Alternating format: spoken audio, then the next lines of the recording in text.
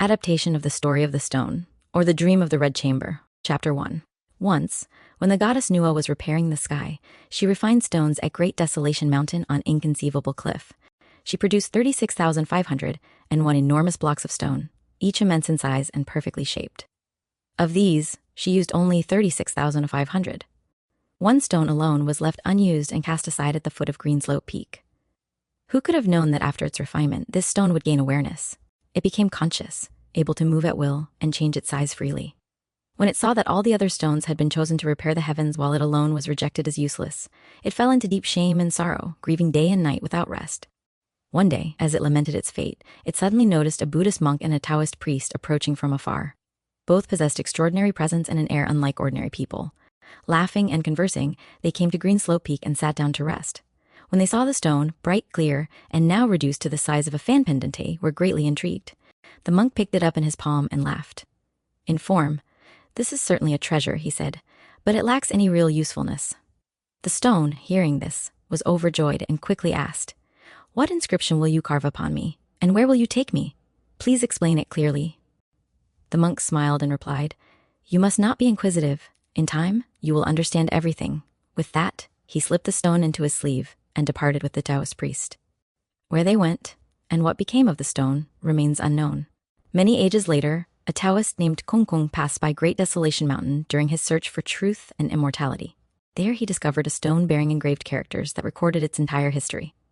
Reading it from beginning to end, he learned how the stone had once been rejected, how it would descend into the human world, experience love and illusion, and finally cross beyond mortal existence. The record described families, emotions, women's lives, poetry, riddles, joy and sorrow. Yet the name of the dynasty and the year were deliberately erased.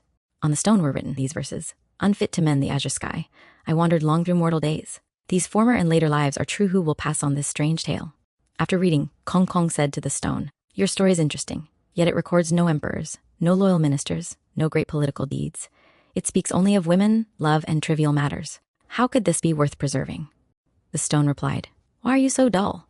The histories of the world falsely borrow the names of great dynasties and are filled with slander, violence, and vulgarity. My story borrows nothing. It records real emotions and real experience. Though it speaks of women and love, it contains no corruption. If it can ease weariness, dispel sorrow, and offer honest reflection, is that not enough?" Moved by this, Kong Kong copied the entire record and passed it on as a strange and meaningful tale.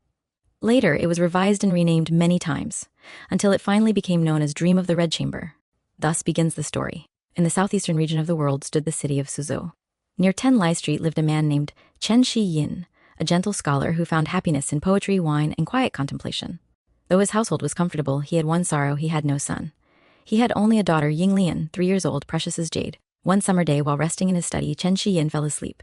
In his dream, he saw the same Buddhist monk and Taoist priest discussing the descent of passion-bound spirits into the human world. When Chen asked for understanding, they replied that the greater design could not yet be revealed. They showed him a jade inscribed with the words, "Precious jade of spiritual understanding." Then the dream shattered. Later that day, 2 ragged priests appeared at his door. Upon seeing Ying Lian, the monk wept and said, "Why do you cling to this child who will bring sorrow to her parents?" Chen ignored him. The monk laughed and chanted a warning that after the Lantern Festival, fire and disaster would come. Soon after, Ying Lian was lost during the Lantern Festival. Not long afterward, a fire destroyed Chen Shi-yin's home. Grief and poverty followed. At last, encountering again the mad Taoist singing of the emptiness of worldly pursuits, Chen Shi-yin awakened to understanding, seized the priest's robe, and left the mortal world behind. He was never seen again. Meanwhile, a poor scholar named Jia Yuzun lodged nearby. Intelligent and ambitious, he received kindness from Chen Shi-yin, who provided him with silver and clothing. Jia departed for the capital in pursuit of success. Thus fate began to turn. Chapter 2.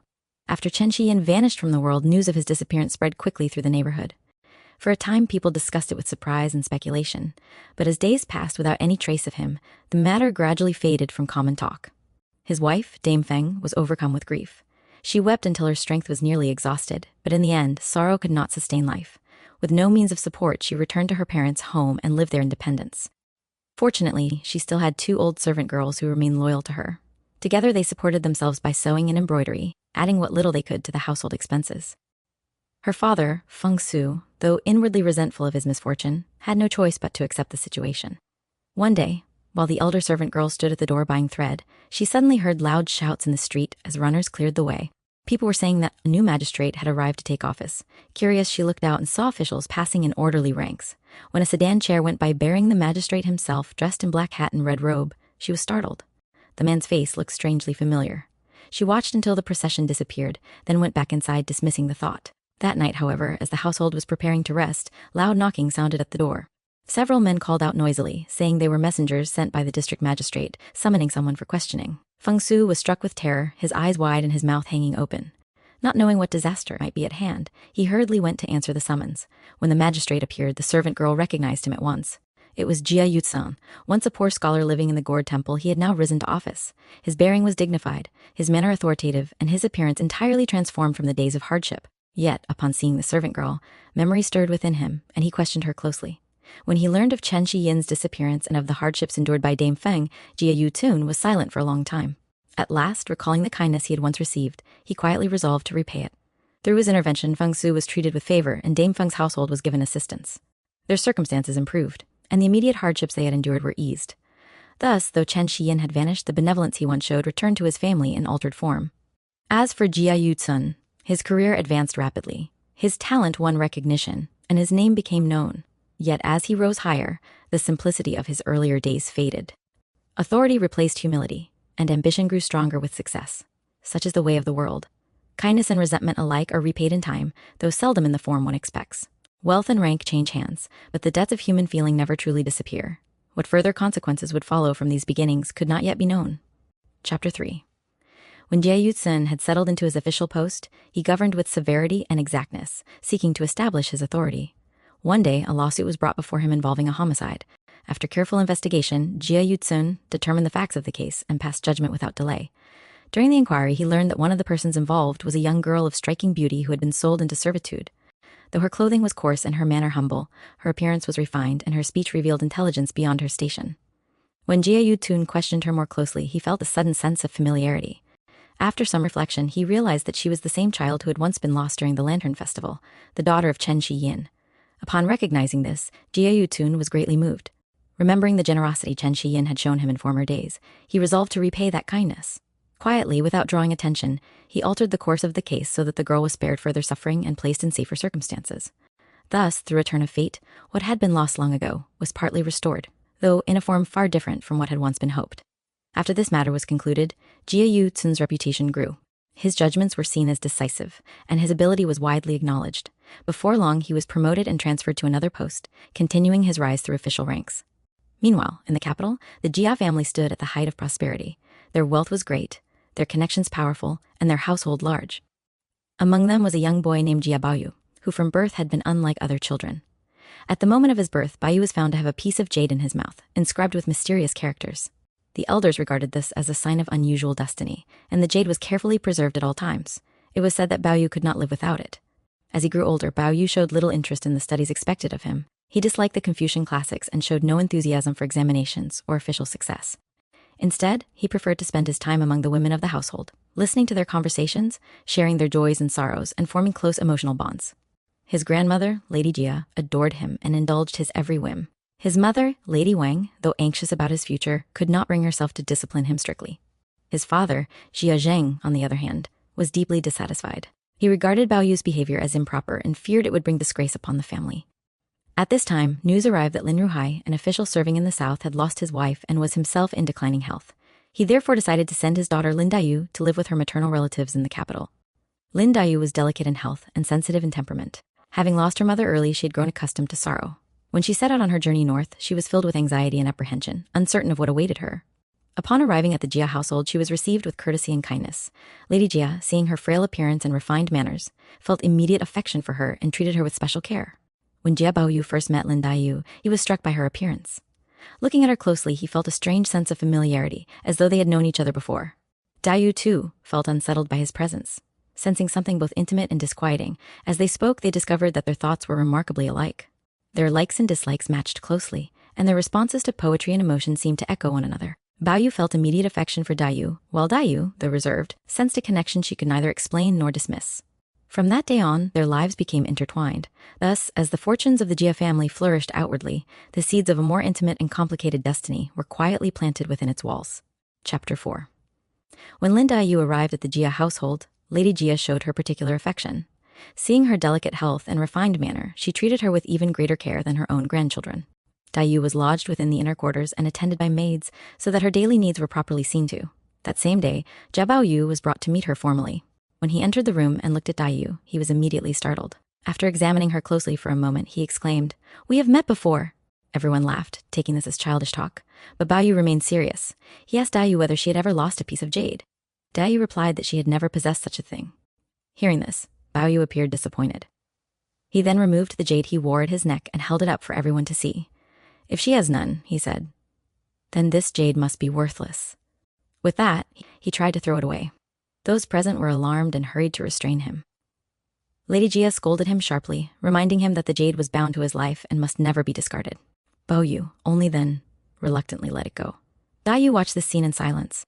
Though she said nothing, she found Baoyu's behavior strange and unsettling. His sincerity seemed excessive, and his emotions too easily stirred. She felt both drawn to him and instinctively wary. Later, as Dai settled into life at the Jia household, she observed everything carefully.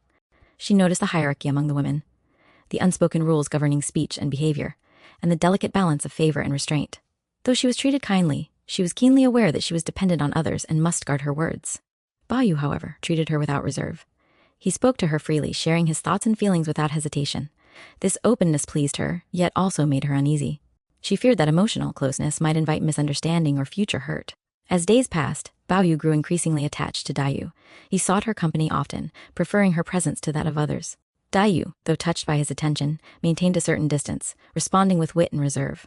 One day, Baoyu learned that Dai enjoyed poetry and shared his dislike of rigid moral instruction. This discovery delighted him greatly. He felt that at last he had found someone who truly understood him. Dai, in turn, recognized in Baoyu a rare sensitivity, though she doubted whether such a nature could endure in the world they inhabited. Thus, though no words of love were spoken, a subtle bond formed between them, quiet, fragile, and already shadowed by uncertainty. Within the Jia household, life continued in splendor and ceremony. Yet beneath this outward prosperity, emotions stirred that would shape the fate of all who dwelled there. Chapter 5. At this time, Jia Baoyu's behavior increasingly troubled his father, Jia Zheng. Seeing that his son showed no interest in study or advancement, Jia Zheng worried deeply that Baoyu would bring disgrace upon the family. He therefore decided that Baoyu must be placed under stricter supervision. One day, after Jia Zheng reprimanded him severely, Baoyu felt both humiliated and confused. His heart was heavy, and his thoughts unsettled. That night, as he lay resting, he soon fell into a deep sleep. In his dream, he found himself in a strange and wondrous place. Fragrant clouds drifted through the air, and elegant halls rose amid flowers and flowing streams. A fairy maiden appeared before him, graceful and composed, bearing an air of otherworldly authority. She called herself the Fairy of Disenchantment. The fairy led Baoyu into a hall and presented him with a register called the Register of the 12 Beauties of Jinling. She explained that the book recorded the destinies of certain women whose lives were bound by emotion and illusion. She then showed Baoyu portraits of these women, each accompanied by verses foretelling their fate. Though the images were beautiful, the poems were filled with sorrow, decline, and loss. Baoyu read them with growing unease, sensing that joy and suffering were inseparably linked. The fairy next brought out wine called Wine of Thousand Sorrows and invited Baoyu to drink. Afterward, she led him to a chamber where music and song arose. The melodies were exquisitely beautiful yet deeply mournful, stirring emotions that Baoyu could not name. Overcome by sensation, Baoyu felt himself drawn into a dream within the dream. Passion, illusion, and desire intertwined, leaving him both intoxicated and disturbed. Suddenly, a loud noise startled him awake. Baoyu rose, his heart pounding, his mind confused. Though the dream had vanished, its impressions lingered. He could not fully grasp its meaning, yet felt that it carried a warning he was not ready to understand. Later, when he rejoined the household, his usual manner returned, but traces of the dream remained. The images of the women and the sorrow foretold in their verses haunted him, though he did not speak of them. Thus, while Baoyu continued to live amid wealth and affection, the shadow of destiny had already been revealed to him in sleep.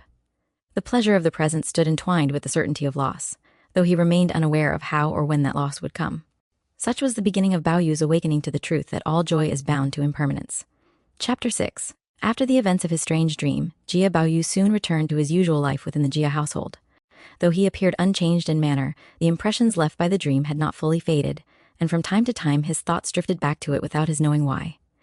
Not long afterward, Baoyu accompanied Lady Jia on a visit to the Ningguo house, where they went to call on Qin Shi, the young wife of Jia Rong. Qin Shi was gentle in manner and refined in appearance, and she showed Baoyu particular kindness, speaking to him with warmth and consideration. At this time, Qin Shi was already in delicate health. Though she tried to conceal her weakness, her pallor and fatigue were difficult to hide.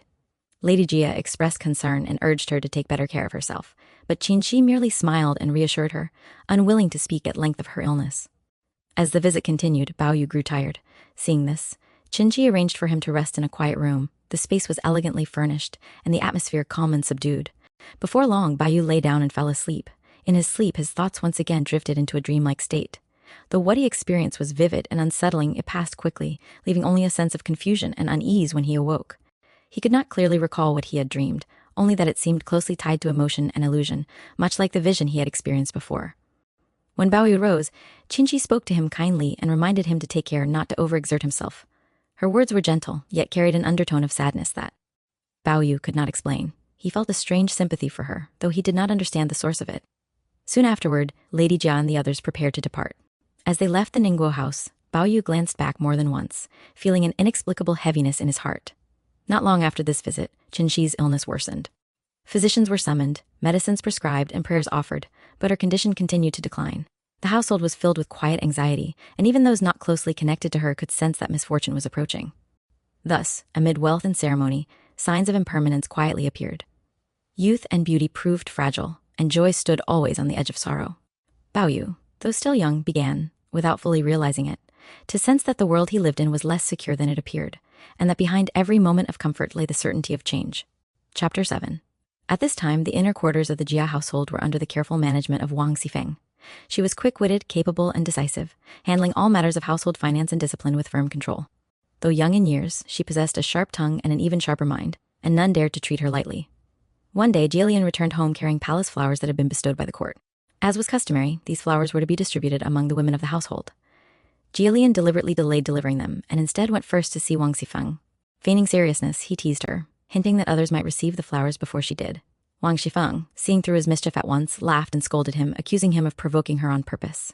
Their exchange was lighthearted, yet edged with familiarity, revealing the ease and sharp balance of wit that marked their marriage. In the end, the flowers were distributed according to rank, and the small incident passed, though it left behind laughter and idle talk among the women. Not long afterward, Bao Yu accompanied Lady Jia to a banquet at the Ningguo house. The occasion was lively, with many relatives present. During the gathering, Bao Yu noticed a young boy among the guests, refined in appearance and gentle in manner. This boy was Qin Zhong, a younger relative of the Qin family. Bao Yu felt an immediate affection for Qin Zhong. Finding his demeanor sincere and his temperament mild, Bao Yu was drawn to him at once. The two spoke together quietly and soon discovered that they shared similar tastes and dispositions. Seeing their closeness, the elders observed with mild amusement, taking it as a sign of youthful innocence. It was decided that Qin Zhong should remain in the Jia household for a time to study, so that he might benefit from better instruction and companionship. When Bao Yu learned of this arrangement, he was delighted. He treated Qin Zhong with particular kindness, introducing him to the inner quarters and sharing his daily activities with him. Qin Zhong, though shy at first, gradually grew more comfortable and relied increasingly on Bao Yu's friendship. Thus, another bond was formed within the Jia household, one based on mutual sympathy rather than ambition or advantage.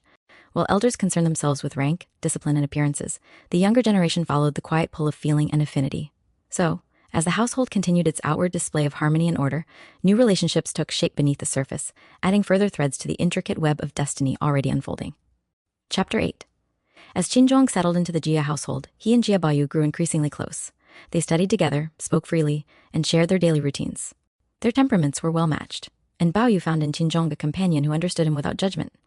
This closeness brought Bao Yu genuine happiness, and for a time he seemed lighter in spirit. However, such intimacy did not go unnoticed. Among the women of the inner quarters, especially Lin Dayu and Su Baochai, Bao Yu's growing attachment to Qin Zhong became a quiet subject of observation. Dayu, already sensitive by nature, felt a subtle unease. Though she did not fully understand the reason for it herself, she sensed a shift in Bao Yu's attention and felt a faint, unwelcome sting of displacement. Su Baochai, on the other hand, observed calmly. Her manner was composed and measured, and she spoke little of her thoughts. Where Dayu reacted inwardly with emotion, Baochai maintained outward balance, concealing her feelings beneath propriety and restraint. One day, Bao Yu visited Baochai's quarters and noticed a golden locket she wore, engraved with auspicious words. Upon seeing it, he was startled, for the inscription closely resembled that on his own jade. Comparing the two, he found that the words seemed to match, as though they had been made as a pair. The elders regarded this coincidence with interest and quiet approval, interpreting it as a favorable sign. Bao Yu, however, felt unsettled. The resemblance troubled him, not because of the object itself, but because of what others seemed eager to infer from it. Dayu, upon hearing of this incident, felt a sharp pang. Though she masked her reaction with humor, her heart grew heavy. She mocked the idea lightly, yet the laughter rang hollow even to her own ears. That night, alone with her thoughts, she was unable to sleep, turning the matter over in silence. Bao Yu, sensing her distress, attempted to reassure her, speaking casually and dismissing the significance of the objects. Yet his words failed to ease her mind. What troubled her was not the locket, but the implication that bonds could be named, arranged, and judged without regard for feeling. Meanwhile, the household continued its routines as before. Lessons were held, visitors received, and ceremonies observed. Yet beneath this surface order, emotions quietly shifted. Bachai remained attentive and courteous, never revealing her thoughts. Dayu withdrew further into herself, her sensitivity sharpening into pain. Bao Yu, caught between affection and expectation, felt increasingly constrained by rules he neither accepted nor understood. Thus, though nothing outward had changed, the delicate balance among the three was altered. Unspoken tension settled quietly into place, and the harmony of earlier days was subtly disturbed. Such were the beginnings of rivalry, not born of hostility, but of circumstance and misunderstanding. What followed would deepen these emotions and bind them ever more tightly to fate. Chapter 9. At this time, Qin had been staying in the Jia household for some days. As he and Jia Baoyu were close in age and temperament, they spent nearly all their time together. They studied side by side, played together, and shared their thoughts freely. Baoyu treated Qin with great affection, caring for him attentively and shielding him from discomfort whenever he could. However, Qin's constitution was weak, and he soon began to fall ill. Though the symptoms were not severe, he appeared fatigued and dispirited. Physicians were summoned, medicines prepared, and servants instructed to attend him carefully. Baoyu was deeply concerned. He visited Qin frequently, inquiring after his condition and urging him to rest. His anxiety was plain to see, and he appeared distracted whenever he was away from Qin's side. During this period, rumors began to circulate among the household servants. Some whispered that Baoyu's concern was excessive, while others speculated idly about the nature of their closeness. Such talk, though spoken quietly, gradually reached the ears of those responsible for maintaining propriety. Before long, Jia Jing learned of the matter. Already dissatisfied with Baoyu's lack of diligence in his studies, he now regarded this attachment as further evidence of improper conduct. He reprimanded Baoyu sharply, accusing him of neglecting his duties and associating too closely with unsuitable companions. Baoyu listened in silence, neither defending himself nor offering excuses. Though inwardly distressed, he felt no shame for his feelings. What troubled him was not the reprimand itself, but the realization that sincerity and affection were treated as faults. Qin, learning of the tension his presence had caused, felt deeply troubled. He blamed himself for bringing difficulty upon Baoyu and became increasingly withdrawn. His illness worsened under the strain, and his spirits sank further. Seeing this, Baoyu felt both sorrow and frustration. He wished to comfort Qin, yet feared that further closeness would invite additional reproach. Torn between loyalty and restraint, he found himself unable to act freely. Thus, what had begun as a simple bond of sympathy was gradually burdened by suspicion and disapproval. The household, once a place of ease for Baoyu, now felt increasingly restrictive. Though nothing had been openly forbidden, the weight of expectation pressed heavily upon him. He began to sense that the world around him would allow little room for unguarded feeling. Such was the first clear sign that affection, when measured against custom and authority, could become a source of conflict rather than comfort. Chapter 10. As Qin's illness continued, his condition caused growing concern within the Jia household. Though still young, his health was weak, and repeated bouts of fatigue and melancholy left him increasingly fragile. Physicians were consulted, medicines administered, and servants instructed to care for him attentively, yet his strength did not return. Jia Baoyu remained deeply worried. Whenever he could, he went to see Qin, speaking gently to him and urging him not to lose heart. Qin, however, was troubled not only by illness, but by the strain his presence had placed upon Baoyu.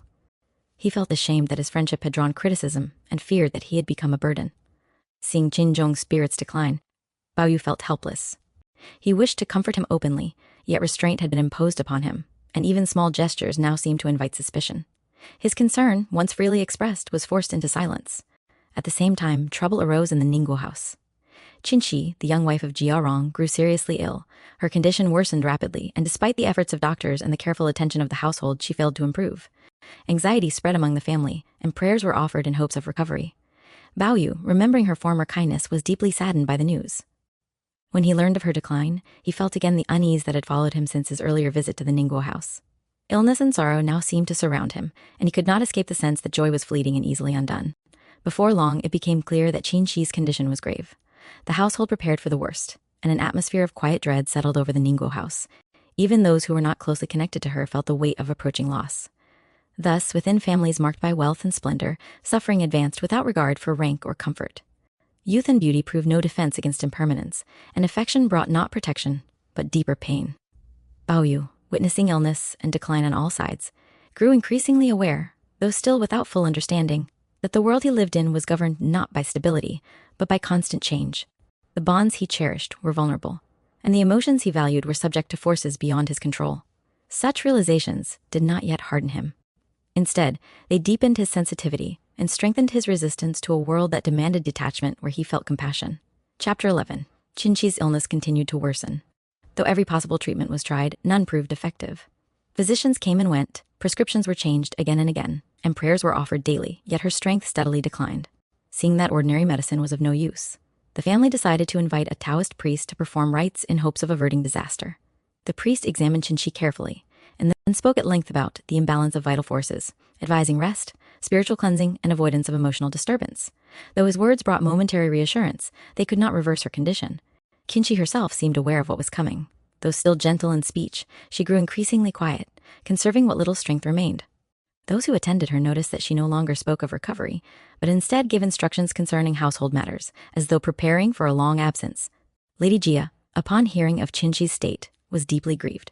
She sent frequent inquiries and gifts, urging that nothing be spared in the effort to save her. Yet even she began to sense that fate was not to be resisted. Jia Baoyu was especially affected. Remembering Qinqi's kindness toward him, he felt a deep sadness that he could not express. Her illness seemed to confirm the unease that had followed him since his earlier visit to the Ningguo house. That joy and sorrow were never far apart, and that affection carried with it the certainty of loss. Meanwhile, Qinzhong's health also remained poor. Though not in immediate danger, his weakness persisted, and his spirits were low. Baoyu continued to worry for him, yet the constraints placed upon their closeness remained. His concern, forced into restraint, weighed heavily on him. Thus, illness touched both houses at once. In the midst of wealth and ceremony, suffering advanced quietly, indifferent to status or care. Those who remained healthy watched with helpless anxiety, while those who were ill drifted further from the world of the living. Before long, it became clear that Qinqi's end was near. The Ningguo house prepared itself in solemn silence, and the mood throughout the family turned grave. Even those accustomed to luxury felt the presence of impermanence pressing close. So it was that sorrow deepened, and the truth hinted at in dreams began to show itself plainly in waking life. What had once been distant and abstract now stood unmistakably before them. Chapter 12. Qinqi passed away at the Ningguo house. Her death cast a deep shadow over the household. From the moment the news spread, the residence was filled with mourning. Relatives came and went, servants moved quietly about their duties, and the sound of ritual chanting rose day and night. Though she had been young, her passing was treated with full ceremony, and preparations for the funeral were conducted with solemn care. Lady Jia was greatly distressed when she heard of Qinqi's death. She sent generous gifts for the funeral and instructed that nothing be neglected. Members of both the Rongguo and Ningguo branches attended the rites, and the entire clan observed the mourning customs with seriousness and restraint. Jia Baoyu was deeply affected. Qinqi's kindness toward him had left a lasting impression, and her sudden death struck him with unexpected force. He attended the mourning rites in silence, his thoughts heavy and unsettled. Watching the ceremonies, he felt keenly the fragility of life and the inevitability of separation. The elaborate rituals, coffins, offerings, chanting, and processions unfolded with precision, yet Baoyu could not help feeling that no formality could truly contain loss. Amid the grandeur of the funeral arrangements, death itself appeared stark and unadorned. As the days of mourning passed, the Ningguo house gradually returned to outward order. Guests departed, the chanting ceased, and daily routines resumed. Yet the absence left behind by Qinqi's death lingered, felt most strongly by those who had known her gentleness and restraint. At the Rongguo house, Qinzhong's health remained weak. Though he had not worsened suddenly, his spirits were low and his strength did not recover. Baoyu continued to worry for him, now with the heightened sense of anxiety born of recent loss. The closeness of illness and death weighed heavily on his mind. Thus, within a short span of time, Baoyu was confronted repeatedly with impermanence. Dreams, illness, and death, once distant ideas, had entered his daily life. Though he was still young, these experiences began to shape his understanding in ways he could not yet fully articulate. The world around him continued as before, governed by custom, hierarchy, and expectation. Yet beneath its orderly surface, change and loss moved steadily, indifferent to wealth or affection. Chapter 13. After the funeral rites for Qinqi were completed, the Ningguo house remained subdued. Though the formal mourning period gradually came to an end, the atmosphere of loss had not entirely lifted. Members of the household resumed their duties, but conversation was muted and laughter was rare. Jia Jin, who had overseen the funeral arrangements, now turned his attention back to household affairs. Though outwardly composed, he was inwardly unsettled. The death of Qinqi had brought to light a number of neglected matters, and he was keenly aware that order and discipline within the household required renewed attention. During this time, Jia Baoyu continued to be affected by what he had witnessed. The funeral rites, the sound of chanting, and the sight of mourning garments remained vivid in his mind. He felt an inexpressible heaviness as though something had shifted within him. The pleasures of daily life no longer held the same ease, and moments of quiet reflection came upon him more frequently. Meanwhile, Qinzhong's condition did not improve. His illness lingered, and his strength waned. Though he attempted to conceal his weakness, it was apparent to those around him that his vitality was diminishing. Bao Yu visited him whenever possible, speaking gently and offering what comfort he could. Yet even as Bao Yu wished to remain close to Qin Zhong, he found himself increasingly constrained. Elders watched him more closely, and servants were more attentive to propriety. Though no explicit prohibition was spoken, the limits placed upon his freedom were unmistakable. Seeing this, Qin Zhong felt both gratitude and sorrow. He was touched by Bao Yu's concern, yet distressed that his presence should cause trouble. At times he urged Bao Yu not to visit so often, fearing that further attention would only bring reprimand. Bao Yu listened, but could not bring himself to withdraw entirely. Thus, friendship itself became a source of pain. Within the Jia household, the contrast between outward order and inner unease grew sharper. Ceremonies and routines continued without interruption, yet beneath them lay a growing awareness of fragility. Youth, affection, and comfort all seemed subject to forces beyond control. Bao Yu, though still inexperienced in the ways of the world, began to sense that the path laid out before him would demand sacrifices he was unwilling to make. The values impressed upon him, ambition, discipline, emotional restraint, stood in quiet opposition to his own instincts. Such thoughts remained unspoken, yet they took root within him, shaping his feelings and guiding his resistance. Thus, in the wake of mourning, life moved forward once more, carrying with it unresolved sorrow and the faint stirrings of awakening. What these stirrings would lead to had not yet been revealed. After the mourning period for Qin Shi had passed, affairs at the Ningguo house gradually returned to regular order.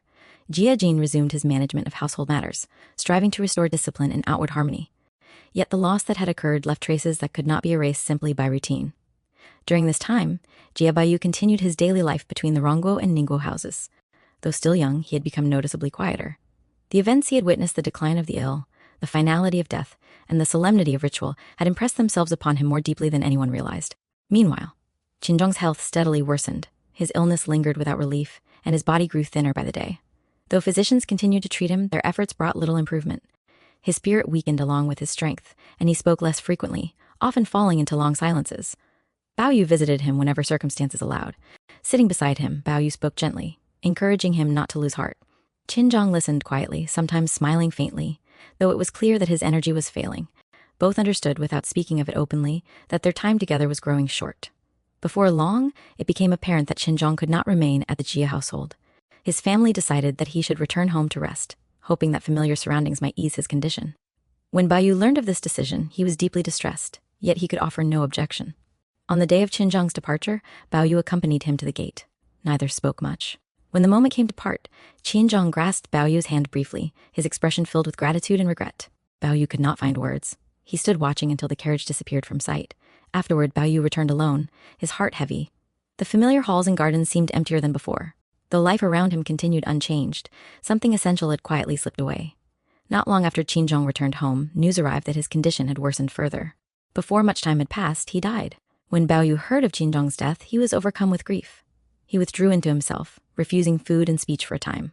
Though others attempted to console him, he remained inconsolable. To him, Qinzhong's death was not merely the loss of a friend, but a confirmation of everything he feared, that affection was fleeting, that youth offered no protection, and that sincerity carried with it the certainty of pain. The elders regarded his sorrow with concern, yet they attributed it to youthful excess of feeling. They urged him to restrain himself and return his attention to study and propriety. Bao Yu listened, but their words brought him no comfort. Thus, within a short span of time, Bao Yu experienced loss upon loss. Illness, separation, and death followed one another closely, shaping his inner world in silence. Though he remained surrounded by wealth and care, he felt increasingly estranged from the values that govern the household. Chapter 15. After the death of Qinzhong, Jia Baoyu remained subdued for a long time. Though he gradually resumed his daily routines, his former liveliness did not return. Those around him noticed that he spoke less, laughed rarely, and often seemed lost in thought. The loss weighed heavily on him, and the grief he carried quietly deepened his sensitivity. At the same time, affairs at the Ningguo house continued. Jia Zhen, though outwardly occupied with household management, was privately unsettled. In the aftermath of Qin Shi's death, he sought diversion and distraction, surrounding himself with guests and entertainment in an effort to dispel unease. During this period, Jia Zhen became involved with a Taoist priest known for performing rituals and charms.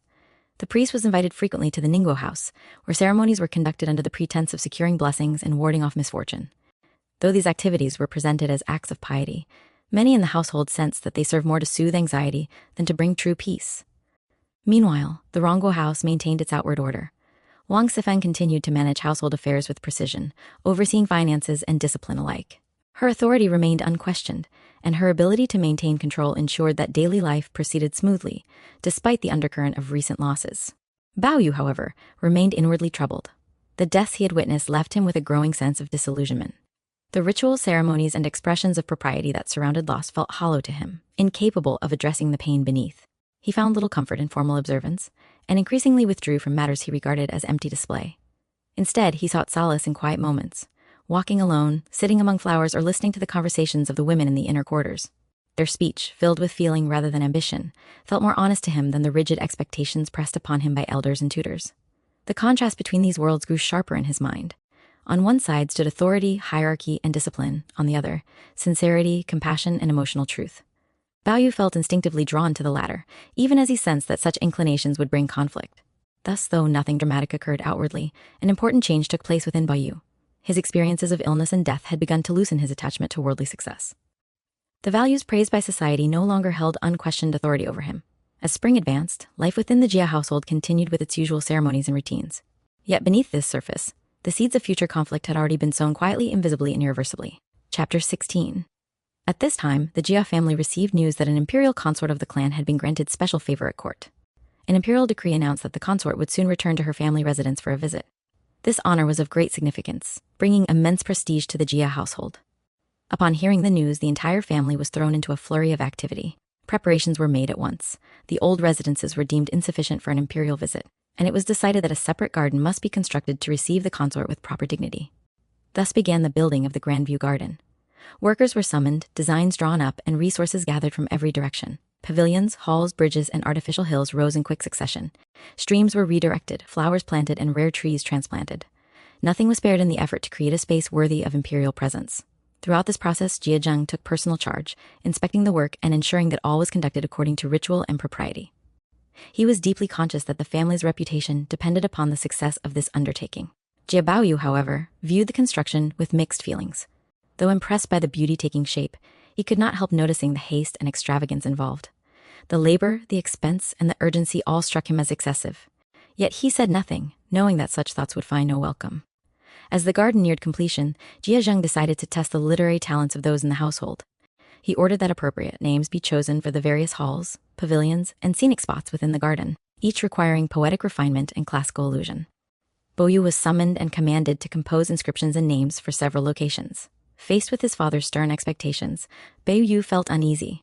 Though he possessed natural talent, he disliked formal display and feared that failure would bring harsh reprimand. Nevertheless, he complied. When Bao Yu presented his compositions, Jia Zheng examined them closely. To the surprise of many, he expressed approval. Though he did not offer open praise, his tone softened and he acknowledged that Bao Yu's work showed genuine ability. This moment of recognition brought Bao Yu little joy. Rather than pride, he felt only relief. The approval seemed conditional, bound to expectations he did not share. What pleased his father did not align with what stirred his own heart. Soon after, the garden was declared complete. Its beauty was widely admired, and the family awaited the consort's arrival with anticipation and nervous excitement. Thus, amid splendor and preparation, the Jia household stood poised between honor and anxiety. The garden created for celebration also became a symbol of the family's investment in status and display. For Bao Yu, it marked another step into a world defined by obligation and performance, a world he increasingly found himself at odds with. Chapter 17. When the Grandview Garden was completed, Jia Zheng decided to inspect it in person. Accompanied by relatives and attendants, he entered the garden to examine its layout, structures, and scenery, ensuring that everything met proper standards before the imperial visit. As they proceeded, each pavilion, hall, bridge, and scenic spot was presented in turn. Jia Zheng required that appropriate names and inscriptions be assigned, each conforming to classical taste and literary decorum. Members of the household offered suggestions, but Jia Zheng listened with strict attention, approving some and rejecting others. Jia Baoyu was summoned to accompany the group. As they moved through the garden, Jia Zheng questioned him repeatedly, asking him to compose names and verses on the spot. Bao Yu felt intense pressure. Though he possessed natural talent, the formal setting and his father's stern presence made him uneasy. At each location, Bao Yu gathered his thoughts and responded as best he could. Some of his suggestions were accepted, others corrected. Jia Zheng's manner remained severe, and praise was rare. The atmosphere was tense, and Bao Yu feared that any misstep would provoke anger. Yet, as the inspection continued, Jia Zheng gradually came to recognize the quality of Bao Yu's responses. Though he maintained his strict demeanor, he no longer concealed his approval entirely. Several of Bao Yu's compositions were deemed suitable, and the assembled company acknowledged his ability. Despite this, Bao Yu felt little satisfaction. The process left him drained rather than encouraged. What others regarded as success felt to him like an ordeal endured rather than an achievement won. The admiration he received did not ease his discomfort with the expectations placed upon him. When the inspection ended, Jia Zheng departed, leaving instructions for final adjustments. The garden, now fully prepared, stood ready to receive the imperial consort. Its beauty was undeniable, and the effort expended on its creation was evident in every detail. Bao Yu withdrew quietly. Though he had met his father's demands, he felt more keenly than ever the distance between himself and the world of authority and display. The garden, admired by all, seemed to him less a place of joy than a symbol of obligation. Chapter 18. The day of the imperial consort's return arrived. From early morning, the Jia household was filled with activity. Officials, servants, and attendants took up their positions, and every detail was checked repeatedly to ensure that nothing was out of order. The Grandview garden, newly completed, stood immaculate, its paths swept clean and its halls adorned with elegance befitting an imperial visit. When the consort arrived, she was received with full ceremony. Music sounded, banners were displayed, and formal greetings were exchanged according to strict protocol. Lady Jia and the senior members of the family appeared in mourning attire, observing the required decorum as they welcomed her. The consort entered the Grandview garden and toured it slowly. As she moved from pavilion to pavilion, she examined the scenery with interest, pausing to read the names and inscriptions that had been composed. From time to time, she commented on their refinement, expressing approval when the wording was elegant and well-suited to the surroundings. Jia Zheng followed closely, attentive to every reaction. When the consort praised certain inscriptions, he was greatly relieved. Those compositions that had been prepared with care were now confirmed as worthy in the eyes of the court. During the visit, performances were arranged. Music and singing filled the halls, and the consort listened attentively. The atmosphere was solemn yet celebratory, marked by careful restraint rather than ease. Every movement was governed by ritual, and no one dared act without consideration. Jia Baoyu was present but kept at a distance. He observed the proceedings quietly, feeling a mixture of awe and discomfort. The grandeur of the occasion impressed him, yet the rigid formality weighed heavily on his spirit. The garden, which he had seen first as a place of beauty, now appeared transformed into a stage for obligation and display. After the tour and ceremonies were completed, the consort prepared to return to the palace. The family once again assembled to take formal leave. When she departed, the household remained still until the procession had passed beyond sight.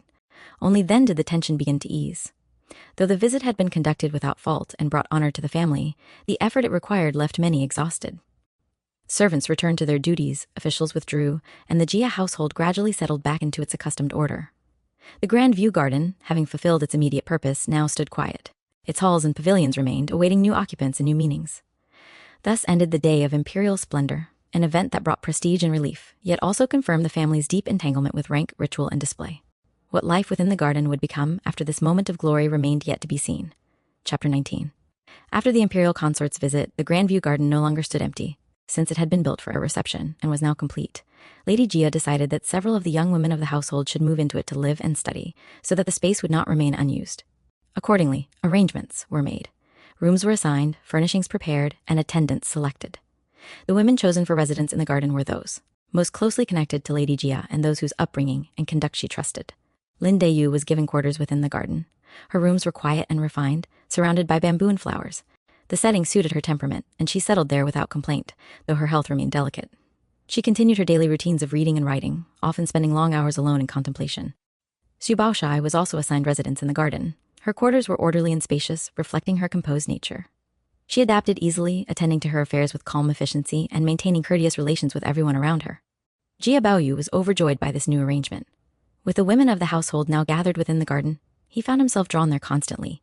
He wandered freely among the pavilions and paths, visiting Dayu, Baochai, and the others, speaking with them at length and sharing in their daily activities. Though elders approved of the arrangement in principle, they soon noticed that Baoyu neglected his studies even more than before. His tutors complained that he was distracted and inattentive, preferring conversation and leisure to reading the classics. Jia Zheng grew increasingly dissatisfied, though he restrained himself from immediate reprimand. Within the garden, life took on a gentler rhythm. Poetry was composed, verses exchanged, and small gatherings held. The women read together, discussed literature, and observed the changing seasons. Though the surroundings were elegant, the mood was quiet rather than extravagant. Baoyu thrived in this environment. He felt at ease among the women, finding their company more congenial than the stern instruction of his teachers.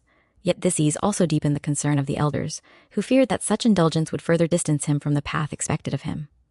Thus, the Grandview garden, created for imperial display, became instead a private world, one shaped by youth, emotion, and quiet companionship. Within its walls, new habits formed and relationships deepened, even as tension with the outer household continued to grow. Chapter 20. With the residents settled into the Grandview garden, daily life there gradually took shape. The young women followed their routines of study, needlework, reading, and conversation while attendants moved quietly among them. The garden, once built for ceremony, now carried the gentle rhythms of domestic life. Jia Baoyu spent nearly all his time there. He wandered freely among the pavilions and pathways, visiting one cousin after another, lingering wherever conversation drew him. Though his manner was open and affectionate toward all, his closeness to Lin Dayu remained particularly noticeable. Dayu, sensitive and quick-tempered by nature, often teased Bao Yu with sharp words. At times she mocked him lightly, at others her remarks carried hidden reproach. Bao Yu, though often confused by her sudden changes of mood, bore her words patiently, never taking offense. Instead, he responded with gentleness, as though instinctively understanding that her sharpness concealed vulnerability rather than malice. Xu Baochai observed these exchanges quietly. When she spoke, her words were measured and calm, and she often eased tension with tactful remarks. Her manner won general approval, and even those who disagreed with her found no fault in her conduct. One day, Bao Yu arrived late to a small gathering. Dai Yu immediately reproached him, accusing him of neglect. Bao Yu tried to explain himself, but his explanation only irritated her further. She turned away, refusing to listen, and withdrew in silence. Seeing this, Baochai intervened gently, advising Dai Yu not to take offense so readily. Dai Yu, however, remained upset. Once alone, she gave way to quiet resentment, feeling both ashamed of her reaction and unable to restrain it. Her emotions, once stirred, refused to settle easily. Bao Yu, distressed by her displeasure, searched for her and attempted to make peace. Though Dai Yu spoke coldly at first, her anger gradually softened. She mocked herself for being unreasonable, yet could not entirely dismiss her hurt. Bao Yu listened without argument, relieved that she had not fully shut him out. Such incidents occurred often. Small misunderstandings arose easily, and slight words were taken deeply to heart. Yet just as quickly, reconciliation followed. Affection was never absent, even when strained by irritation or pride. Meanwhile, elders outside the garden grew increasingly uneasy. Reports reached them that Bao Yu spent his days among the women, neglecting study and discipline. Tutors complained that he showed little progress, and Jia Zhang's dissatisfaction deepened. Within the garden, however, such concerns felt distant. Life there remained gentle and enclosed, shaped by emotion rather than ambition. The young women continued their studies and conversations, and Bao Yu moved among them with unguarded ease. Thus, as spring advanced, the contrast between the inner garden and the outer household grew sharper. Inside the garden, feeling ruled; outside it, authority and expectation awaited. Chapter 21. Life in the Grandview Garden continued in its gentle rhythm. The young women attended to their reading, needlework, and quiet conversation, while the changing seasons lent subtle variety to their days. Within this enclosed world, small incidents took on great emotional weight, and passing words often lingered longer than intended. One day, Jia Bayu visited Lin Dayu and found her in low spirits. Though she greeted him, her manner was distant, and her replies curt. Bayu, uncertain of the cause, spoke lightly in an attempt to cheer her. Instead, his words only seemed to deepen her irritation. Dayu accused him of thoughtlessness, saying that he treated everyone alike and cared too little for those who mattered most. Bayu, startled, protested that he had no such intention and that his feelings were sincere. The more he tried to explain himself, the more Dayu felt that her hurt was being dismissed. Their exchange grew strained. Dayu turned away, her eyes filling with tears she refused to shed openly. Bayu stood helpless, distressed by her reaction, yet unable to understand how he had offended her so deeply. After Bayu left, Dayu remained alone, reproaching herself for her sharpness while still nursing her sense of injury. She knew that her words had been excessive, yet her emotions, once stirred, would not easily subside. Her sensitivity, heightened by her fragile health and dependent position, left her vulnerable to imagined slights. Later, Su Baochai learned of the disagreement and sought Dayu out. Speaking gently, she advised moderation, reminding Dayu that Baoyu's nature was open and unguarded, not deliberately careless. Dayu listened but remained unconvinced. Though she acknowledged Baochai's reason, her heart refused to be soothed so easily. Baoyu, meanwhile, was troubled. He reflected on the incident repeatedly, wondering how sincerity could so readily give rise to misunderstanding. He felt keenly the difficulty of navigating Dayu's temperament, yet his affection for her remained unchanged. Rather than resentment, he felt only a deeper concern. Not long afterward, the two encountered each other again. Dayu's manner was calmer, and Baoyu spoke cautiously, careful not to provoke further displeasure. Their conversation was restrained, yet beneath it lay the unspoken awareness of how easily harmony could be disturbed. Such incidents were not uncommon. In the garden, emotions ran close to the surface, and affection was accompanied by sensitivity and doubt. Small misunderstandings arose frequently, yet they were rarely allowed to harden into lasting estrangement. Outside the garden, elders continued to express concern about Baoyu's conduct. Reports of his constant presence among the women and his neglect of formal study reached Jia Zhang, whose dissatisfaction grew steadily. Though he had not yet intervened directly, his disapproval loomed. Thus, while life within the garden remained outwardly tranquil, emotional tensions deepened quietly. Affection became intertwined with anxiety, and intimacy with misunderstanding. Chapter 22. As the Lantern Festival approached, the Grandview Garden took on a livelier air. Lanterns were prepared, decorations arranged, and the residents looked forward to the evening's amusements. Though the celebration was modest compared with public festivities, it was anticipated with quiet pleasure. On the night of the festival, the garden was illuminated with soft light. Lanterns hung from corridors and trees, casting gentle shadows across paths and pavilions. The young women gathered together, accompanied by Baoyu, and engaged in riddles and word games, as was customary on such occasions. Riddles were written and attached to lanterns, and each person took turns attempting to solve them. Some riddles were playful, others subtle, and many drew on literary allusions. Laughter arose when guesses missed the mark, and satisfaction followed when a clever solution was found. Baoyu participated eagerly, enjoying the atmosphere more than the contest itself. Lin Dayu, though outwardly composed, listened closely and offered sharp, insightful answers. Her wit drew admiration, yet her tone remained restrained, as though she guarded herself even in play. Zhu Baochai also took part, her responses measured and thoughtful. Where Dayu's answers revealed quick emotion, Baochai's reflected balance and deliberation. The contrast between them was noted quietly by those present, though no one spoke of it openly. At one point, Dayu presented a riddle of her own. Its wording was delicate, but the answer hinted at fragility and impermanence. When the solution was revealed, a brief silence followed before conversation resumed. Though the moment passed quickly, its undertone lingered. Baochai later offered a riddle whose answer suggested endurance and completeness. It was received with approval, and elders present praised its aptness. Dayu smiled faintly, though her expression soon turned distant. Baoyu, observing these exchanges, felt unsettled without fully understanding why. The riddles, though spoken lightly, seemed to reveal something deeper. Differences of temperament and outlook that could not be reconciled through play alone. As the evening drew to a close, the lanterns continued to glow, and the gathering gradually dispersed. Servants collected the riddles, and the residents returned to their quarters. The festival ended without incident, yet its impressions remained. Beneath the gentle amusement lay hints of future sorrow and unspoken comparison. What had been presented as a game had, for a moment, exposed the quiet divisions of feeling that ran beneath harmony. Chapter 23. Life in the Grand View Garden returned to its usual quiet routine. The women resumed their studies and needlework, and the gentle order of daily life re-established itself. Yet the light-heartedness of the festival lingered, and conversation often returned to riddles, poetry, and the pleasure of shared learning. At this time, Jia Baoyu developed an even stronger fondness for reading plays and informal literature. He was especially drawn to dramatic works filled with emotion and lyric expression. Whenever he came across a passage that moved him, he would read it aloud or recite it with enthusiasm, often forgetting the time. Lin Dayu noticed this habit and did not conceal her disapproval. She mocked him for neglecting proper study and indulging in what she called frivolous writing. Her words were sharp, and her tone half playful, half reproachful. Baoyu laughed and defended himself, saying that such works expressed true feeling and were therefore more valuable than rigid moral instruction. Their exchange grew spirited. Dayu accused him of lacking ambition and discipline, while Baoyu countered that sincerity mattered more than reputation. Though their words were light, each spoke with genuine conviction and neither fully yielded. Xu Baochai, hearing of these discussions, cautioned Baoyu gently. She advised moderation and reminded him that formal study could not be entirely dismissed. Her tone was calm and reasonable, and Baoyu listened respectfully, though he remained unconvinced. Later, Dayu encountered Baoyu again and teased him for accepting Baochai's advice more readily than her own. Baoyu protested, insisting that he valued Dayu's opinion just as much. Dayu replied with a smile that barely concealed her irritation, then turned away without pressing the matter further. Though such exchanges ended quickly, they left traces behind. Dayu, sensitive and proud, felt wounded whenever she sensed her words carried less weight. Baoyu, bewildered by her reactions, found himself torn between affection and confusion. Within the garden, poetry remained a favored pursuit. Verses were composed, exchanged, and critiqued, providing a refined outlet for emotion. Dayu's poetry, delicate and sorrow-tinged, revealed her inward feelings, though she spoke little of them aloud. Baoyu admired her talent deeply, even when he failed to understand the depth of feeling behind her lines.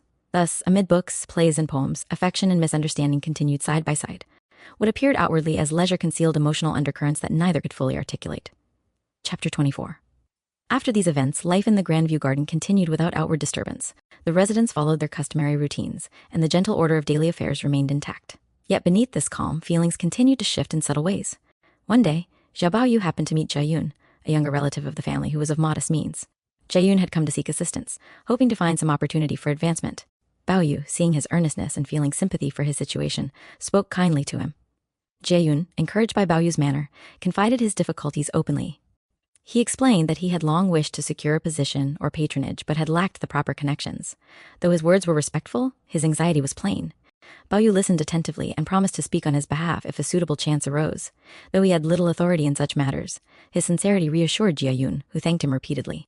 Not long afterward, Jiayun encountered Wang Xifeng. Aware of her influence within the household, he approached her cautiously and presented his request. Wang Xifeng questioned him sharply at first, testing his resolve and intentions. Jiayun answered honestly, neither flattering nor retreating. Seeing his humility and persistence, Wang Xifeng relented. She agreed to find him a minor task connected with household affairs, though she warned him sternly that diligence and obedience would be expected. Jiayun accepted gratefully, relieved to have gained even a small foothold. When Baoyu later learned of this outcome, he was pleased. He felt satisfaction that his encouragement had not been misplaced, though he did not dwell on the matter. To him, offering kindness required no reward. Meanwhile, within the garden, Lin Daiyu remained absorbed in her reading and writing. Though she took part in gatherings as before, she was often quiet, her thoughts turning inward. Her health fluctuated, and moments of fatigue reminded her of her fragility. Baoyu visited her and attempted to draw her into conversation, speaking lightly and sharing small observations from the day. Daiyu responded politely, yet with a reserve that Baoyu could not fail to notice. Though no disagreement had occurred, a certain distance lingered, shaped by sensitivity rather than conflict. Xu Baochai continued her measured conduct, maintaining harmony among the group. She spoke when appropriate and withdrew when not, her presence steady and unobtrusive. Elders praised her demeanor, and servants respected her fairness. Thus, while household matters beyond the garden involved effort, ambition, and calculation, life within the garden remained shaped by quieter concerns, friendship, feeling, and unspoken thought. The contrast between these worlds grew ever clearer. Chapter 25. One day, Jia Baoyu was suddenly struck by a strange illness.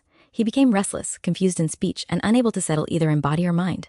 At times he muttered incoherently, at others, he appeared frightened, as though pursued by unseen forces. Those attending him were alarmed and sent at once for physicians. Doctors examined him carefully, but could find no clear cause for his condition. Medicines were prescribed, yet none brought relief. His state grew more alarming by the hour, and servants hurried back and forth in confusion. News of Baoyu's illness spread quickly through the household. Lady Jia was deeply distressed and came at once to see him. Seeing his condition, she wept openly and ordered that every possible remedy be attempted.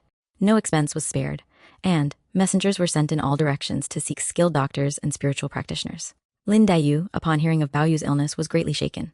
Though she tried to remain composed, her anxiety was evident. She questioned servants repeatedly and paced restlessly, unable to sit still. Her health, already fragile, worsened under the strain, and she began coughing frequently. Xu Baochai also came to inquire after Baoyu. Her manner was calm, and she spoke words of reassurance to Lady Jia, urging patience and caution. Though she appeared composed, her concern was sincere, and she remained close by, ready to assist. As Baoyu's condition failed to improve, the family decided to summon Taoist priests and Buddhist monks to perform rituals. Charms were burned, incantations recited, and prayers offered day and night. The house filled with the sound of chanting, and the air grew heavy with incense. During one such ritual, Baoyu suddenly became still. His expression changed, and he spoke words that startled those present. Though his voice sounded like his own, his manner was strange, as if another consciousness had taken hold of him. He spoke of forces unseen and of bonds formed long before this life. Those who heard him were terrified and could make no sense of his words. Some believed he was possessed, others thought the illness had disturbed his mind. Lady Jia, trembling with fear, begged the priest to save him at any cost. Meanwhile, Dayu's distress deepened. She wept in private, blaming herself for having spoken sharply to Baoyu in the past. Her anxiety consumed her, and she fell ill, confined to her room. Servants reported that she refused food and slept poorly. Her thoughts fixed entirely on Baoyu. After prolonged rituals, Baoyu gradually regained consciousness. His speech became clearer, and his agitation lessened. Though still weak, he recognized those around him and could answer when spoken to. The household breathed a collective sigh of relief. The priest declared that a spiritual disturbance had been the cause, and that Baoyu had narrowly escaped great danger. They warned that he must be protected from emotional shock and excessive strain. Lady Jia gave thanks repeatedly, convinced that divine mercy had intervened. Orders were issued that Baoyu should rest completely and be shielded from worry. When Daiyu learned that Baoyu was recovering, her relief was profound. Though still ill herself, her spirits lifted slightly. Yet the ordeal left a lasting mark on her heart, deepening her fear of loss and her attachment to him. Thus, illness once again cast its shadow over the Jia household. Though danger had passed, its memory lingered. What seemed a sudden affliction revealed deeper forces at work, forces bound to feeling, fate, and the unseen ties that connected lives across time. Chapter 26. After Jia Baoyu's illness gradually subsided, he was ordered to rest quietly and avoid emotional strain. Servants attended him closely, and no visitors were allowed without permission. Though his body recovered, the shock of the illness lingered, leaving him subdued and thoughtful. Lin Daiyu, however, remained unwell. The fear and anxiety she had endured during Baoyu's illness had aggravated her condition. She coughed frequently and felt weak, and though physicians prescribed medicine, her recovery was slow. She stayed mostly in her room, reading or lying in silence, lost in thought. When Baoyu learned that Daiyu was ill, he was deeply troubled. Despite warnings from attendants, he insisted on visiting her. Upon seeing her pale and weakened, his concern was unmistakable. He spoke gently, urging her to take care of herself and to follow the doctor's instructions. Daiyu responded coolly at first, remarking that his concern was unnecessary. Yet her tone soon softened. Though she continued to speak lightly, her eyes betrayed emotion. The two spoke quietly, careful not to stir distress, each aware of how close illness and loss had come. During their conversation, Daiyu reproached Baoyu for worrying others by neglecting his own health. Baoyu replied that concern for others came naturally to him and that he could not help it. Daiyu turned away, saying nothing further, though her expression revealed inner conflict. After Baoyu left, Daiyu reflected on their exchange. She felt both comforted and pained, comforted by his sincerity, yet pained by the knowledge that such closeness was fragile. Her emotions unsettled her, and she wept quietly, fearful of the uncertainty that surrounded them both. Meanwhile, Zhu Baochai also visited Dayu. She spoke with calm concern, advising her to regulate her emotions and take care of her health. Baochai reminded her that excessive feeling could only worsen her condition. Dayu listened politely, though inwardly she felt that such composure was beyond her reach. Baoyu's recovery brought relief to the household, yet elders remained cautious. They warned him repeatedly to avoid strong emotions and idle wandering. Tutors resumed urging him toward study, hoping that discipline would restore balance. Within the Grandview Garden, however, the atmosphere remained gentle and enclosed. Though illness had briefly disturbed its calm daily routine, slowly returned. Yet beneath this surface, the experience had deepened awareness of vulnerability. Chapter 27. As spring deepened, the Grandview Garden grew increasingly lush. Flowers bloomed in abundance, and fallen petals scattered along paths and beneath trees. Within this beauty lay a quiet sadness, for the season's fullness already hinted at its decline. One day, Lin Dayu walked alone through the garden. Seeing petals fallen everywhere, she felt a sudden pang of sorrow. She gathered them carefully and carried them to a secluded spot, where she buried them in the earth. As she worked, her emotions overflowed, and she composed verses lamenting the brief life of flowers and the inevitability of decay. Her poem spoke of beauty fated to fade, of purity unable to endure the passing of time. Though the words were simple, they carried deep feeling. As she finished, tears fell freely, and she wept without restraint, her grief mingling with the quiet of the garden. Unbeknownst to her, Jia Baoyu had been searching for her. Hearing the sound of weeping, he approached and found Dayu burying the fallen flowers. Struck by the scene and by her sorrow, he listened silently as she recited her poem. Baoyu was deeply moved. He felt as though the verses expressed not only the fate of flowers, but Dayu's own fragile existence. He attempted to console her, speaking gently and urging her not to give herself over to such sadness. Dayu, however, replied bitterly that sorrow could not be avoided, and that all beauty must come to an end. Their exchange grew emotional. Dayu accused Baoyu of failing to understand her heart, while Baoyu protested that he cared deeply, though he lacked the words to prove it. Misunderstanding arose once again, and Dayu turned away, wounded and defensive. Shortly afterward, Zhu Baochai arrived. Seeing the scattered petals and sensing the tension, she asked what had happened. Baoyu explained briefly. Baochai responded, calmly remarking that fallen flowers were part of nature's cycle and need not be mourned excessively. Her words were gentle yet practical. Dayu listened in silence. Though she acknowledged Baochai's reason, she felt that such composure could not speak to her own pain. The difference between them stood quietly revealed, one guided by emotional intensity, the other by balance and restraint. As they parted, Baoyu remained troubled. The image of Dayu burying flowers stayed with him, stirring both compassion and helplessness.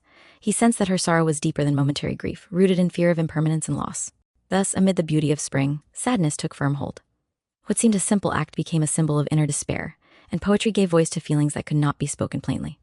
So the chapter ends with petals buried and tears shed, love shadowed by fragility, and the quiet knowledge that youth and beauty are always bound to passing. Chapter 28. After the incident of burying the fallen flowers, Lin Dayu remained quiet for several days.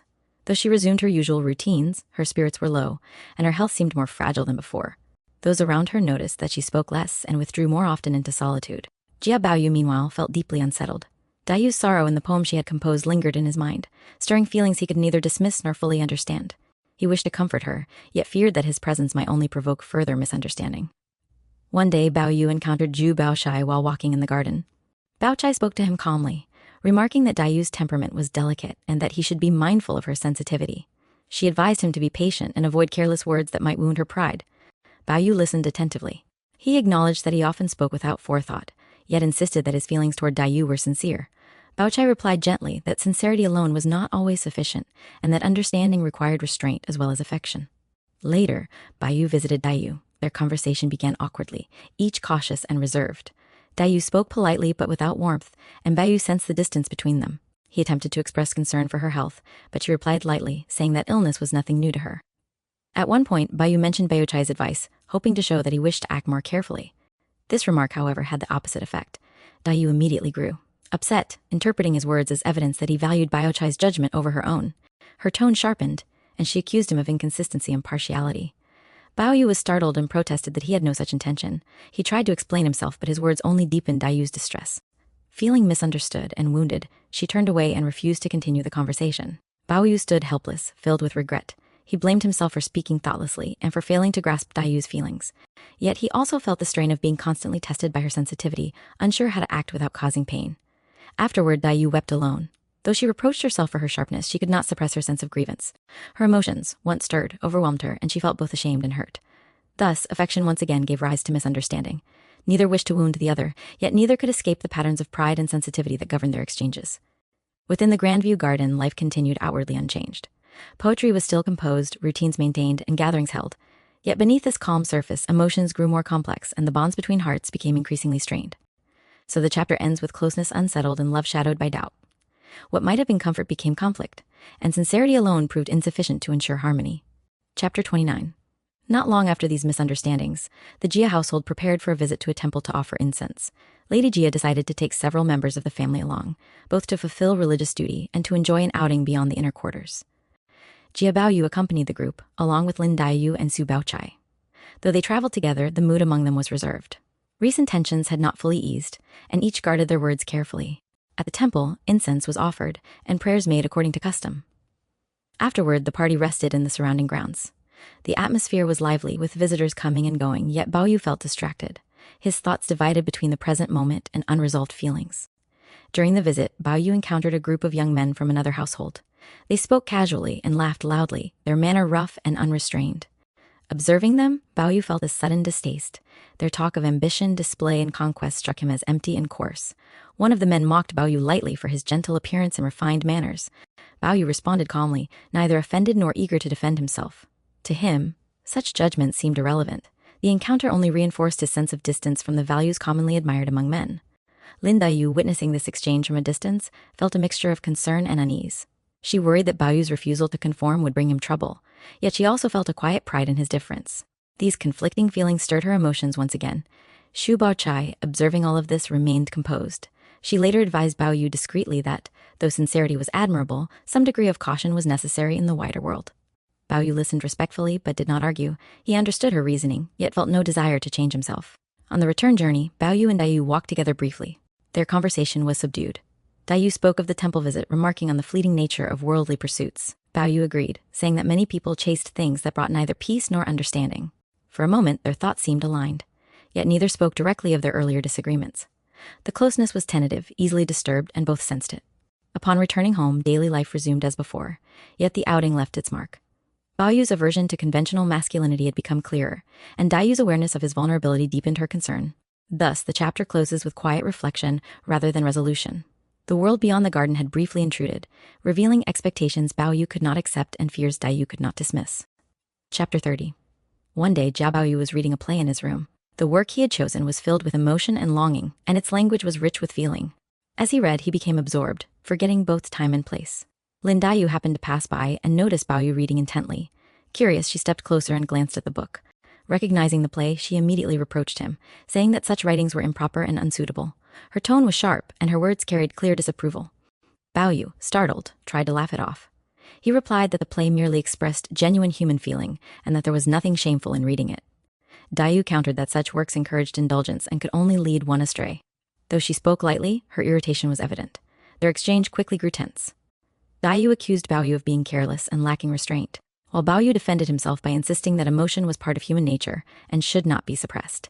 Neither was willing to yield, and their words grew sharper. At that moment, Su Baochai arrived. Sensing the tension, she asked what had happened. When she learned the cause, she smiled faintly and advised moderation.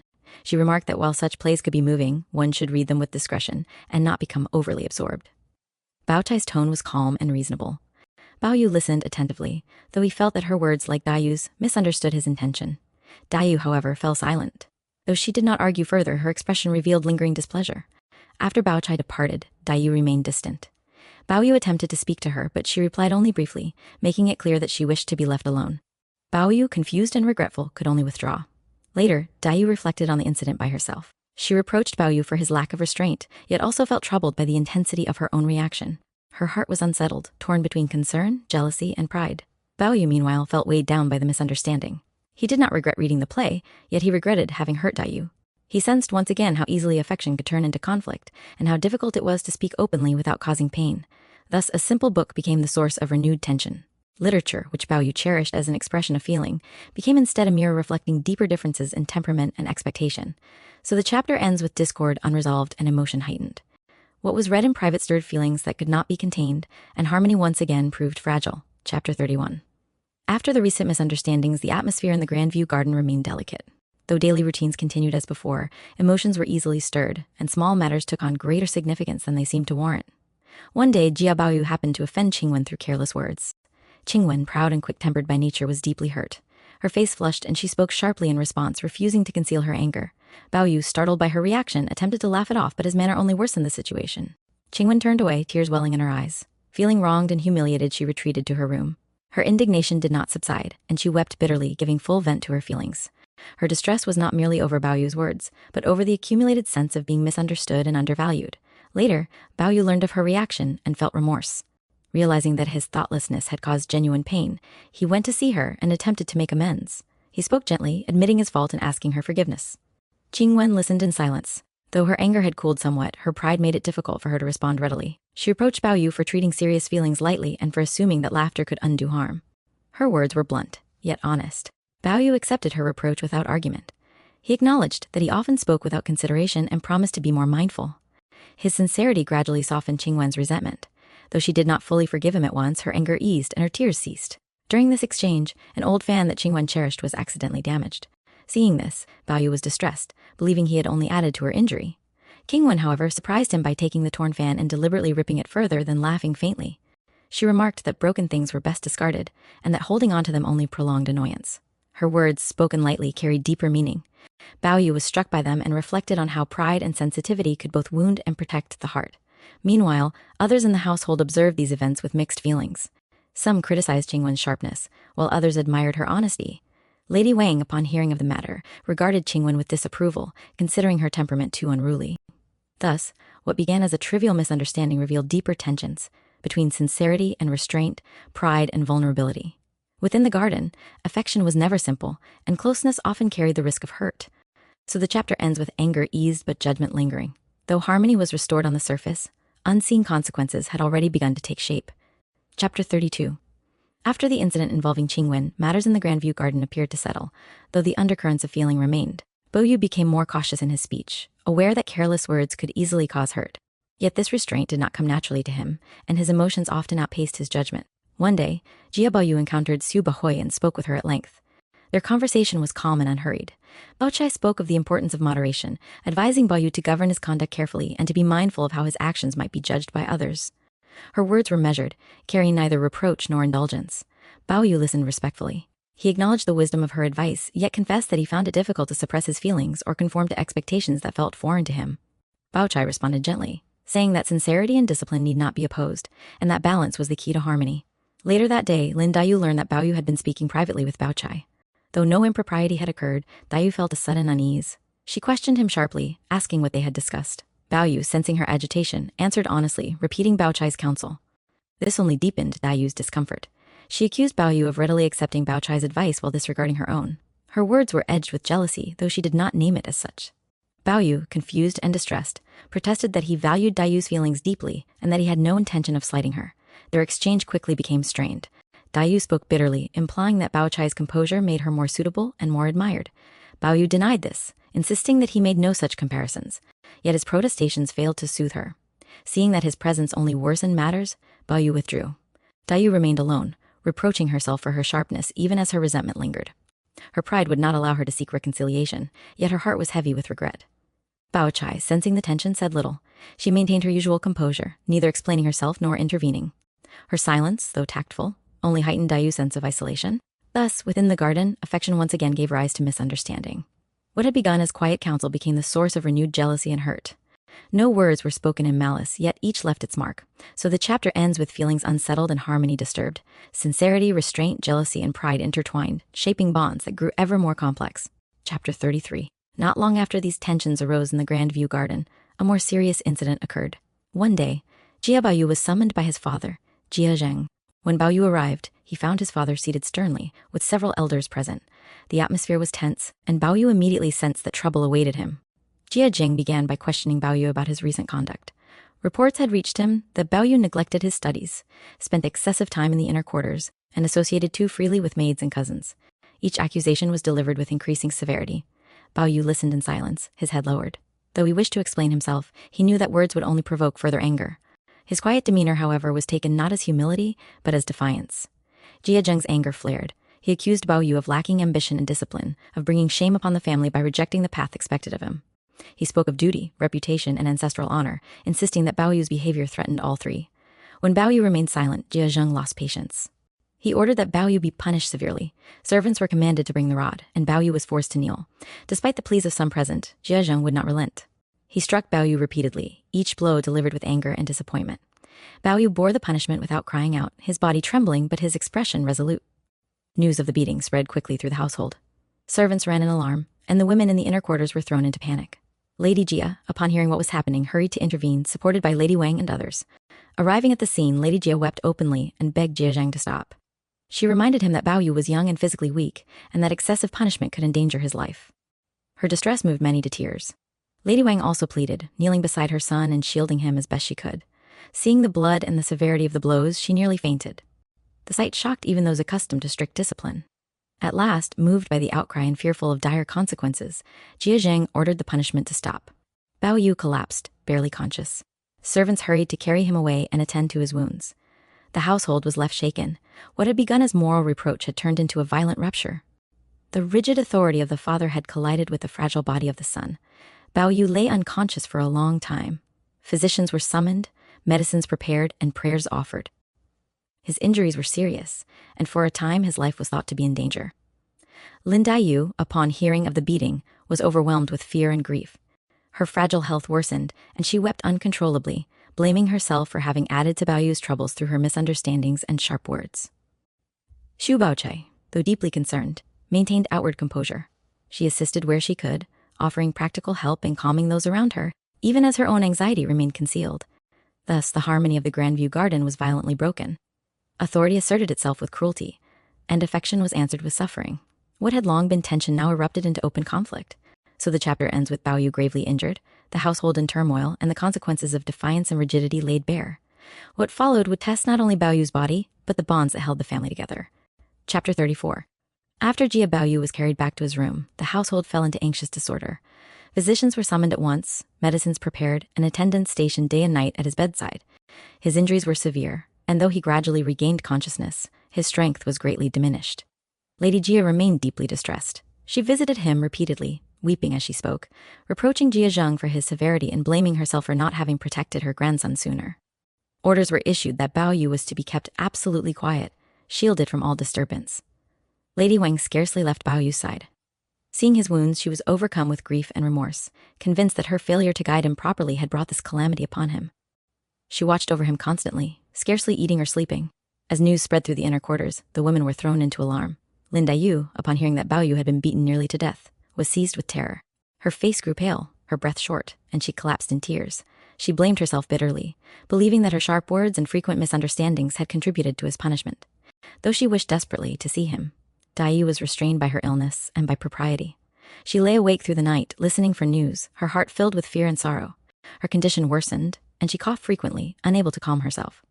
Xu Baochai also went to inquire after Bao Yu.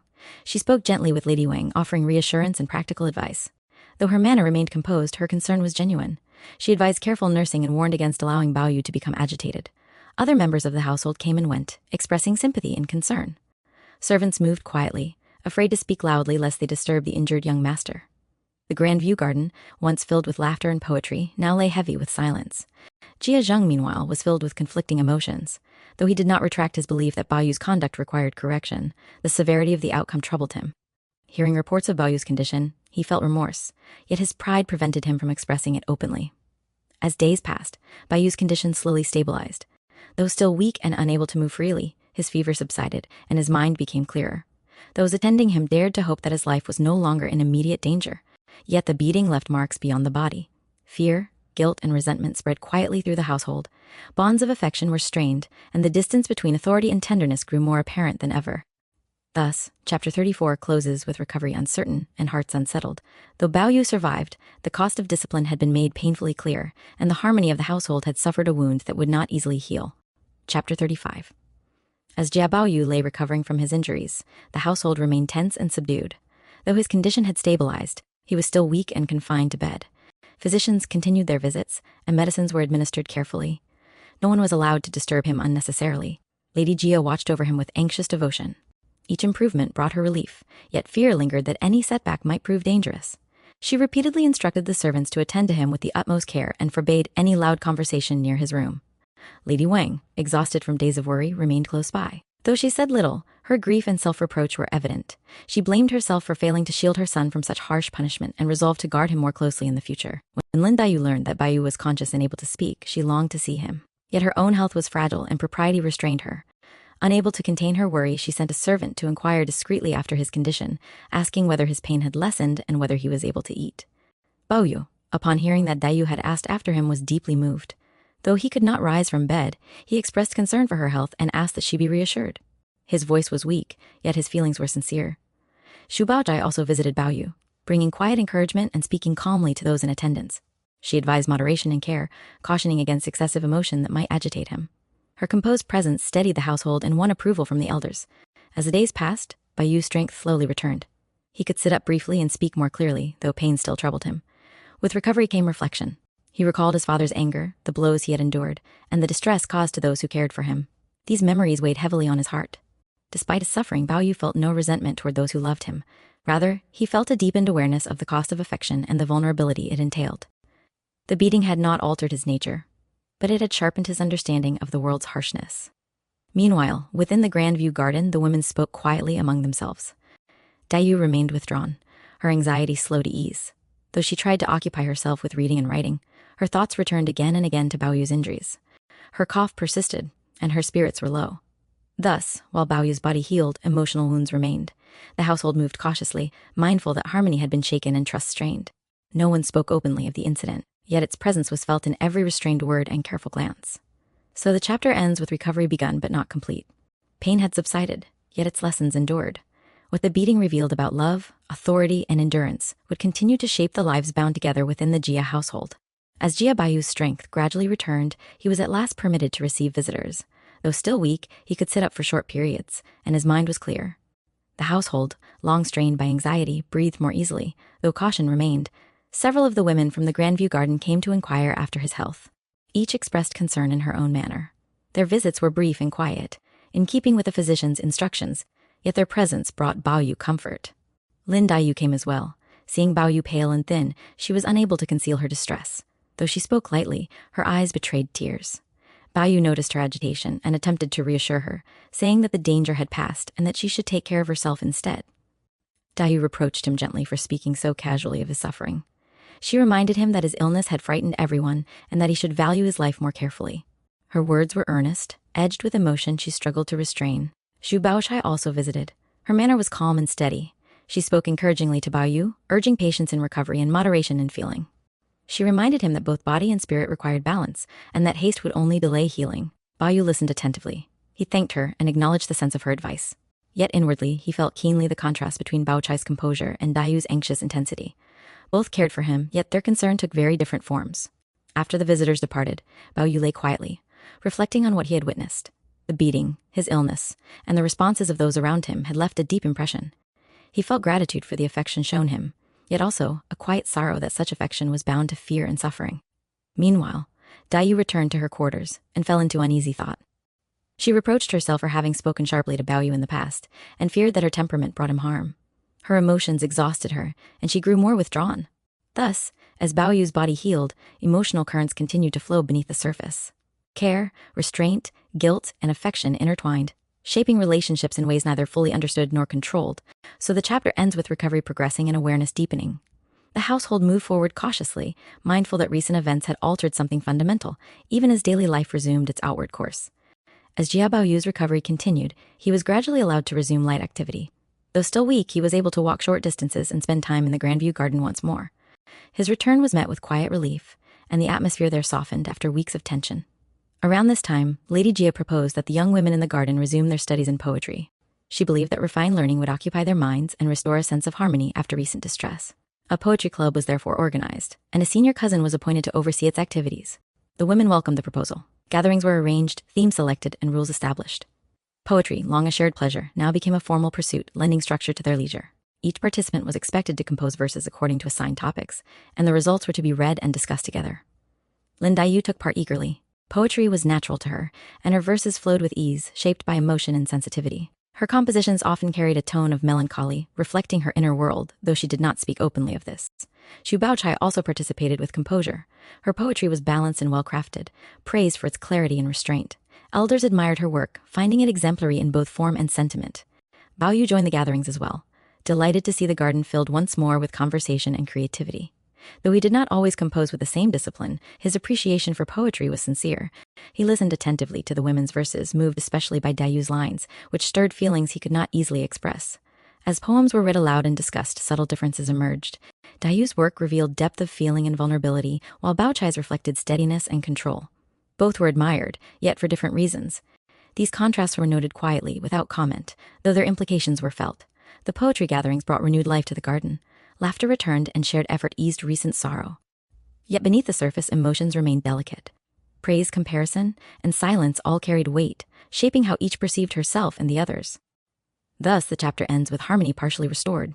Poetry offered solace and connection, yet also reflected the differing paths of feeling and restraint that continued to define relationships within the Grandview Garden. The Poetry Club in the Grandview Garden soon began its formal activities. A theme was selected, and each participant was required to compose verses in accordance with the agreed rules. The women approached the task with seriousness, though the atmosphere remained cordial and refined. On the appointed day, they gathered to read their poems aloud.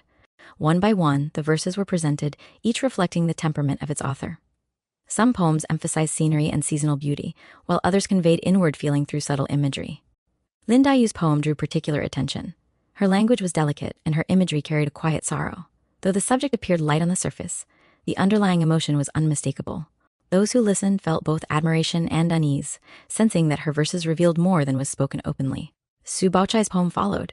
Her composition was polished and well-structured, expressing harmony between human feeling and natural order.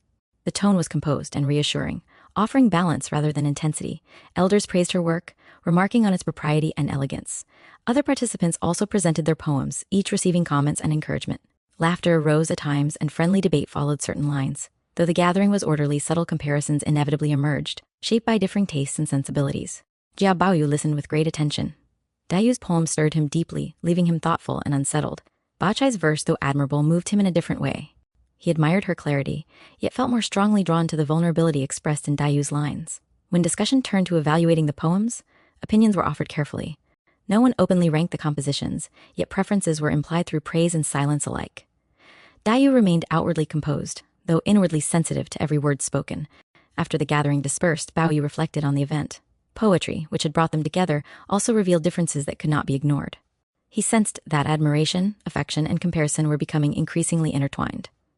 Thus, the Poetry Club fulfilled its purpose in form, yet also deepened emotional awareness. What had begun as refined amusement became a quiet mirror of inner lives, revealing longing, restraint, pride, and vulnerability. So the chapter ends with verses spoken and feelings stirred. Harmony was maintained, yet beneath it lay distinctions that would continue to shape relationships within the Grandview Garden.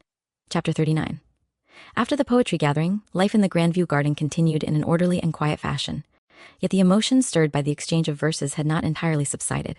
Each carried away private reflections, shaped by praise received, words withheld, and feelings left unspoken. Around this time, news arrived that Granny Liu, a poor country relative of the Jia family, had come to the capital and wished to pay her respects. Lady Jia, recalling past connections, ordered that she be received. When Granny Liu entered the Rongo house, her rustic appearance and simple manners stood in sharp contrast to the elegance of the household. She spoke awkwardly, her words plain and unpolished, yet her manner was sincere and unpretentious. Lady Jia found her amusing rather than offensive and treated her kindly. Wang Xifeng was charged with attending to her. She spoke to Granny Liu with exaggerated courtesy and humor, alternately teasing and indulging her. Though her words were playful, they carried an edge that Granny Liu did not entirely perceive. Nevertheless, Granny Liu remained grateful for the attention shown her. Later, Granny Liu was taken into the Grandview Garden. The scenery astonished her. Pavilions, flowers, and streams seemed to her like visions from a dream. She marveled openly, praising everything she saw, her exclamations drawing laughter from those who accompanied her. The young women of the garden observed her with curiosity and amusement. Some smiled at her frank wonder. Others found her manners crude. Baoyu, however, regarded her with genuine interest. Her lack of artifice and unaffected speech struck him as refreshing. During the visit, Granny Liu spoke freely of village life, of planting and harvest, of hardship and endurance. Her words, though simple, carried the weight of lived experience. Lady Jia listened with indulgent amusement, while others regarded her as little more than a diversion. Lin Daiyu watched quietly. Though she smiled at times, she felt a subtle discomfort. The contrast between Granny Liu's resilience and her own fragile health sharpened her awareness of her dependence and vulnerability. Shu Baochai, meanwhile, treated Granny Liu with calm courtesy. She spoke gently and explained matters clearly, ensuring that the old woman did not feel embarrassed. Her conduct won approval from elders and servants alike. As the visit came to an end, Granny Lou expressed heartfelt gratitude for the hospitality she had received. She took her leave, overwhelmed by the kindness shown her and the splendor she had witnessed. Afterward, conversation turned to the visit. Some laughed at Granny Lou's simplicity, while others remarked on her honesty. Bao Yu reflected quietly, feeling that her presence had briefly pierced the elegance of the garden with something real and enduring. Thus, the chapter closes with contrast clearly drawn between wealth and poverty, refinement and plainness, fragility and endurance. What seemed an interlude of humor also revealed truths about privilege, perception, and the many ways of living in the world. Chapter 40. After Granny Liu's initial visit, Lady Jia found herself unexpectedly fond of her. Remembering the old woman's simplicity and good humor, she ordered that Granny Liu be invited to stay for several days rather than being sent away at once. Granny Liu, overwhelmed by such generosity, expressed her gratitude repeatedly. Though ill at ease amid such splendor, she followed instructions carefully, afraid of giving offense. Her manners, though awkward, were sincere, and this won her continued indulgence. Lady Jia arranged for Granny Liu to be shown the Grand View Garden in greater detail. Servants led the way, and the young women accompanied her. Everywhere she looked, Granny Liu marveled. She praised the flowers, the buildings, and the furnishings with unrestrained amazement, comparing each sight to wonders beyond anything she had imagined. Her frank remarks caused frequent laughter. Some of the women teased her gently, while others watched with amused detachment. Granny Liu, unaware of any mockery, took their laughter as kindness and responded with good-natured humility. At one point, a meal was prepared for her within the garden. The dishes were elegant and unfamiliar. Granny Liu tasted them cautiously, praising everything yet clearly uncertain how to eat such refined food. Her efforts to follow etiquette only heightened the amusement of those watching. Jia Baoyu observed her closely. He found her unguarded speech and lack of pretension refreshing. In her presence, the rigid distinctions of rank seemed momentarily softened. He spoke to her kindly and listened with interest as she described life in the countryside, its hardships, its rhythms, and its endurance. Lin Dayu watched these scenes quietly. Though she smiled at times, she felt a faint discomfort. Granny Liu's robustness and uncomplaining acceptance of hardship stood in contrast to her own frailty. The comparison stirred unease she could not easily define. Xu Baochai, meanwhile, continued to act with steady courtesy. She explained customs to Granny Liu and eased her embarrassment when she faltered. Her composure ensured that Granny Liu never felt openly ridiculed. Later, Lady Jia herself entertained Granny Liu, speaking with her at length. The old woman's plain observations amused her greatly. Lady Jia laughed often, remarking that such honesty was rare and refreshing. She rewarded Granny Liu generously, giving her gifts and money far beyond what the old woman had expected. When Granny Liu realized the extent of this kindness, she was moved to tears. She thanked Lady Jia repeatedly, declaring that she would never forget such beneficence. Her gratitude was heartfelt, unpolished, and sincere. As the day drew to a close, Granny Liu retired, exhausted but deeply content. Those in the household reflected on the visit in different ways. Some as entertainment, others as charity, and a few as something more revealing. Thus the chapter ends with laughter lingering, generosity displayed, and contrasts quietly reinforced. Beneath the humor of Granny Liu's visit lay an unspoken awareness of inequality, endurance, and the fragile comfort of wealth. Chapter 41. The following day, Granny Liu was invited once more to dine with Lady Jia. Though still uneasy in such surroundings, she obeyed respectfully and presented herself as instructed. Her manner remained plain and cautious, yet her sincerity never wavered. At the meal, Lady Jia encouraged her to eat and drink freely. Wine was poured, and Granny Liu, unaccustomed to such indulgence, soon felt its effects. Her speech grew more animated and her movements less steady. Observing this, those present could not suppress their laughter. Granny Liu, unaware of herself, continued speaking candidly.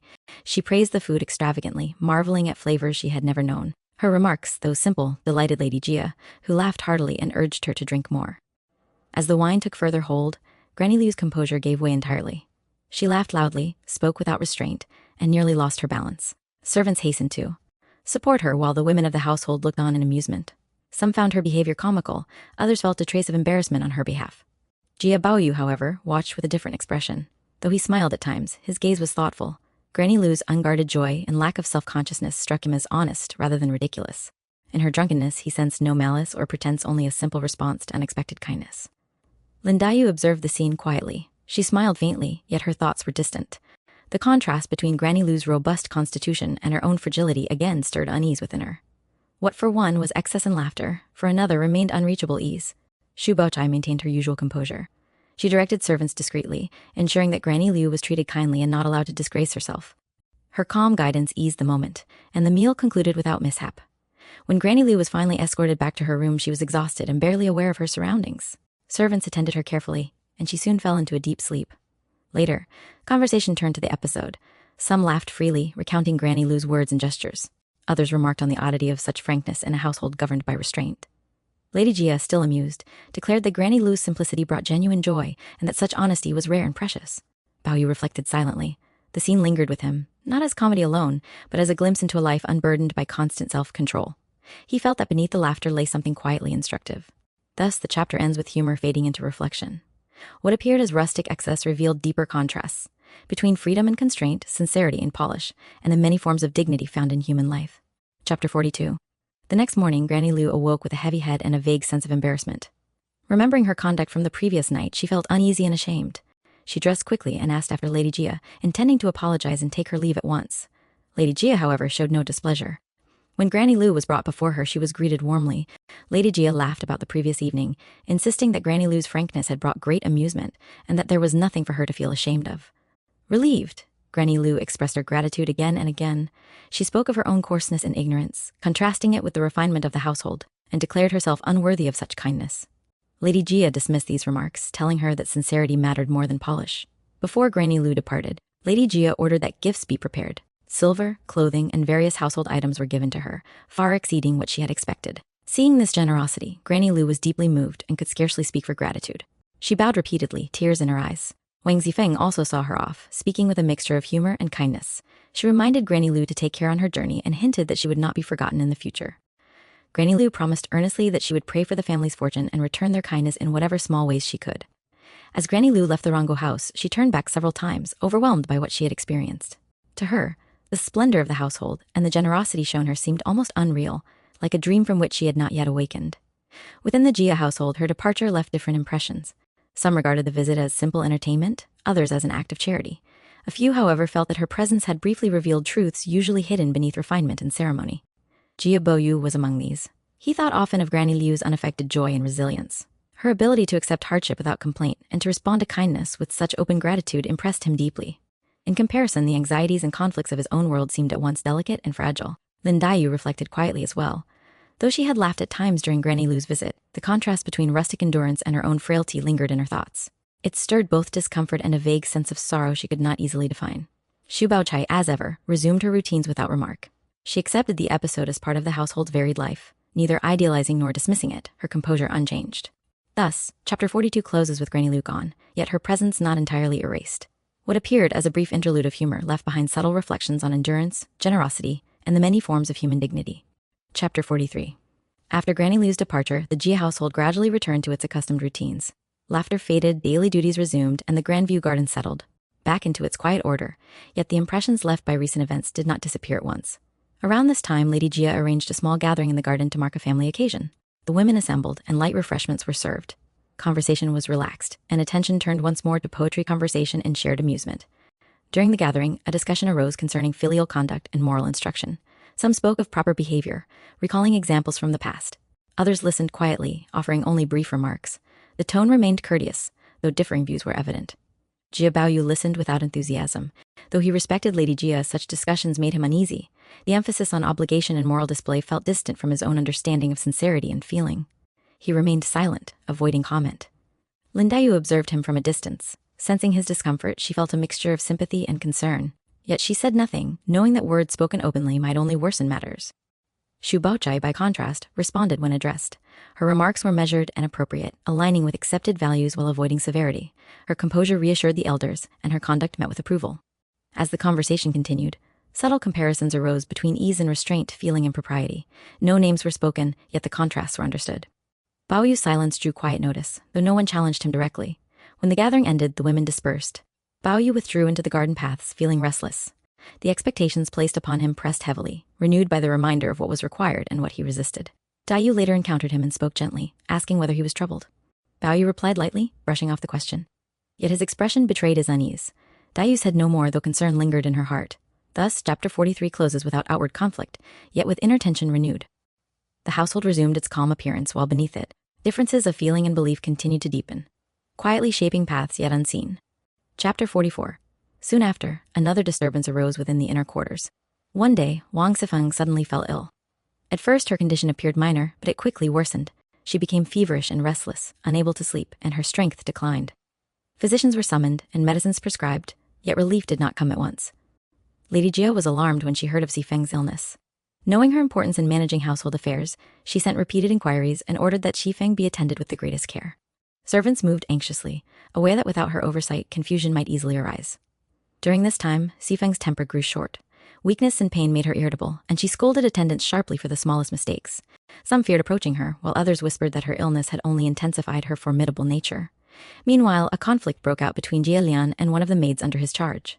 The matter escalated quickly, drawing attention within the household. Rumors spread, and servants speculated freely, adding to the atmosphere of unease. When Xifeng learned of this dispute, she was furious. Despite her illness, she demanded that those involved be brought before her. Propped up on her bed, she questioned them sharply, uncovering the truth through relentless interrogation. Her authority, even in sickness, was unmistakable. Those questioned trembled under her gaze and confessed readily. Xifeng rebuked Jia Lian sternly, exposing his misconduct without restraint. Her words were biting, and her anger left no room for excuse. Jia Lian, humiliated and enraged, could only endure her scolding in silence. The servants present were terrified, struck by the sight of Xifeng asserting control even while confined to bed. Afterwards, Xifeng collapsed back onto her pillows, exhausted. Though she had reasserted her authority, the effort left her drained. Physicians warned that emotional agitation would only worsen her condition and urged rest. Yet the incident revealed much. Xifeng's illness had not weakened her hold over the household. Rather, it underscored how central she was to its order. Without her vigilance, disorder surfaced quickly and authority faltered. Elsewhere in the household, the women discussed the matter quietly. Some admired Xifeng's strength and decisiveness, others feared the sharpness of her temper. Her illness, rather than softening her image, made her power more apparent. Thus, chapter 44 closes with tension exposed rather than resolved. Illness, conflict, and authority intertwined, revealing the fragile balance that sustained the household.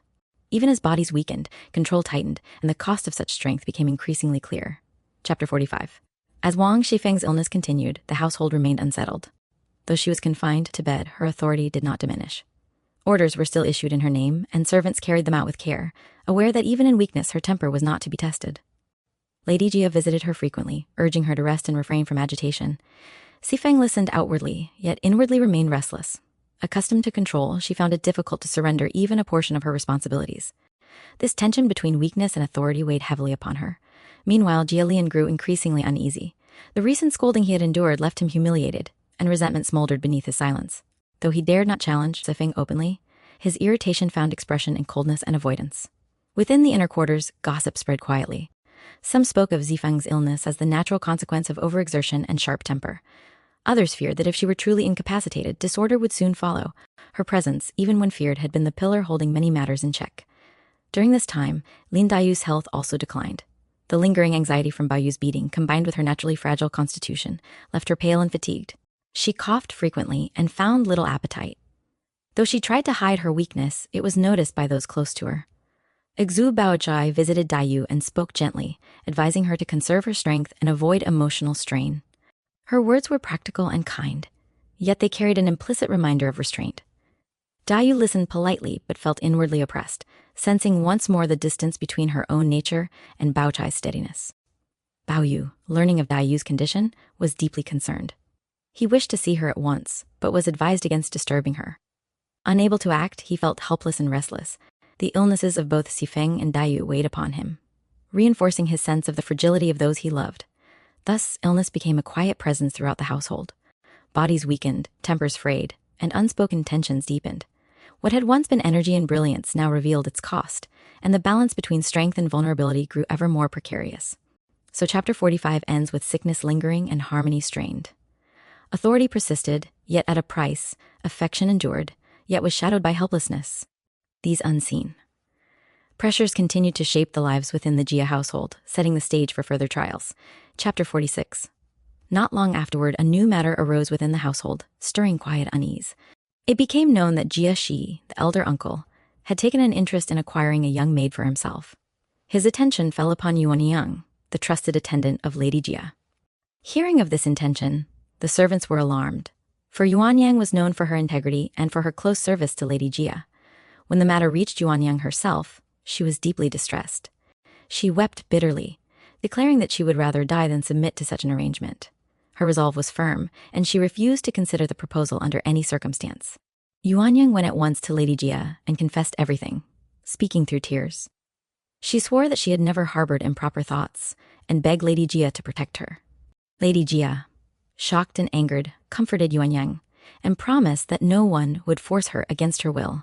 Lady Jia then rebuked those who had dared to advance such a scheme. She made it clear that Yuanyang was under her protection, and that any further mention of the matter would not be tolerated. Her authority silenced immediate opposition, though resentment lingered beneath the surface. Jia Shi, upon learning of Lady Jia's response, was displeased. He complained bitterly, feeling that his wishes had been publicly denied, yet he dared not confront Lady Jia directly and could only harbor his anger in private. Within the inner quarters, the incident caused much discussion. Some praised Yuanyang's courage and loyalty, others feared the consequences of defying an elder male relative. The matter revealed once more the vulnerability of women within the household, even those who appeared secure. Lin Daiyu, upon hearing of Yuanyang's ordeal, felt both sympathy and sorrow. The episode deepened her awareness of how easily women could be placed in peril, regardless of virtue or position. Her thoughts grew heavy, and her spirit sank further. Xu Baochai reflected quietly as well. She admired Yuanyang's resolve, yet recognized the dangers such defiance entailed. Her response was inward and measured, shaped by caution rather than impulse. Bao Yu, learning of the affair, was outraged. He spoke passionately against Jiashi's conduct, condemning it as cruel and unjust. His indignation was sincere, though those around him urged restraint, warning that such open criticism of elders could bring trouble. Yet Bao Yu could not easily be silenced. The incident sharpened his aversion to the authority exercised without compassion. He felt more keenly than ever the injustice embedded in accepted custom and the suffering it imposed. Thus, Chapter 46 closes with resolution achieved through protection rather than justice. Yuanyang was spared, yet the forces that endangered her remained intact. Power had been checked, but not undone, and the household's calm once again concealed deep and persistent fault lines. Chapter 47. In the aftermath of the Yuanyang incident, the household appeared calm once more, yet beneath the surface, quiet unease lingered. Though Lady Jia's authority had protected Yuanyang, the matter had exposed tensions that could not easily be erased. Yuanyang remained deeply shaken. Though she continued her duties as before, her cheerfulness was gone. She spoke little and avoided unnecessary attention, fearful that any misstep might revive the dangers she had narrowly escaped. Her gratitude toward Lady Jia was sincere, yet her heart remained burdened. Lady Jia treated Yuanyang with increased kindness. She reassured her repeatedly, instructing others to show her respect and to refrain from idle talk. In doing so, she sought not only to protect Yuanyang, but also to reassert order within the inner quarters. Jia Shi, however, did not abandon his resentment. Though he made no further open demands, his displeasure manifested in coldness and complaint. He spoke bitterly to those around him, blaming Lady Jia for humiliating him and denying his authority as an elder. Wang Shifeng, though still unwell, was keenly aware of these undercurrents. She cautioned servants to be discreet and advised that nothing be said that might provoke further conflict. Her instincts for control remained sharp, even when her body was weak. Bao Yu continued to reflect on the incident with indignation. The injustice of it troubled him deeply. He spoke to Daiyu of his anger, condemning the customs that allowed such power to be exercised without regard for feeling or fairness. Daiyu listened quietly. Though she shared his outrage, her response was tinged with sorrow rather than anger. She remarked that such suffering was all too common, and that resistance, though admirable, often came at great cost. Her words were soft, yet heavy with resignation. Xu Baoche, when she heard of Bao Yu's outspoken reaction, urged caution. She reminded him gently that words spoken in anger could invite harm not only to himself, but to others as well. Her concern was sincere, though her emphasis on restraint frustrated him. Thus, differing responses emerged once more. Bao Yu's passion, Daiyu's sorrow, Baochai's prudence. Each reflected a distinct way of confronting injustice, shaped by temperament and circumstance. As days passed, the household resumed its outward routines. Yet the episode left a lasting impression. It revealed how fragile protection could be, how easily safety depended upon favor, and how narrow the margin was between security and peril. So Chapter 47 ends with calm restored but awareness deepened. The danger had passed, yet its shadow remained, reminding all within the Jia household of the quiet forces that governed their lives and the costs of resisting them. Chapter 48. After the disturbance caused by the Yuanyang affair gradually subsided, attention within the household turned once more to the young women of the Grandview Garden. Around this time, Zhu Baoqin arrived to stay with the Jia family. She was young, lively, and naturally gifted, with a bright temperament that quickly drew notice. Her presence brought fresh energy to the garden, and she was soon welcomed by all. Baoqin showed a keen interest in poetry. Having studied from an early age, she possessed both talent and confidence. When she spoke of verse, her eyes shone, and her words flowed easily. The others were impressed, and it was suggested that she join the poetry gatherings. Lady Jia approved of this at once. She ordered that Baoqin be included in the poetry club and encouraged the young women to continue their literary pursuits. The atmosphere in the garden grew animated once again, filled with anticipation and friendly rivalry. At the next gathering, a new theme was announced, and each participant was asked to compose poems within a set time. Balkan accepted the challenge eagerly. When her turn came, she recited her poem with confidence and clarity. Her verses were vivid and spirited, praised for their freshness and bold imagery. Those present expressed admiration openly. Even elders remarked on her natural ability, saying that such talent was rare at her age. Lin Dayu listened in silence. Though she praised Balkan politely, her heart felt unsettled. Balkan's ease and confidence sharpened her awareness of her own fragility and emotional intensity. She felt admiration mixed with an unspoken sense of displacement. Xu Baochai regarded her cousin with gentle approval. She took pride in Baoqin's talent, yet did not allow it to disturb her composure. Her manner remained steady, neither competitive nor withdrawn. Bao Yu was delighted by the gathering. He admired Baoqin's poetry and enjoyed the liveliness she brought. Yet when he turned his thoughts inward, it was Dayu's quiet sensitivity that continued to move him most deeply. As the meeting concluded, conversation lingered on Baoqin's performance. Some praised her brilliance. Others spoke of the differing strengths each participant displayed. Though the discussion was friendly, comparison was unavoidable. Thus, Chapter 48 ends with the garden enlivened by new talent and renewed enthusiasm. Poetry once again bound the young women together, even as subtle feelings of rivalry, admiration, and insecurity quietly took root beneath the surface. Chapter 49. As the poetry gatherings continued, the Grandview Garden grew lively with conversation and anticipation. The presence of Zhu Baoqin brought renewed enthusiasm, and the young women found fresh pleasure in exchanging verses and ideas. On one occasion, Lady Jia proposed a more playful gathering. Instead of solemn composition, the young women were encouraged to write lighthearted poems and exchange witty remarks. The intention was amusement rather than judgment, and the atmosphere relaxed accordingly. During this gathering, laughter was frequent. Verses were recited freely, some elegant, others humorous. Good, natured teasing followed certain lines, and the usual reserve was momentarily set aside. The young women appeared at ease, enjoying the freedom of expression. Su Baoqin shone in this setting. Her wit was quick and her responses lively. She spoke without hesitation, and her confidence drew attention. Many admired her openness, finding it refreshing and charming. Lin Dayu participated more quietly. Though her verses were refined, she spoke little, listening more than she spoke. At times she smiled faintly, yet inwardly she felt a growing sense of distance. The ease with which others engaged only sharpened her awareness of her own sensitivity. Xu Baochai observed attentively. She neither dominated the conversation nor withdrew from it, offering remarks when appropriate and maintaining harmony. Her balance steadied the gathering and prevented any remarks from becoming sharp. Jia Baoyu moved among them with delight. He laughed readily and praised the verses, yet his attention often returned to Dayu. He sensed her quiet withdrawal and felt a gentle unease, though he did not voice it. As the gathering ended, conversation lingered on the day's enjoyment. Some remarked on Baoqin's liveliness, others on the variety of talent displayed. Though spoken lightly, these comments carried subtle weight. Thus, Chapter 49 closes with laughter still echoing, yet beneath it lay unspoken feelings. Amusement brought closeness, but also revealed differences in temperament and ease. Within the Grandview Garden, even moments of play carried reflections of the heart. Chapter 50.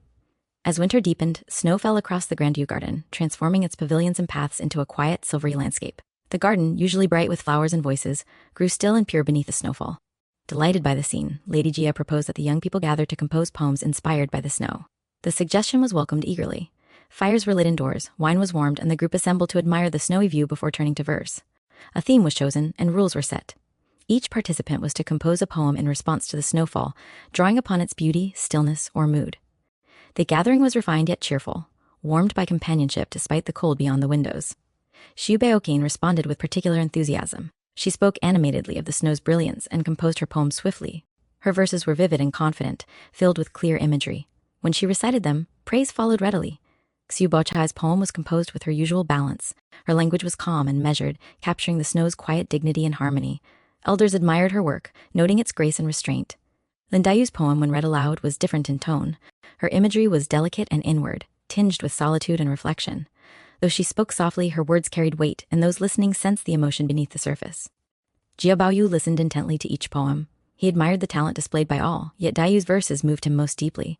The snow in her words seemed to echo her own fragility and sensitivity, stirring feelings he could not easily articulate. As the poems were discussed, opinions were offered carefully. Praise was distributed generously, yet distinctions were felt rather than spoken. Each poem reflected its author's temperament, revealing differences in spirit as clearly as the winter scene outside. Wine was poured, and conversation grew more relaxed. Laughter returned, and the cold was forgotten within the warmth of the room. Yet beneath the ease, awareness lingered of comparison, of admiration, and of quiet longing. Thus, Chapter 50 closes with snow falling silently beyond the windows and poetry lingering in the air. Beauty and stillness united the gathering, even as each heart responded in its own way. Within the Grandview Garden, winter brought not only cold but clarity, revealing the inner landscapes of those who gazed upon it. Chapter 51. After the snow gathering dispersed, the Grandview Garden returned to its winter quiet. Though laughter and verse still lingered in memory, daily routines resumed, softened by the lingering cold. Around this time, Kangwon fell ill. At first, her condition seemed mild, but it soon worsened. She developed a fever and cough, and her strength declined. Bao Yu, hearing of her illness, was deeply concerned and sent repeatedly to inquire after her condition. Physicians were summoned and medicines prescribed. Qingwen, however, bore her sickness with impatience. Accustomed to independence, she resented being confined and spoke sharply to attendants. Yet, beneath her irritation lay genuine suffering. Bao Yu visited her, speaking gently and urging her to rest. He expressed concern and blamed himself for not noticing her weakness sooner. Qingwen listened, her pride preventing her from showing gratitude openly. Yet she was moved by his sincerity. As her illness continued, some within the household spoke ill of her, saying that her temperament invited trouble and that sickness merely revealed her faults. Such remarks reached Lady Wang, who already regarded Qingwen with disfavor. She concluded that Qingwen's sharp nature made her unfit for service, and that her presence brought disorder. Bao Yu, sensing this change in attitude, grew uneasy. He feared that Qingwen's illness might be used against her. His concern deepened, and he became more attentive, though he dared not speak openly in her defense. Lin Daiyu heard of Qingwen's sickness and felt sympathy. Though she did not visit, her thoughts turned to how easily illness exposed the vulnerability of those without protection. The episode stirred quiet reflection within her. Su Baochai viewed the matter with reserve. While she pitied Qingwen's condition, she also recognized how little tolerance the household had for those who defied accepted norms. Her response remained inward and cautious. Thus, Chapter 51 closes with illness casting a shadow beyond the body it afflicts. What began as physical weakness threatened to become moral judgment, revealing once again how compassion, prejudice, and power intertwined within the household. Chapter 52. As Qingwen's illness persisted, concern within the household gradually gave way to judgment. Though physicians continued their treatment, her recovery was slow. Weakness confined her to bed, and her temper, sharpened by pain, did little to soften opinions already formed against her. Lady Wang grew increasingly dissatisfied. Reports reached her that Qingwen complained frequently and spoke sharply even while ill. To Lady Wang, this confirmed her belief that Qingwen's nature was unruly and ungrateful. She concluded that such a servant, once recovered, would only bring further trouble. Bao Yu sensed the change in atmosphere with growing unease. He visited Qingwen whenever possible, speaking kindly and urging patience. He reassured her that she should not trouble herself with rumors, and that rest was most important. Qingwen listened in silence, aware that her position had become precarious. Despite her pride, she could not fully conceal her fear. She understood that illness offered no protection in a household governed by strict judgment. Her sharp tongue, once a shield, now seemed only to endanger her further. Meanwhile, discussions took place beyond her hearing. Some servants echoed Lady Wang's disapproval, saying that Qingwen's illness was heaven's punishment for her arrogance. Others, more sympathetic, pitied her but dared not speak in her defense. Lin Daiyu, upon learning of these developments, felt a familiar heaviness of heart. Qingwen's plight reminded her of how fragile security could be, especially for those without status or favor. The knowledge deepened her own sense of vulnerability and isolation. Shu Baochai regarded the matter with measured caution. She recognized the injustice of condemning a sick servant, yet also understood the limits of intervention. To speak openly would only invite resentment, and so she remained silent, her sympathy expressed only inwardly. As days passed, Qingwen's condition improved slightly, yet the shadow over her did not lift. Recovery brought no relief from scrutiny. Each word and gesture was watched, each fault remembered. Thus, Chapter 52 closes with illness transformed into accusation. Compassion yielded to suspicion, and weakness became grounds for exclusion. Within the Jia household, kindness proved conditional, and survival depended as much on temperament as on health. Chapter 53. As Qingwen's illness slowly abated, her situation did not improve. Though her fever lessened and her strength returned little by little, the scrutiny surrounding her only grew more intense. What had once been tolerated as sharpness was now remembered as fault, and her every action was examined with suspicion. Lady Wang resolved that the matter could not be left unresolved. To her mind, Qingwen's presence near Bao Yu was improper and dangerous. She believed that servants of such temperament encouraged disorder, and that indulgence would only lead to greater harm. Her decision, once formed, was not easily shaken. Bao Yu sensed the danger clearly. He noticed the change in how Qingwen was spoken of, and how servants avoided her room. His unease grew into quiet dread. Yet constrained by filial obedience and fear of provoking further conflict, he could do little more than offer her gentle words and silent support. Qingwen herself understood what was coming. Though she said little, her pride would not allow her to plead or protest. She continued her duties when able, her manner restrained, though the lightness she once displayed was gone. Beneath her composure lay fear and bitterness she refused to voice. Within the household, opinions were divided. Some felt that Qingwen's fate was deserved, citing her past boldness. Others pitied her, recognizing that illness and temperament had made her an easy target.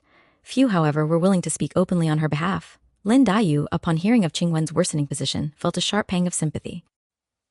She recognized in Qingwen a spirit unwilling to bend, and she feared that such spirits were most vulnerable in a world ruled by convention. The episode deepened her sense of sorrow and her awareness of her own precarious place. Xu Baochai observed events with quiet concern. Though she understood Lady Wang's reasoning, she also saw the cruelty of judgment passed without mercy. Yet she knew that intervention would likely fail, and so she remained silent, her restraint both a shield and a burden. Chapter 54. As matters concerning Qingwen weighed heavily on the inner quarters, another gathering was arranged within the Jia household, intended to restore cheer and divert uneasy thoughts. Lady Jia, sensing the somber mood that had settled over the women, ordered an entertainment to be prepared. Storytellers and performers were invited, and the women assembled to listen. Cushions were arranged, tea was served, and the atmosphere was made deliberately light. The performers told lively tales and sang popular verses, their voices animated and expressive. Laughter rose among the audience, and for a time worries were set aside. Lady Jia listened with evident pleasure, encouraging the performers and rewarding them generously. Jia Baoyu sat among the listeners, smiling at moments, yet his mind was distant. Though the stories were amusing, his thoughts returned again and again to Qingwen's uncertain fate. The contrast between outward merriment and inward anxiety only sharpened his unease. Lin Daiyu listened quietly as well. The tales, though humorous, stirred little joy in her. She felt that such entertainments, while pleasant, could not erase deeper sorrow. Her expression remained composed, yet her heart was heavy. Xu Baochai, by contrast, followed the performance attentively. She laughed at appropriate moments and spoke approvingly. Understanding Lady Jia's intention to lift spirits, her demeanor helped sustain the appearance of harmony. As the performance continued, Lady Jia remarked that such stories, though light, were valuable in easing the heart. She praised laughter as a remedy against worry and urged the women to enjoy themselves freely. The gathering ended without incident. The performers were dismissed with gifts and the women dispersed. For a brief while, the household seemed restored to its former ease. Yet once alone, each returned to her own thoughts. Baoyu's concern did not lessen, nor did Daiyu's quiet melancholy. The entertainment had offered respite, not resolution. Chapter 55. Not long after the entertainment, a new disturbance arose within the inner quarters. Wang Xifeng's illness worsened once more. Her strength declined sharply and she was unable to manage household affairs as before. The strain of responsibility long borne without rest now showed its cost. Physicians came and went, medicines were prescribed, yet recovery was slow. With Xifeng confined, confusion quickly appeared. Accounts went unchecked, servants grew lax, and minor disputes multiplied. Lady Jia, seeing disorder spread, grew anxious. Though she pitied Xifeng's condition, she could not ignore the practical consequences of her absence.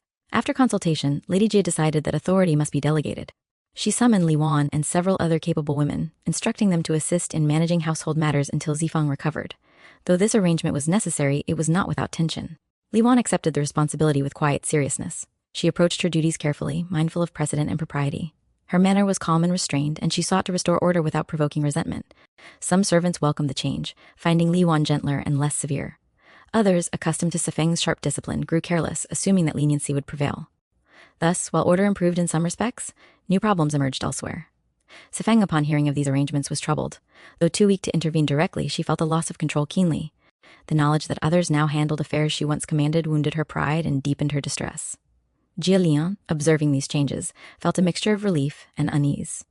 Without Xifeng's constant vigilance, he enjoyed greater freedom, yet he also recognized how easily disorder arose. The household, he saw, relied more heavily on her than he had admitted. Bao Yu, though not involved in household management, sensed the shift. The absence of Xifeng's presence altered the atmosphere, revealing how fragile the household's balance truly was. Illness, once again, had consequences far beyond the body. Chapter 56. As Li Wan and the others took on the management of household affairs, order was gradually restored, though the adjustment was not without difficulty. Duties were reassigned, accounts reviewed, and servants reminded of their responsibilities. While outward discipline returned, the absence of Wang Xifeng's commanding presence was keenly felt. Xifeng herself lay restless. Though her body remained weak, her mind was active, and reports of household matters reached her daily. Hearing of mistakes and delays, she grew agitated, blaming herself for falling ill and resenting her inability to intervene. Physicians warned that such agitation would only worsen her condition, yet she found it difficult to remain calm. Li Wan, aware of Xifeng's temperament, took care not to overstep her authority. She acted cautiously, consulting elders when necessary, and avoiding decisions that might provoke resentment. Her careful conduct earned approval from Lady Jia, who praised her steadiness and restraint. Meanwhile, tension surfaced among the servants. Some, emboldened by the change in leadership, grew careless or sought advantage. Others, fearful of Xifeng's eventual return, remained cautious. These differing attitudes created quiet friction within the household. During this period, Bao Yu continued to worry about Qingwen. Though her health had improved somewhat, her position remained uncertain. He sensed that decisions concerning her fate were being made beyond his reach. His anxiety deepened, yet he remained outwardly silent, constrained by circumstance and fear of causing further harm. Lin Daiyu, noticing Baoyu's distraction, felt uneasy. Though he spoke little, his concern was evident. She wished to comfort him, yet her own nature inclined her toward silence rather than reassurance. Her thoughts turned inward, mingling sympathy with her own quiet sorrow. Xu Baochai observed these undercurrents attentively. She understood the strain illness placed upon both household and heart. Her response remained measured, offering calm counsel where possible, yet refraining from involvement that might worsen tensions. Chapter 57. As winter gave way to early spring, the Jia household appeared outwardly settled once more. Yet beneath this calm, unresolved tensions persisted, quietly shaping the lives within the Grand View garden. During this time, Lin Dayu's health declined noticeably. Her cough worsened, her appetite faded, and she grew increasingly fatigued. Though physicians prescribed medicine, her recovery was slow. The servants attending her grew anxious, fearing that her weakness might become dangerous. Pao Yu was deeply troubled when he learned of Dayu's condition. He visited whenever propriety allowed, speaking gently and urging her to take care of herself. His concern was sincere, yet his presence sometimes stirred Dayu's emotions rather than soothing them. Dayu listened to him with mixed feelings. Though she knew he cared, she felt a sharp awareness of her own frailty. She reproached herself for becoming emotional and feared that her weakness would burden others. At times she spoke lightly, masking her distress. At other moments, sorrow overwhelmed her. Xu Baochai also visited Dayu. She spoke calmly, advising rest and moderation of feeling. Her words were practical and well-intentioned, yet Dayu found them difficult to accept. Baochai's steadiness, though comforting to some, only heightened Dayu's sense of isolation. Meanwhile, rumors circulated quietly within the household. Some spoke of Dayu's illness as inevitable, given her delicate constitution. Others whispered that excessive emotion weakened the body. Such talk, though indirect, reached Dayu's ears and deepened her unease. Dayou sensed this atmosphere and grew increasingly distressed. He felt powerless, caught between concern and restraint. His frustration sharpened his aversion to a world in which feeling was treated as fault and vulnerability as weakness. Chapter 58. As Lin Dayu's illness lingered, the atmosphere in the Grand View garden grew increasingly subdued. Though daily life continued outwardly as before, anxiety and restraint shaped every interaction. Words were chosen carefully, and emotions were held in check. During this time, misunderstandings arose between Baoyu and Dayu. What began as small remarks, spoken without intent, took on weight under the strain of illness and worry. Dayu, weakened in body and spirit, became more sensitive to tone and implication. Baoyu, earnest yet impulsive, failed at times to recognize how deeply his words affected her. On one occasion, Baoyu spoke lightly of Dayu's frequent sickness, intending only concern. Dayu, however, heard reproach rather than sympathy. Hurt and offended, she responded sharply, accusing him of treating her suffering as inconvenience. Her words were edged with bitterness born of fear and exhaustion. Baoyu was startled and distressed. He attempted to explain himself, insisting that his concern was genuine and that he spoke without malice. Yet his explanations only deepened the misunderstanding. Dayu, overwhelmed by emotion, withdrew further, refusing comfort. Left alone, Dayu wept quietly. Her illness, her dependence, and her fear of being a burden pressed heavily upon her. She reproached herself for her sharpness, yet could not release the sorrow that drove it. Pride and vulnerability warred within her heart. Baoyu, meanwhile, was tormented by regret. He paced restlessly, replaying their exchange and blaming himself for his carelessness. He felt acutely the distance that had opened between them and feared that every attempt at closeness only caused pain. Xu Baochai became aware of the tension and sought gently to ease it. She spoke to Baoyu, advising patience and reminding him that illness often sharpened emotion. Her counsel was calm and reasonable, yet Baoyu found little comfort in it. Understanding did not lessen his distress. Within the household, servants noticed the change in mood. Some whispered that Dayu's temperament was difficult, others pitied her frailty. Such talk, though quiet, reflected the broader unease surrounding her condition. Chapter 59. After the misunderstanding between Baoyu and Dayu, the Grandview garden grew quieter still. Though neither spoke openly of the incident, its effect lingered. Encounters became cautious, and even familiar exchanges were weighed before being spoken. Dayu's health continued to fluctuate. Some days she seemed improved, on others, weakness returned suddenly. Her spirits rose and fell with her strength, and the uncertainty exhausted her. Though she tried to maintain composure, emotion remained close to the surface. Baoyu longed to speak with her and clear away the hurt that lay between them, yet each time he approached, hesitation restrained him. Fear of causing further pain made him silent, and his silence only deepened his anxiety. During this period, another disturbance arose among the maids of the garden. Several servants quarreled bitterly over small matters, their tempers sharpened by tension and rumor. Accusations were exchanged, and grievances long suppressed were voiced openly. The dispute soon reached the ears of the elders. Lady Jia was displeased to hear that discord had spread among those meant to maintain harmony. She ordered an inquiry and commanded that the matter be resolved at once. Wang Shifeng, though still weakened by illness, was informed of the quarrel. Angered by the disorder, she had those involved brought before her. Speaking sharply, she questioned them one by one, uncovering petty resentments and careless words that had grown into open conflict. Her rebuke was severe. She scolded the servants for stirring trouble during a time when illness and uncertainty already burdened the household. Punishments were assigned and warnings issued. The servants, frightened, submitted at once. Bao Yu witnessed the aftermath and felt troubled. The harshness of the reprimand disturbed him, though he recognized the need for order. Once again, he sensed how easily emotion and weakness were punished, while authority spoke without restraint. Lin Deyu, hearing of the incident, felt a quiet chill. The quarrel among the servants seemed to echo her own situation, how small feelings, misunderstood or exposed, could bring swift judgment. The thought weighed upon her already fragile heart. Su Baochai reflected similarly, though with greater calm. She saw in the episode a reminder of how precarious peace could be and how discipline, once relaxed, quickly gave way to disorder. Her response was inward and measured, accepting necessity even as she recognized its cost. Chapter 60. The Quarrel Over Rose Paste. The days in Grandview Garden unfolded with the delicate precision of a silk embroidery, each thread of daily life interwoven with subtle hierarchies and unspoken rules. Spring had settled over the pavilions and courtyards, bringing with it blossoms and fragrances. And on this particular morning, the faint, precious scent of rose-flavored paste. This paste was no ordinary ointment. It had come from the imperial palace, a gift bestowed upon the maid serving Baoqin, who had in turn shared it generously. Among the recipients was Fang Quan, one of the senior maids, who had shown her own generosity by giving a portion to Chunyan, who served in Jia Huan's household. It was this small act of sharing that would unravel into unexpected discord. Chunyan sat in her modest chamber, the porcelain jar of rose paste before her. The fragrance rose sweet and medicinal, a luxury in a world where even small luxuries were noted and remembered. She had barely touched it, savoring the possession more than the substance, when the door slid open. Her mother, Aunt Zhao, entered with that particular combination of weariness and expectation that always tightened Chunyan's chest. The woman's eyes went immediately to the jar. "My joints," Aunt Zhao began without preamble, her voice taking on the wheedling tone Chunyan knew too well. "This damp weather makes them ache something terrible. That paste, they say it's miraculous." From the palace itself, Chunyan's fingers closed protectively around the jar. It was a gift.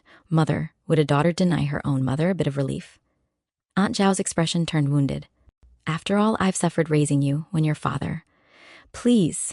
Chunyan's voice was sharp, the word cutting through the familiar litany. "Must you beg for everything I have? The other servants already whisper about you, about us."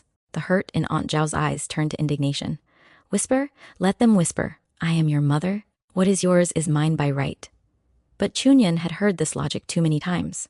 In the borrowed hairpins never returned, in the small sums of money that vanished, in the constant erosion of her dignity. "No," she said, and her voice trembled not with weakness but with long-suppressed anger. "This is mine. Leave me be." She turned away, presenting her back in a gesture of finality that was, in their world, a profound rebellion. The door shut behind her mother, but the tension remained in the room like a lingering scent. Word, as it always did in the close quarters of the Jia mansion, traveled. By afternoon, Jia Huan had heard of the precious paste. He summoned Chunyan to his study, where he sat pretending to examine calligraphy. "This rose paste," he said, not looking up from his brush. "They say it's from the imperial consort's own stores." Chunyan kept her eyes lowered. "Fang Quan was kind enough to share some with me, young master." "Bring it. I should like to see it." His tone was casual, but beneath it ran the unspoken expectation that what was his maid's was, by extension, his. Chunyan hesitated only a fraction of a second. "Forgive me, young master. It is all used." Jiawan's brush paused. He still did not look at her. "Used? Already?" The skepticism in his voice was thin but unmistakable. How careless! He dismissed her, but the seed was planted. That evening he mentioned the matter to his mother, concubine Zhao, whose heart was fertile ground for grievances, real and imagined. Meanwhile, in another part of the garden, the paste continued its work of sowing discord. Chiguan, one of Bao Yu's maids, approached Fang Quan with a smile that didn't quite reach her eyes. "Dear sister," she said, her voice sweet as honey, "I hear you've been distributing treasures. Has none been spared for your old companion?" Fang Quan, earnest and guileless, took her hand. "Oh, Chiguan, I wish I had. I gave my last to Chunyan yesterday, but I'll ask for more when Lady Baoqin's maid receives another shipment." "I promise to save you the first portion." The sweetness drained from Chiguan's smile. "Promises are like moonlight, pretty but giving no warmth. You had enough for Chunyan, that little favorite of the Zhao household. Is her favor worth more than our years of friendship?" "That's not true," Fang Quan protested, but Chiguan had already withdrawn her hand. The air between them grew cold. Chiguan's eyes narrowed. "I see how it is," she said softly, and there was in her voice the particular hurt of someone who believes they have been measured and found wanting. Perhaps it was this hurt that made her hand shoot out. Perhaps it was the accumulated slights of a world where every kindness was calculated. Her push was not violent, but it was sudden, a sharp, impulsive rejection. Fang Quan stumbled backward, her arms flailing for balance that wasn't there. She fell onto the soft earth beside the peony path, the breath knocked from her lungs more by surprise than force. For a moment there was silence. Then other maids, drawn by the commotion, appeared like shadows materializing from between pavilions and behind shrubs. The news reached Bao Yu quickly, carried on the rapid current of servants' whispers. He found Fang Quan being helped up, her robes dusted with soil, her eyes bright with unshed tears. Qiguan stood apart, her defiance already hardening into defensive pride. "What happened?" Bao Yu's voice was calm, but his eyes moved between them, reading the story in their postures. "She lied about the paste." Qiguan burst out, the accusation sharp.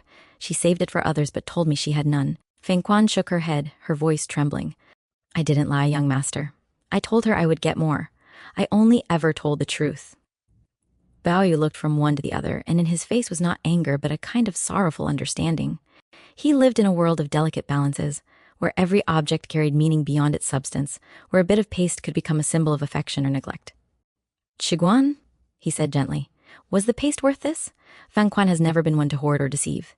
If she says she will get you more, she will." His words were mild, but in their mildness lay their power. Qiguan's defiance wilted. She lowered her eyes. "Yes, young master." She helped Fang Quan up properly, brushing the dirt from her sleeves with hands that now performed their duty, but lacked the warmth of reconciliation.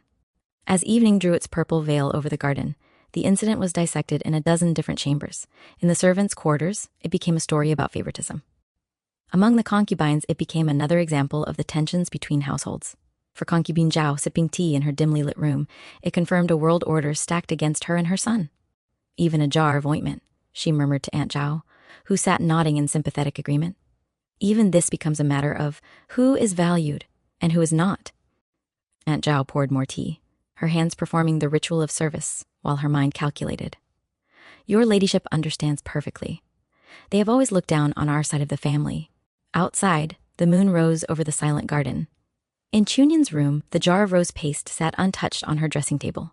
Its fragrance still sweetened the air, but it had become bitter to her, a reminder not of generosity but of obligation, not of luxury but of conflict. The quarrel was over, the immediate conflict smoothed by Bao Yu's intervention. But like a stone dropped into still water, the ripples continued to spread, touching shores far beyond the peony path where Fang Quan had fallen. In the intricate economy of face and favor that governed life in the Jia mansion, every slight was remembered, every kindness recorded, every betrayal filed away for future reference. And the rose paste, meant to soothe and heal, had instead opened wounds that would take longer to mend than any physical ailment it might have treated. Night deepened. Somewhere, a nightingale sang. The garden slept, or pretended to sleep, while beneath its beautiful surface, the currents of human feeling flowed as ceaselessly as the streams through its artificial hills.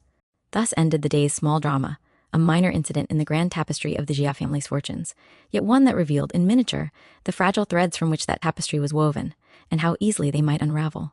Chapter 61, the case of the missing eggs. The rose paste quarrel had settled like fine dust in the corners of the mansion, but the air in the kitchen courtyards remained thick with tension. Here, in the realm of sizzling oil, steaming rice, and simmering broths, a different drama was unfolding. One that centered not on imperial luxuries, but on the humble chicken egg. It began with Lady Wang's sudden desire for steamed egg custard. The head cook, Mrs. Liu, a woman whose face had grown as tough as aged leather from decades of managing the household's appetites, received the order with a frown. Eggs had been vanishing at an alarming rate, and the accounts were not balancing. Her sharp eyes swept over the kitchen maids, settling on little Cloud, a girl who worked under head maid Pinger's authority, but often fetched ingredients for the upper maids. "The eggs," Mrs. Liu said, her voice like a knife on a whetstone. "We were short again this morning. 5 missing." Little Cloud kept her eyes on the floor. "I only take what I'm ordered to take, Auntie Liu." "Orders? Whose orders? My storeroom isn't a charity pantry. For every maid who wants to fry an extra snack." Before Little Cloud could answer, Spring Ping, one of the more favored maids from Lady Wang's courtyard, swept in. "Is the custard ready?" "Her ladyship is waiting." Mrs. Liu's expression soured further. "We're short on eggs. Perhaps her ladyship would like to know why her kitchen supplies are walking away." Spring Ping's eyebrow arched. "Are you implying someone is stealing?" "I'm saying eggs don't grow legs." The two women faced each other, one representing the raw logistics of sustenance, the other the refined demands of privilege.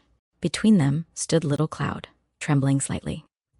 Later that afternoon, the matter reached Pinger, whose position as Wang Qifeng's trusted assistant gave her both authority and perspective. She summoned Little Cloud to her tidy, quiet room. "Tell me plainly," Pinger said, her voice calm but firm. "Where are the eggs going?" Little Cloud's resistance crumbled.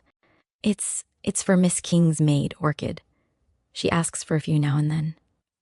Says Miss Xing isn't eating well and needs extra nourishment. Pinger sighed inwardly. Miss Xing, a cousin of lesser status living in the household, was in a delicate position. Not important enough to command full privileges, but too well-born to be denied small comforts. Her maid, Orchid, had taken to quietly securing extra provisions through back channels. And the others? Pinger asked. Little Cloud hesitated. Sometimes, for the young maids in the old ladies' quarters, they work late nights. They get hungry. It was a tapestry of small needs and minor corruptions woven through the strict hierarchies of the mansion. Everyone was taking just a little, justifying it as necessity or harmless privilege, until the collective little became a significant loss. Meanwhile, in another part of the garden, a different kind of investigation was underway. Bao Chai's maid, Oriole, had noticed her mistress's special tonic ingredients were dwindling faster than usual. The tonic, a blend of lotus seeds, lily bulbs, and other delicate herbs, was prepared daily in the small kitchen adjoining Bao Chai's quarters. But the jars seemed lighter each morning. She mentioned it quietly to Bao Chai, who sat embroidering an orchid pattern. Perhaps you miscounted, Bao Chai suggested mildly, her needle flashing in and out of the silk. I don't think so, miss. The lotus seeds, I measured them yesterday. Today, it's as if a handful vanished. Bao Chai set down her embroidery. Her mind, always analytical, began tracing possibilities. Who has been in and out? Only the usual, little Silver from the kitchen delivering the honey. And, well, Sister Caltrop was here yesterday admiring the herbs.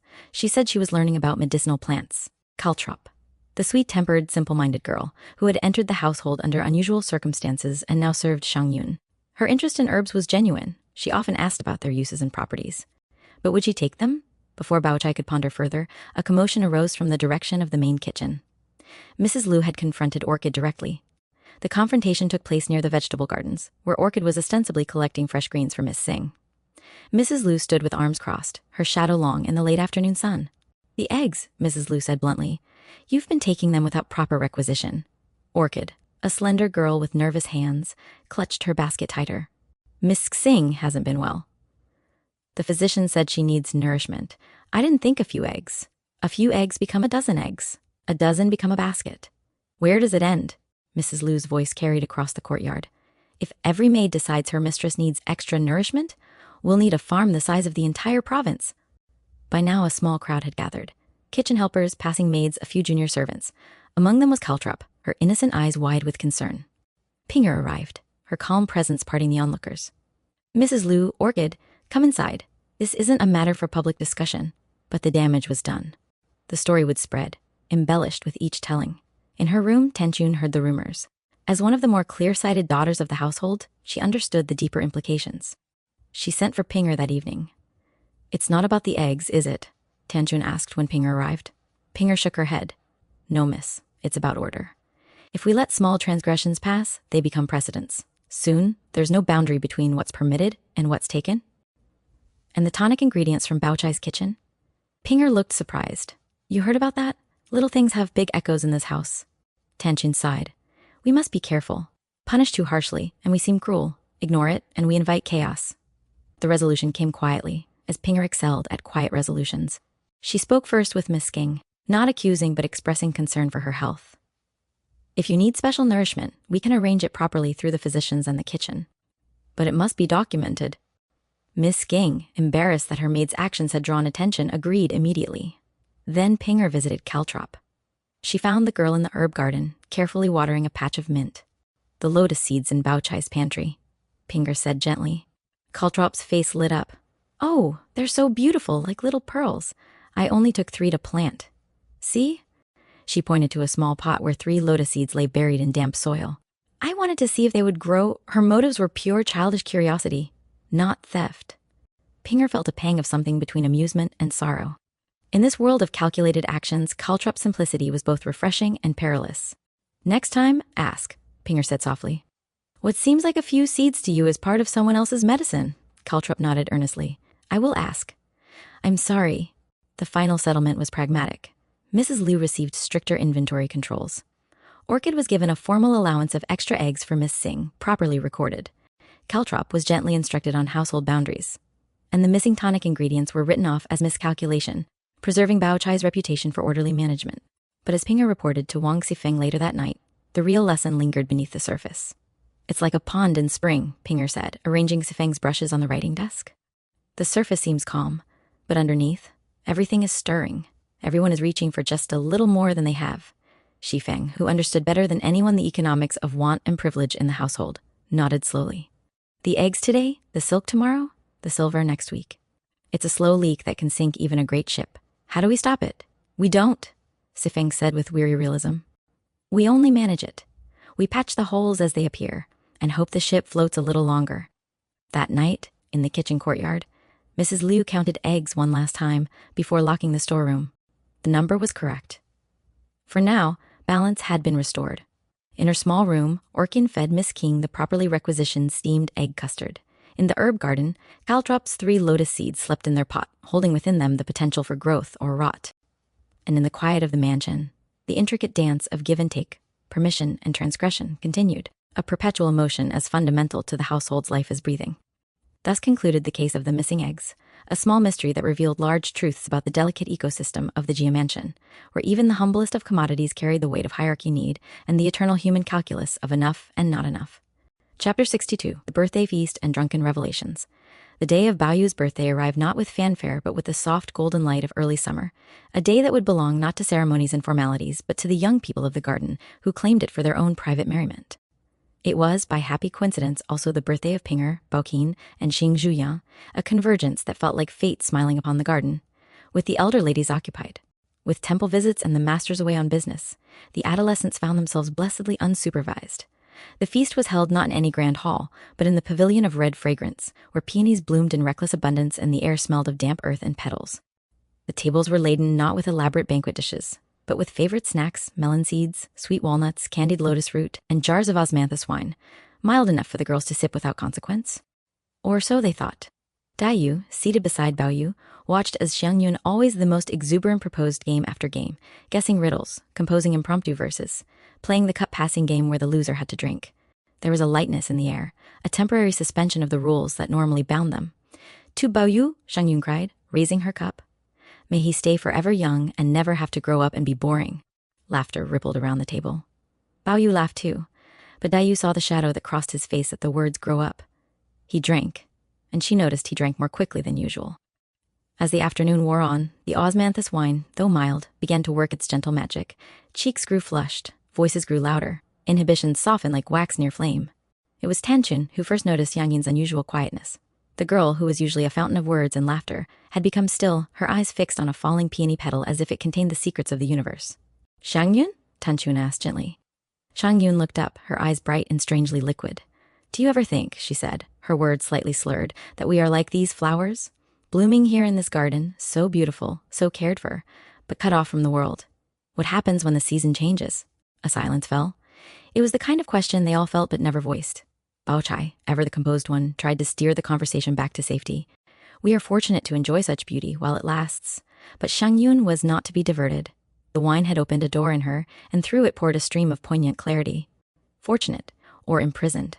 We live in a masterpiece, but we are part of the painting. We cannot step out of the frame?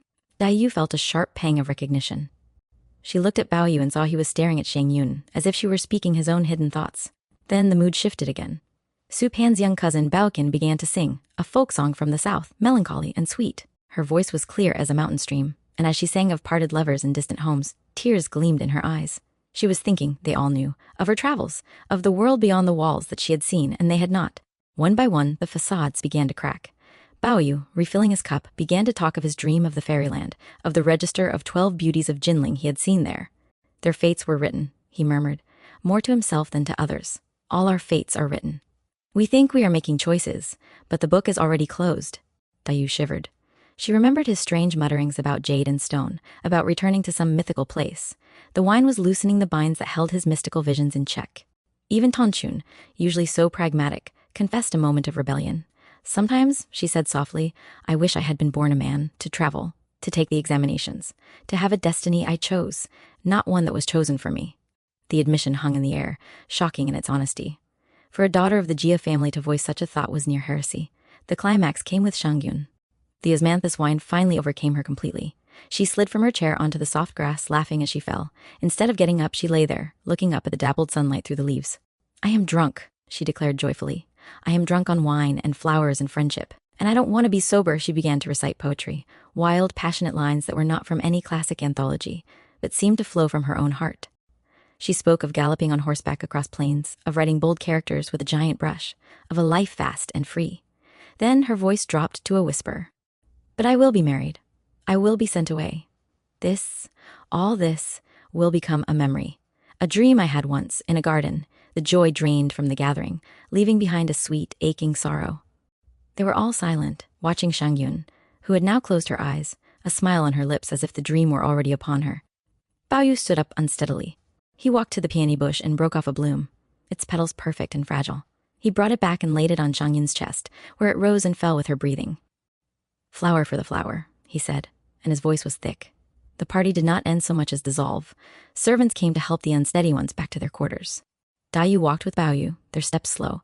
Was it a happy birthday? She asked quietly. He looked at her, his eyes dark and full of something she couldn't name. It was true, he said. For a few hours, no one pretended. That is a rare gift. As dusk settled, the garden returned to its quiet self. The tables were cleared. The empty wine jars were carried away. In her room, Shangyun slept deeply, the peony still clutched in her hand. In his, Baoyu stared at the ceiling, the taste of wine and truth mingling on his tongue. They had crossed for one afternoon, from the shore of childhood into the deep, uncertain waters of adulthood, and the current had pulled secrets from their depths. The birthday had been a success, but its aftermath was a quiet, shared melancholy first faint premonition of an ending that hung in the summer air, as subtle and pervasive as the scent of peonies at dusk. Chapter 63. The Midnight Gathering and the Secret Name. The revelations of the birthday feast left a resonant silence in its wake, but youth's resilience is a formidable force. 2 nights later, under the cover of darkness, a different sort of gathering took shape, one born not of formal celebration, but of conspiratorial intimacy. It began with a whisper passed from maid to maid. The young master is not sleeping. He invites those who are also awake. The moon was a sliver of silver, offering just enough light to see by, but not enough to betray.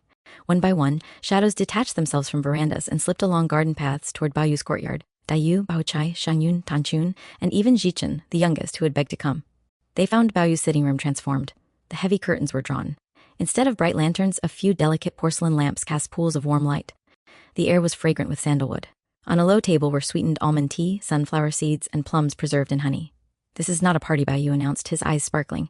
This is a vigil for the moon, or an anti-to-sleep rebellion. You choose. Shangyun clapped her hands. I choose rebellion. Thus began a night that existed, outside of time, a pocket of freedom woven between the strict hours of the household schedule. They played games at first, but these were different from the birthday games. Quieter, more thoughtful. They wrote lines of poetry on slips of paper and drew them from a jar, completing each other's couplets. They told stories of strange dreams. Then Tanchun proposed something new. Let's give each other new names, she said. Not our family names or our courtesy names. Secret names. Names that belong only to us here, tonight. The idea took hold like a spark on dry tinder. Shangyun went first. I shall be the Knight of the Rosy Clouds, she declared, striking a mock heroic pose. Because I ride the clouds, a fancy, and my cheeks are always rosy. Laughter filled the room. Emboldened, Tanjun chose the Judge of Autumn, explaining, because I am clear-eyed and see things as they are, like the crisp air of autumn. Baochai, after a moment's thought, said softly, the serene recluse of snowy cliffs, it was perfect for her, dignified, beautiful, and slightly remote. All eyes turned to Dayu. She sat curled in a chair, her thin frame wrapped in a shawl. She looked at Baoyu, then down at her hands. I am the guest from the river of sadness, she murmured. A hush fell. The name was so perfectly, painfully apt. Baoyu's face contorted with a mix of empathy and protest, but he said nothing. And you, Baoyu? Shangyun demanded. What is your secret name? Baoyu gazed into the lamplight. He thought of his jade, of the strange monk and priest who had visited his life, of the fairyland in his dreams. I am the foolish stone who remembers, he said finally, the stone that was left behind when the heavens were mended, who remembers the view from the sky. It was a cryptic choice, but they accepted it. In this space, crypticism was allowed. As the night deepened, the conversation drifted to deeper waters. Shichun, the little artist, confessed her fear of the dark emptiness inside a blank sheet of paper. Baochai spoke, with unusual vulnerability, of the weight of always being the sensible one. Sometimes, she said, I wish I could be foolish, just for an hour. But the most startling confession came from an unexpected source. A maid, faithful, one of the older, quieter servants who had been moving in the shadows refilling teacups, paused as Baoyu urged her to sit with them. Hesitantly, she perched on a stool. When I was a girl, before I came here, she said, her voice barely above a whisper, I was to be married. His name was Ming. He was a farmer's son. He carved me a hairpin from a peach branch. She touched her hair, though no such pin resided there. Then the flood came. My family was destitute. I was sold into service. I heard he married another. The room was utterly still. The personal history of a servant was not something the young masters and mistresses usually heard. It was a life, a love, a loss, reduced to a few sentences, hanging in the fragrant air. Dayu's eyes filled with tears. Baoyu looked stricken. In faithful story, they heard the echo of all fragile human hopes, so easily swept away by the indifferent currents of fate. Your name, Baoyu said, his voice thick. Tonight, your name is the keeper of the peach wood pin. Faithful looked at him, and for a fleeting moment the mask of servitude fell away, revealing a woman of depth and history. She nodded once, a silent acknowledgement of the gift he'd given her. Not just a name, but the recognition of her story. The first hint of dawn, a pale gray light at the window, signaled the end of the rebellion. The secret names, the shared confidences belonged to the night. Day would reclaim them with its duties and its masks. They parted without goodbyes, slipping back into the gray pre-dawn as silently as they had come. Baoyu stood at his door, watching their shadows merge with the larger shadows of the garden. In her room, Dayu wrote the name the guest from the river of sadness on a slip of paper, then held it over a candle flame until it curled into black ash. Some things, she felt, were too true to be written down. Faithful, returning to the servants' quarters, touched her hair again. For the first time in years, she could almost feel the weight of a peachwood pin. And Baoyu, finally lying down as birds began to chirp outside, clutched his jade, the foolish stone who remembers. The name felt more real to him in that moment than Baoyu ever had. He remembered the heavens. He remembered the view. And with a pang of terrifying clarity, he remembered that stones, in the end, belonged to the earth. The night had been a beautiful parenthesis in the sentence of their lives. But the sentence, he knew, would continue. And its grammar was ruled by dawn, by family, by a world that had no place for secret names. Chapter 64, The Dirge for 5 Beauties and a Secret Visit. Summer deepened, bringing with it a languid heat that lay heavy over the gardens. But in the chambers of Lin Dayu, a chill seemed to linger, a private autumn that colored her thoughts and found its expression in ink and paper. She had been reading old anthologies of poetry, her sensitive soul drawn to the mournful elegies of ancient poets. One afternoon, as a sudden thunderstorm lashed the lotus leaves in the pond outside her window, she took up her brush. The memory of 5 legendary beauties of history, women famed for their grace and their tragic ends, rose in her mind like ghosts. Xixi, Wang Zhaojun, Diaochan, Green Pearl, and Yang Guifei. Each had been a pawn in the games of emperors and warlords, their beauty both their glory and their doom. Line by line, a series of 5 poems took shape on the paper. They were not mere exercises in classical form, they were dirges, imbued with Dayu's own profound sense of transience and sorrow. She wrote of Xixi, the river washer who drowned after being used as a political gift. She wrote of Wang Zhaojun, sent to marry a barbarian chieftain, gazing back at her homeland from horseback. Each stanza was a delicate, heartbreaking monument to beauty sacrificed on the altars of power and fate. When she laid down her brush, her fingers were stained with ink and her eyes with unshed tears. She felt a peculiar exhaustion, as if she had personally mourned each woman over centuries. The poems did not remain secret for long. Her maid, Snow Goose, while straightening the desk, saw them, and knowing her mistress's work was often admired, could not resist showing them to Zihuan, Baoyu's chief maid. A copy was made, and like a leaf caught in a stream, it floated quietly through the household's back channels. It found its way to Baoyu. He read them in the privacy of his study, the characters seeming to bleed sorrow onto the page. He did not simply read the poems, he felt them. In Dayu's lament for these long-dead women, he heard her lament for herself, for all fragile and beautiful things destined to be broken by the harsh world. A deep, inarticulate ache settled in his chest. He had to see her. He went to her bamboo lodge that evening, using the pretext of returning a book. He found her sitting by the window, the setting sun casting a fiery glow on her pale profile. She looked ethereal, as if she might fade with the light. I read your poems, he said, dispensing with pleasantries. She turned, her eyes wide and vulnerable. You shouldn't have. They are clumsy. Just the foolish musings of an idle hour. They are the most truthful things I have read in years, he said, his voice low and intense. When you wrote of Wang Zhaojun's loneliness on the frontier, I saw you, not her. You, Dayu flinched as if struck, but her gaze held his. It was a dangerous thing, he said, linking her directly to such tragic figures. Yet it was also the greatest compliment he could pay in acknowledgement that she understood the deepest chords of human suffering. We are all alone, aren't we? She whispered, not looking at him. Even here, surrounded by family. We carry our own frontiers inside us. They sat in a silence that was more intimate than conversation. The unspoken understanding between them thickened the air. He wanted to promise her she would never be sent away like Zhaojun, that her fate would be different. But the words stuck in his throat, made hollow by his own powerlessness. He was, after all, just a boy in a garden, his future as uncertain as hers. Their moment was broken by the arrival of Baochai, come to invite Dayu to view the new, late-blooming lotuses. The ordinary world rushed back in, with its social obligations and masks of normalcy. After Baoyu left, Dayu returned to her desk. She looked at the 5 poems, then took a fresh sheet. This time, she did not write of ancient beauties. She wrote a single short verse. It spoke of a jade buried in red dust, of a tear that would outlast the stone it fell upon. It was obscure, personal, and utterly despairing. She did not show it to anyone. She folded it small and hid it inside her pillow. That night, as the household slept, Bayu stood on the veranda of his own quarters. The moon was bright. He thought of the 5 poems, of the 5 women, and then of the living women in the garden, Dayu, Baochai, Shangyun, Tanchai, Shichun. His mind added Faithful and Pinger and others. How many tragedies, he wondered, were quietly unfolding in this very mansion, behind the screens of silk and ceremony. He felt a premonition so heavy it was like a physical weight. Dayu's poems were not just about the past. They were a prophecy, written in the code of sorrow. The dirge, he feared, was for beauties yet to fall.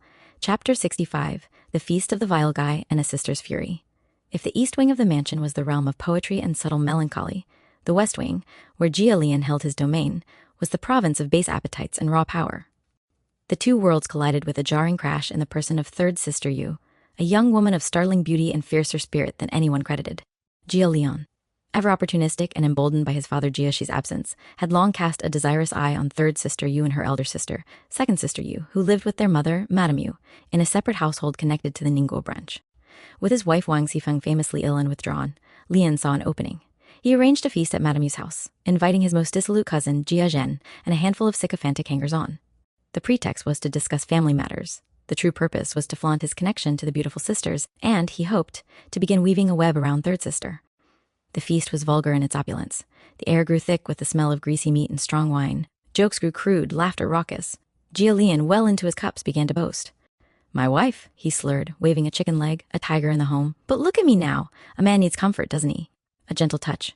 He glanced meaningfully toward the inner room, where the sisters had retired after the initial formalities. Jia Zhen, equally drunk, nudged him. "They say the third one is a wild rose.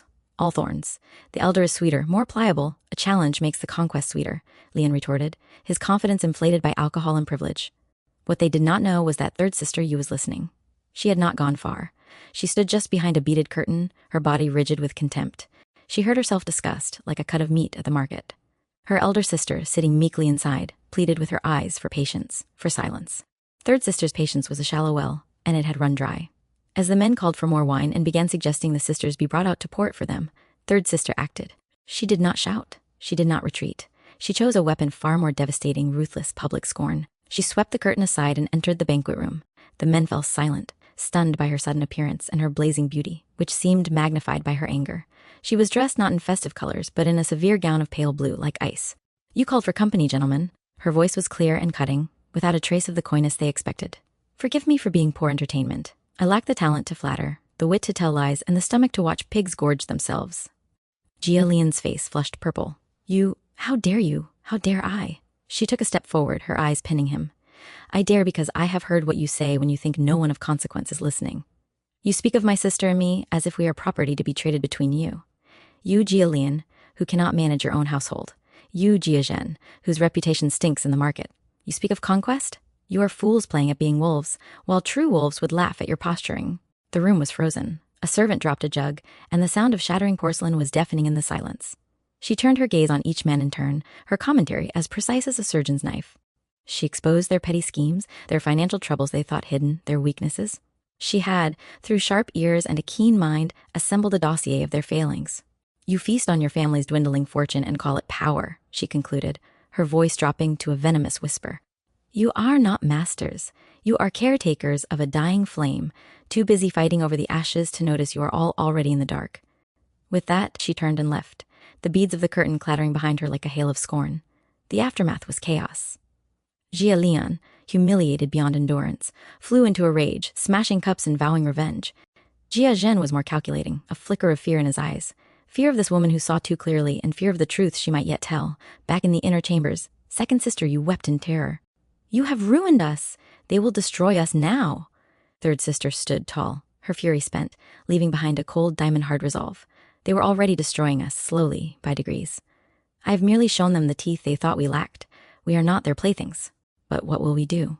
Where will we go? Third sister looked out the window at the darkening sky. Anywhere is better than in the belly of the beast. I would rather starve in freedom than feast in this gilded cage. Her words were brave, but a shadow crossed her own face. She had declared war on powerful men with long memories. She had burned their bridges, and the only path left led into the unknown. News of the incident, of course, leaked. It reached Pinger, who told Xifeng. The ailing Xifeng, lying in her bed, listened with a grim smile. So, she murmured, a true lioness has appeared among the sheep. Good for her.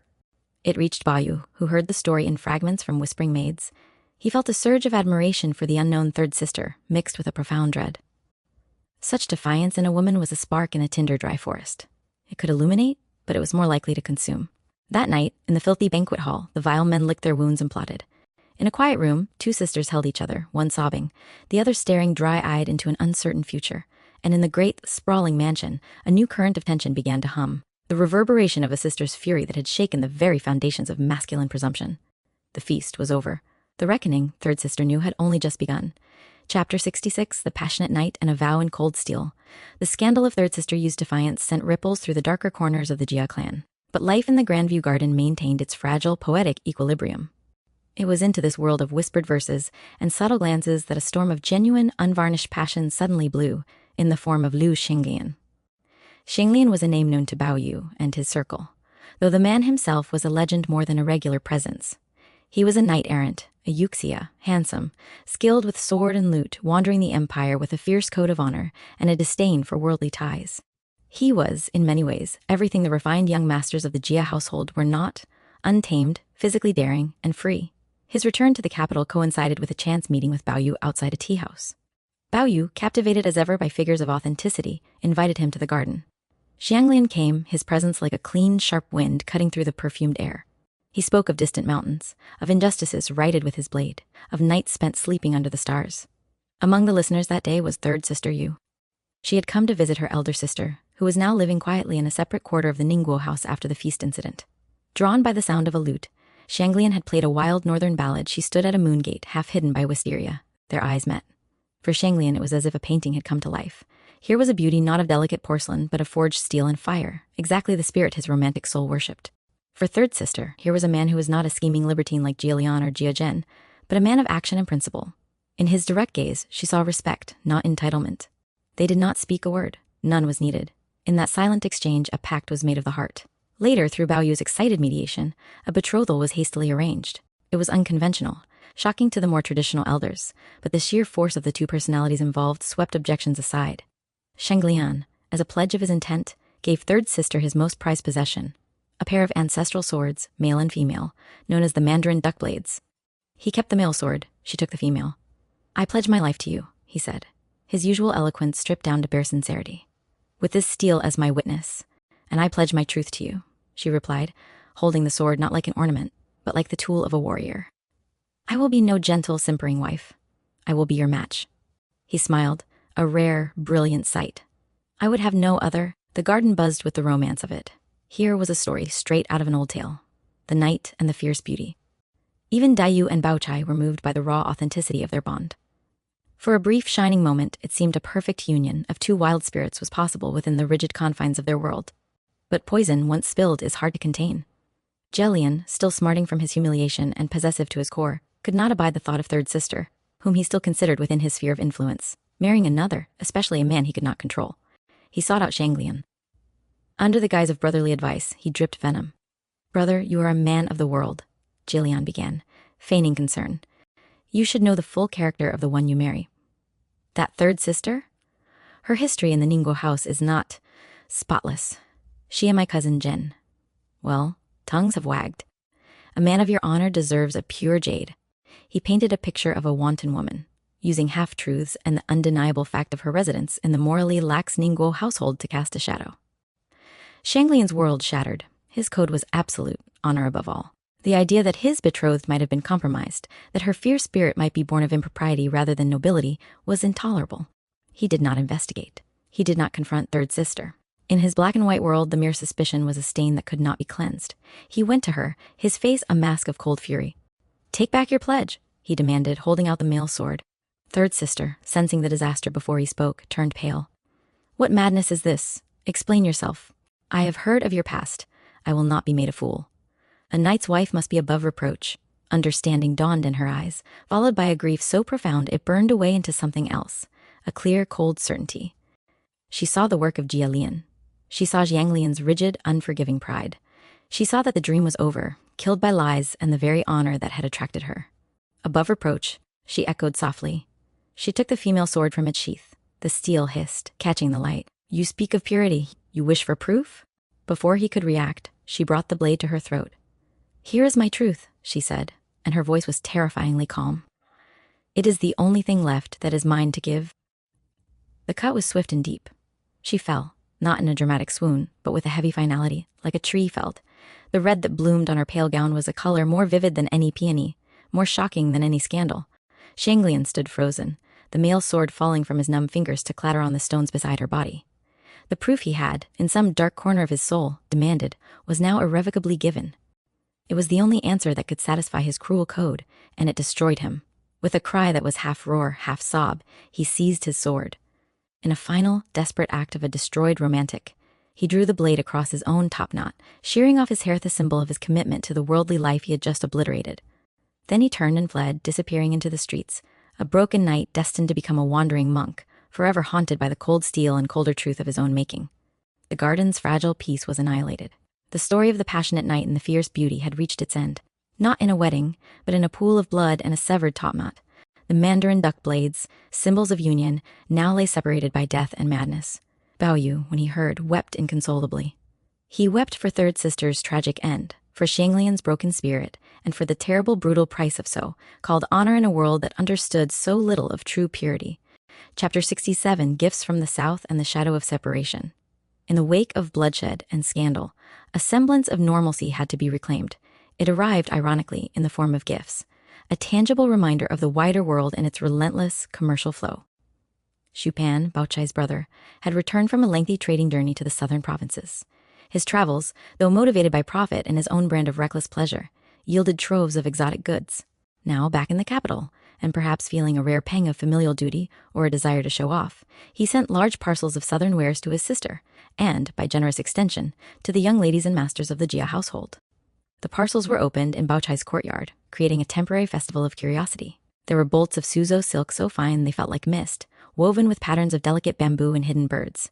There were boxes of Hangzhou pearls, river pearls, with a softer luster than sea pearls. There were intricate fans of sandalwood and painted silk, jars of osmanthus-scented tea, and cleverly carved trinkets of boxwood and jade. For a morning, the shadow of third sister's death was held at bay by the harmless distraction of material beauty. The girls exclaimed over the fabrics, comparing colors. Dayu, with her poet's eye, admired the craftsmanship of a fan depicting the Westlake in miniature. Even Bao Yu was momentarily drawn out of his gloom by a set of strange, smooth stones from a southern river, each naturally etched with landscape-like patterns. Bao Chai moved among them, distributing the gifts with her characteristic calm grace.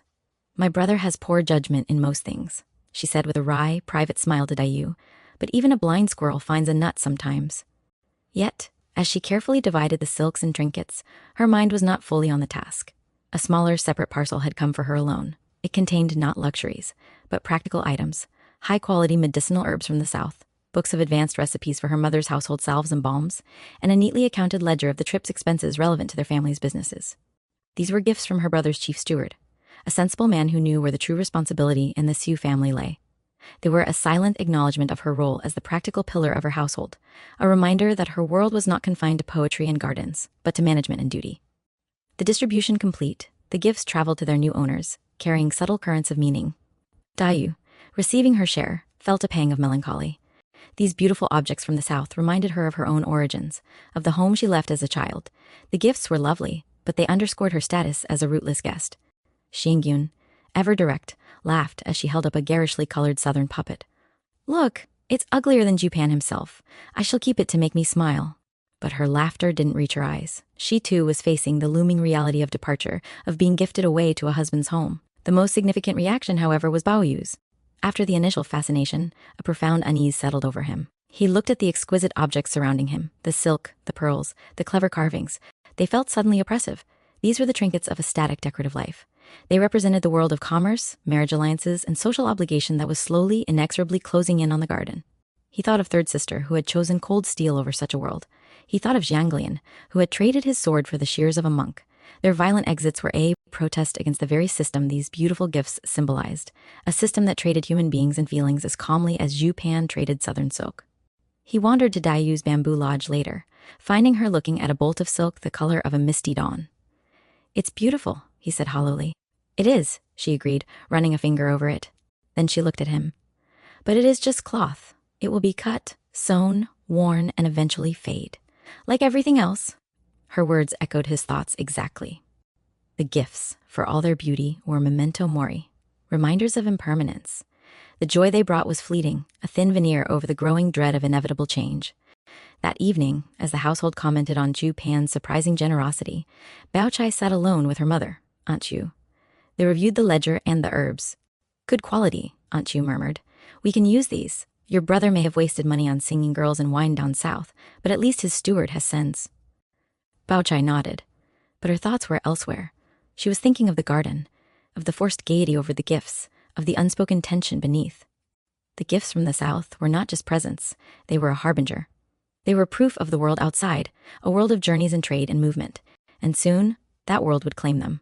One by one, the girls would leave, like precious items parceled out from a central storehouse. The shadow of separation, longer and colder than any shadow cast by the garden's pavilions, had fallen, and no amount of southern silk could cover its chill. Chapter 68, The Tiger's Calculated Welcome. The summer days grew thick and still, heavy with the scent of decay beneath the garden's lush veneer. In the quiet of her sick room, Wang Xifeng, the tiger of the household, lay not in weakness, but in a simmering, calculated stillness. The news of Jia Lian's secret marriage to second sister Yu had reached her ears. It had not come as a shock, rather, it was a confirmation, the final move in a game she had long seen unfolding. The humiliation, the breach of protocol, the insult to her position as principal wife, all of it was now laid bare, a public wound. Yet Jifeng did not rage. She did not shriek or smash vases. A cold clarity descended upon her, sharper than any fever. She saw the entire board, the vulnerable second sister, the arrogant Jia Lian, the complicit Madame Yu, and the watchful, judgmental eyes of the family elders. Rage would paint her as a jealous shrew. Victimhood, however, carefully curated, could become a weapon, and so she planned a performance. She rose from her bed, her body still frail but her will forged to iron. She dressed not in the rich silks of her station, but in plain, pale garments, the picture of a wronged, unassuming wife. She ordered her carriage and, without announcing her intentions, made her way to the small, secluded courtyard where second sister Yu now resided as Jia Lian's secret concubine. The arrival was a masterpiece of psychological theater. Second sister, a gentle soul who had been living in anxious secrecy, was thrown into panic at the sight of the famed, formidable Xifeng at her door. She expected violence, verbal lashing, expulsion. Instead, Xifeng entered with tears streaming down her cheeks. She fell to her knees before the stunned second sister. "Sister," Xifeng cried, her voice breaking with what sounded like genuine anguish.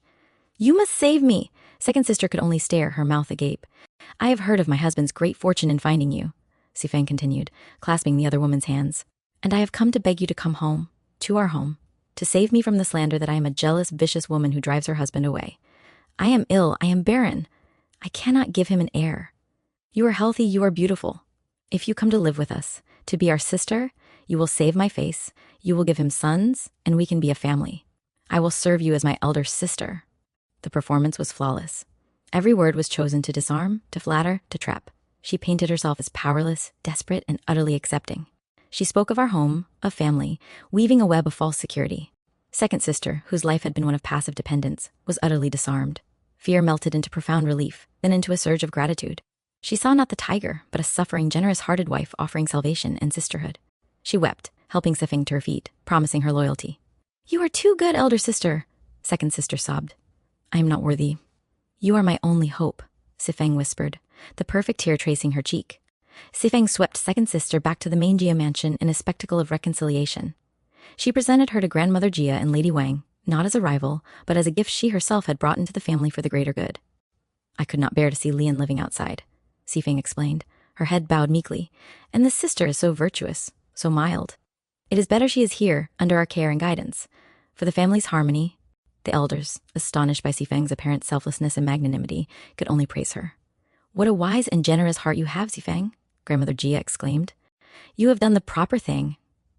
Jia Lian, returning to find his secret wife installed in his own home by his primary wife, was stupefied. He looked at Sifeng's pale, smiling face and felt a chill he could not explain. He muttered, "Thanks," confusion warring with a dawning sense of unease. Second sister was given comfortable quarters, treated with impeccable, polite courtesy by Xifeng. She was served the same food, offered fine clothes. But the servants, taking their cue from Xifeng's subtle glances and tones, began a slow, insidious campaign. The food delivered to second sister grew cold and poorly prepared. The silks given were of inferior grade. When second sister walked into a room, conversations died. Smiles became stiff. She was surrounded by a wall of impeccable, silent hostility. She was a prisoner in a gilded cage, welcomed with a smile that hid teeth of ice. And Xifeng, the architect of it all, watched from the center of her web, her sickness seemingly cured, her smile serene. The first move was complete. The tiger had not pounced, she had embraced. And her embrace was the beginning of the suffocation. Chapter 69, The Gentle Death by 1,000 Cuts. The season turned from the heavy heat of summer to the crisp decay of autumn. In her comfortable rooms, second sister you began to wither. It was not a dramatic decline, but a gradual fading, like a peony left in a vase just a day too long. The life Xifeng had so warmly offered was proving to be a meticulously crafted death by 1,000 silent cuts. Her meals, though appearing adequate, were often spoiled or tasteless. The maids assigned to her were forgetful, forgetting to stoke her fire, forgetting to fetch hot water, forgetting to relay messages. When she ventured out, the other ladies of the household greeted her with a politeness so cold it felt like a slap. She was a ghost in the bustling mansion, visible but intangible, her presence an awkward silence in every room. Worst of all was the isolation from Jia Lian. Xifeng, with clever excuses about his duties, his health, or family business, skillfully kept him occupied and away. When he did visit, Xifeng or her faithful maid, Pinger, was often present, the atmosphere strained and formal. Second sister, too timid to complain, would only smile and say all was well. Her one solace became Pinger, who alone showed her sporadic, secret kindness. A warm word, a properly prepared cup of tea, a warning glance when trouble neared. But Pinger's power was limited, a tiny flicker of warmth in the growing cold. The final crushing blow came from an unexpected quarter, the doctor. Xifeng, playing the concerned sister, summoned a physician for second sister, who had begun to suffer from lethargy and loss of appetite. The physician, perhaps bribed, perhaps simply incompetent, examined her. Afterwards, Xifeng came to her, her face a mask of tragic concern. "Sister, the physician? He fears you have a zhangjia, a hard mass in your womb. It is a grave illness. He fears it is not a child, but a growth." The words were a death sentence. In that era, for a woman whose sole value in her new position was to bear a son, to be barren was bad enough. To be ill with a shameful disease that affected her womb was social annihilation. Second sister's last hope, to secure her place by giving Jia Lian an heir, was shattered. Whether she truly developed an illness from stress and poor care, or whether it was purely psychological, the effect was real. She faded faster. Her spirit, gentle to begin with, had no defenses against this kind of warfare. She stopped eating. She lay in bed, staring at the ornate ceiling, listening to the distant, lively sounds of the household from which she was utterly excluded. Even Pinger's whispered encouragements, "You must eat, you must fight. The young master does care for you," could no longer reach her. The will to live, gently and systematically extinguished, finally guttered out. One gray morning, when the frost silvered the courtyard, second sister you died. There was no drama, no final confrontation. She simply ceased to be, as quietly as a snuffed candle. When the maid announced it, Xifeng erupted into performative wails of grief. She tore her clothes, she wept over the body, she lamented the loss of her dear sister to the heavens. She arranged a funeral that was correct in form but hollow in substance, spending just enough to avoid criticism, but not a tale more.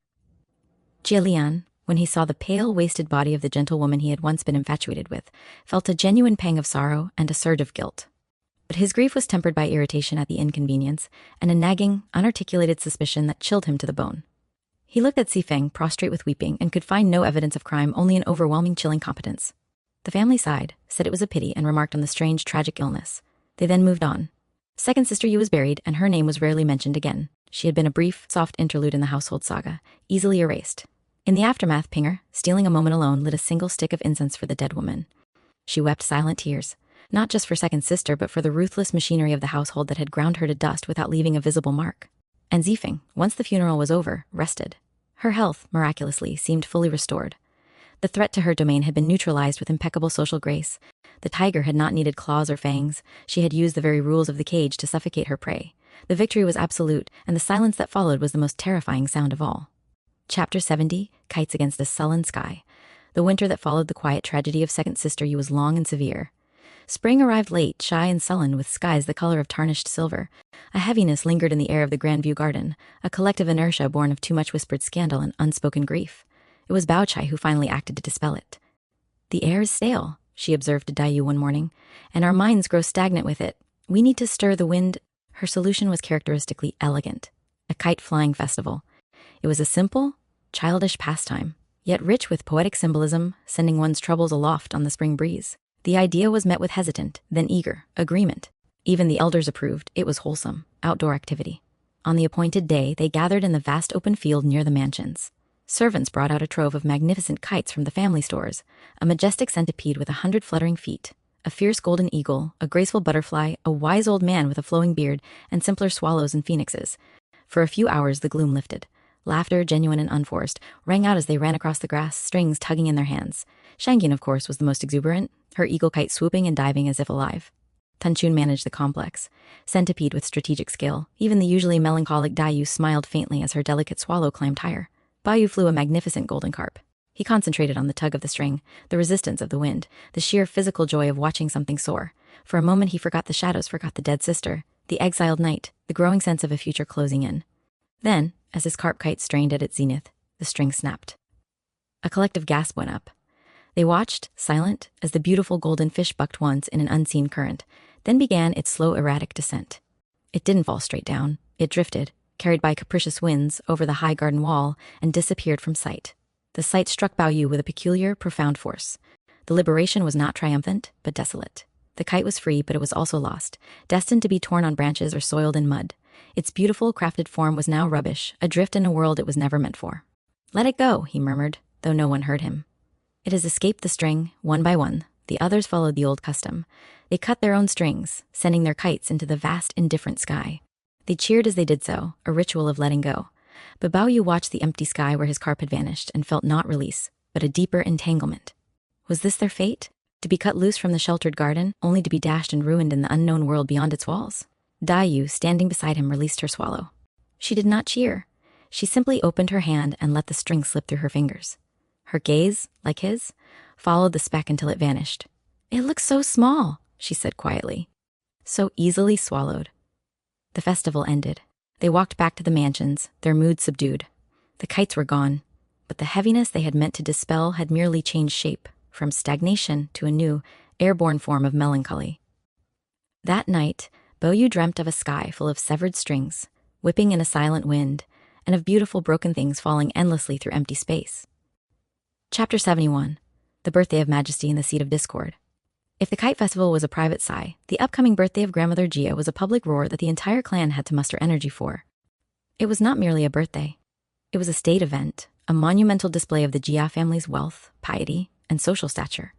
The pressure to make it flawless was immense, and it fell chiefly on the shoulders of the two sisters-in-law, Lady Wang and Lady Xing, and their formidable daughter-in-law, Wang Sifeng. For days, the mansion was a chaos of preparation. Tributes flowed in from distant relatives and hopeful clients, bolts of brocade, boxes of rare ginseng, jade carvings, and scrolls of calligraphy. The kitchens prepared for a week of feasting. Troops of actors were hired, stages erected in the gardens. On the surface, it was a masterpiece of harmony. Grandmother Jia, enthroned in the main hall, received kowtows and felicitations from dawn till dusk. Her face was a mask of benign joy, but her old eyes missed little. It was on the second day, during a lull in the formal ceremonies, that the first crack appeared. The elder ladies and their senior maids were taking a moment's respite in a side pavilion. Lady Xing, the mother of Jia Xi and grandmother to Jia Lian, had always harbored a simmering resentment toward her sister-in-law, Lady Wang. She felt her branch of the family was often overshadowed by Lady Wang's branch, and that Zifeng, Lady Wang's niece, wielded too much power. The conversation turned to the management of the festivities. Lady Xing, in a voice sweet with hidden poison, sighed. "My niece Zifeng works herself to the bone. One almost wonders if it's too much for one person. Perhaps if the responsibilities were shared more evenly, she wouldn't seem so strained." The barb was subtle but clear. It implied Zifeng was monopolizing power and perhaps not managing it as well as she appeared. Lady Wang's smile tightened. "Zifeng is capable. The old lady herself relies on her." Of course, Lady Xing demurred, fanning herself. "Reliance is one thing, but even the most capable horse can stumble if the load is unfairly balanced."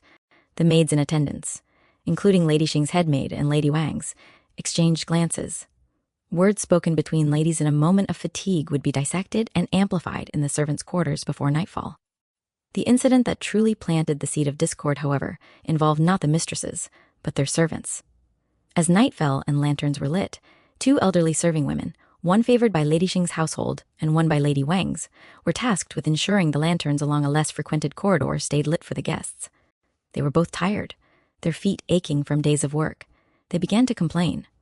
Our mistress's words today were sharp, grumbled the one from the Xing faction, pointing out the imbalance. Well, everyone with eyes can see it. The Wang side acts as if they owned the place. The Wang aligned maid sniffed. Imbalance? Your side would let the silver rot in the coffers before managing it half as well. Jealousy is a sour drink. The bickering escalated from whispers to heated murmurs. They forgot their duty. The lanterns they were meant to tend guttered out, plunging the corridor into darkness. As fate would have it, this was the very corridor Grandmother Jia chose for a quiet, late stroll with her most trusted maid, Faithful. Stumbling in the sudden dark, the old lady was startled and displeased. Who is responsible for this? She asked, her voice calm but cold. The two serving women, frozen in fear, were brought forward. Each, trying to save her own skin, began to blame the other, their earlier arguments spilling out in a jumble of accusations that inevitably traced back to the veiled criticisms of their mistresses. Grandmother Jia listened. She did not reprimand the servants harshly. She simply said, "Take them away, let them rest. They are tired." But as she was led back to her well-lit rooms, her heart was heavy. She had heard the undertone, the friction between Lady Xing and Lady Wang, the petty jealousies bubbling up even during the celebration meant to showcase family unity. She was too wise to think this was about two old maids. It was a symptom. Later, when Zifeng came to report on the day's success, Grandmother Jia held her hand. "You've done brilliantly, child. But remember, when a tree grows too tall, it catches every wind. Sometimes it is wise to let a few branches bend." Zifeng, exhausted and thinking only of logistics, nodded without fully understanding the warning. She was fighting to keep a magnificent edifice from collapsing under its own weight, unaware that the most dangerous cracks were not in the structure, but in the foundation of family loyalty. The birthday celebrations continued flawlessly. To the outside world, the Jia family was a picture of Confucian perfection, prosperous, harmonious, and filial. But in the darkness of that unlit corridor, a seed had been dropped. It was a seed of discord, watered by resentment and nursed in the dark soil of rivalry. It would, in time, grow into a thorned vine capable of strangling the mightiest tree. Chapter 72. The widening cracks and a plea in the night. The grand spectacle of the birthday faded, leaving behind not satisfaction, but a peculiar exhaustion and a clearer view of the fissures it had papered over. The business of running the decaying magnificence of the Jia households ground on, and its strains began to show in raw, undignified form. The trouble surfaced, as it often did, with money. Wang Xifeng, the de facto manager, found herself caught in a tightening vice. Bills from the birthday feast came due, routine household expenses mounted, and from above, the seemingly endless well of family funds showed its gravelly bottom. Lady Xing, Jia Lian's mother, chose this moment to apply pressure. She sent for Zifeng, not for a familial chat, but for a transaction.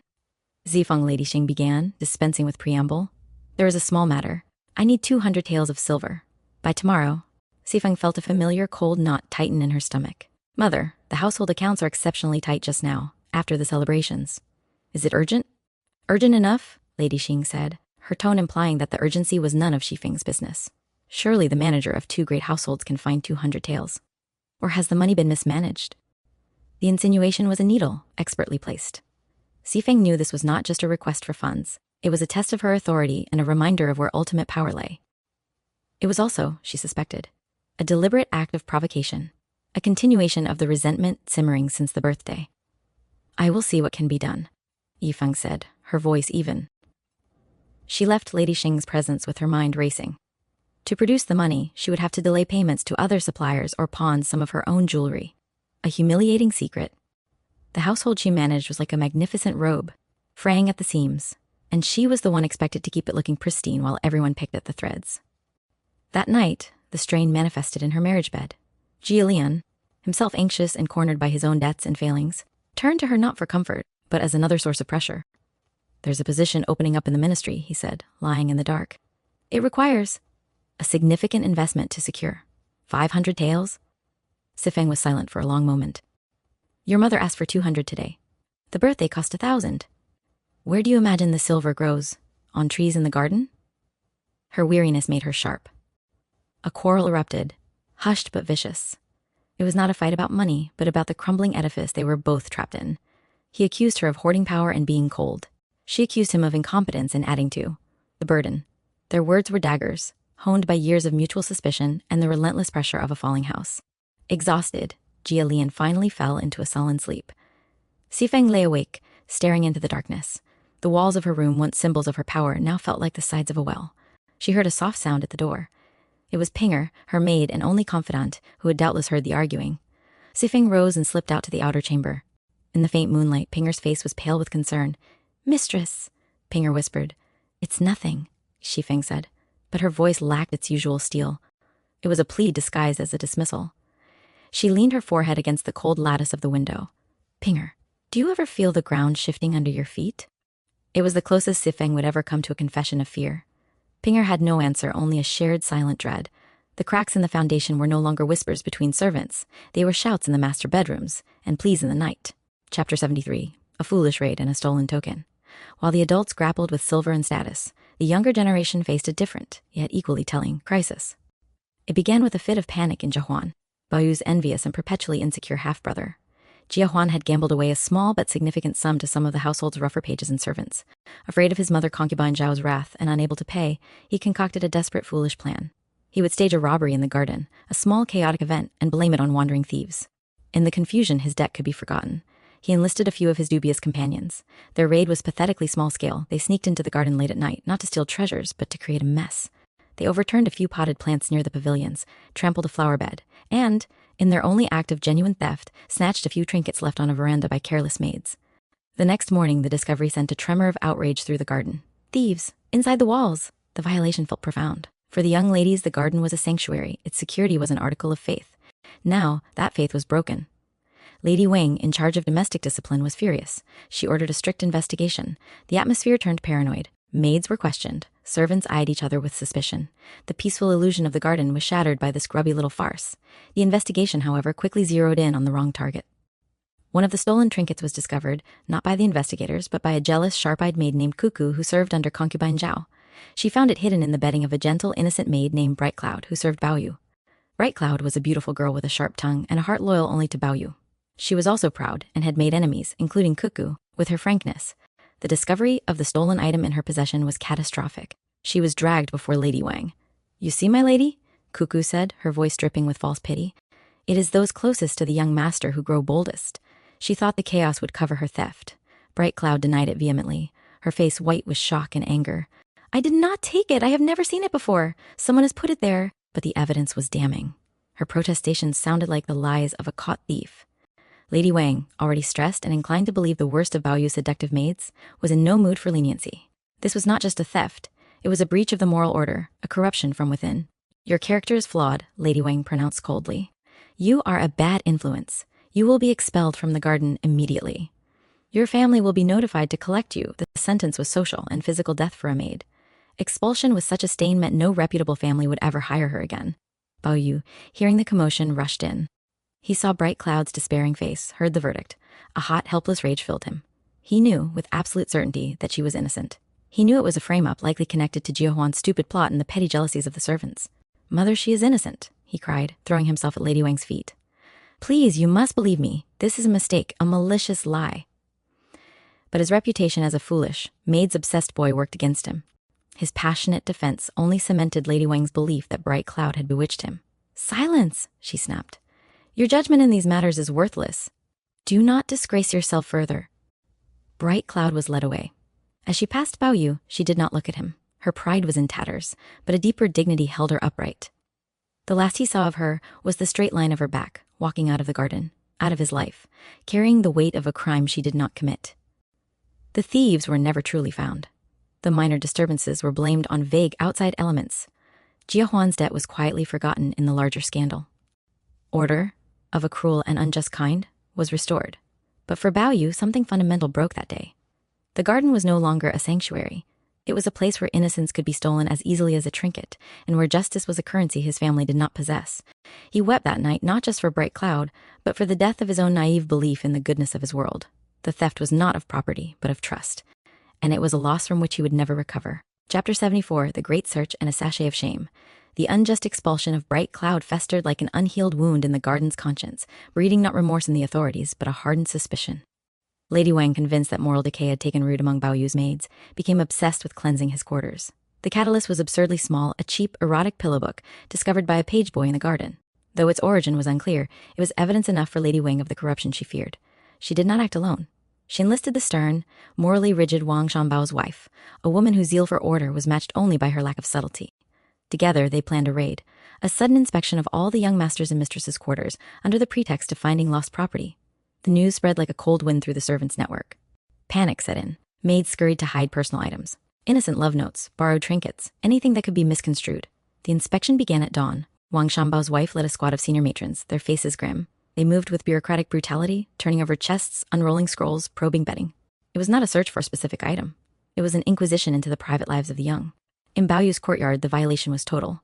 His maids, from the senior Jiren down to the youngest sweepers, were lined up and their personal boxes ransacked. The matron's rough hands pawed through embroidered sachets and folded letters. The air was thick with humiliation and fear. The climax came in the search of third sister Tanchun's quarters. Tanchun, proud and fiercely intelligent, watched with cold fury as the matrons rifled through her maid chest's belongings. When they moved toward her own desk, she stepped forward. Enough, she said, her voice slicing through the room. You searched the servants for contraband? Are you now suggesting I, a daughter of this house, am hiding something illicit? Wang Shanbao's wife flushed. My lady, we must be thorough. Tanchun's laugh was bitter. You are not thorough. You are crass. You hunt for dirt like pigs hunting for truffles. You will find nothing in my papers but poetry and accounts. But since you are so eager... In a move of breathtaking defiance, she threw open her own wardrobe and chests herself. Search them. See the silks my family provides. Count the hairpins. Then, when you are satisfied with the purity of my possessions, we will go together to search your house, madam. For I hear your nephew runs a gambling den. Shall we be thorough there as well? The challenge was deadly. It exposed the hypocrisy of this search, an abuse of power by lesser figures against their betters. Wang Shanbao's wife retreated, muttering. Tanchun had won the battle with sheer, outraged principle, but the war's poison had been spilled. Yet, the raid had to produce a culprit. The scapegoat was found in the quarters of Yinkun, the timid second sister. In the possession of her maid, Chess, the matrons discovered a small embroidered sachet. Inside was not a love note, but something more politically damning, a pawn ticket for a family heirloom, a small gold figurine that should never have left the household stores. The maid, terrified, confessed that Yinkun, chronically short of money to satisfy her gambling pages and unable to ask for more, had ordered her to pawn it to cover debts. The discovery was a catastrophe of a different order. It was not moral decay, but financial desperation, a tangible sign of the family's crumbling economics reaching into the inner chambers. Yinkun, when confronted, wept silently, offering no defense. Her passivity was more shaming than any defiance. Lady Wang was horrified. The search, meant to uncover sexual impropriety, had instead exposed the family's poverty and mismanagement. The sachet of shame contained not silk and scent, but the cold metal truth of their decline. The raid ended not with a triumphant purification, but with a sickened silence. Tanchun burned with righteous anger. Yinkun shriveled in quiet disgrace.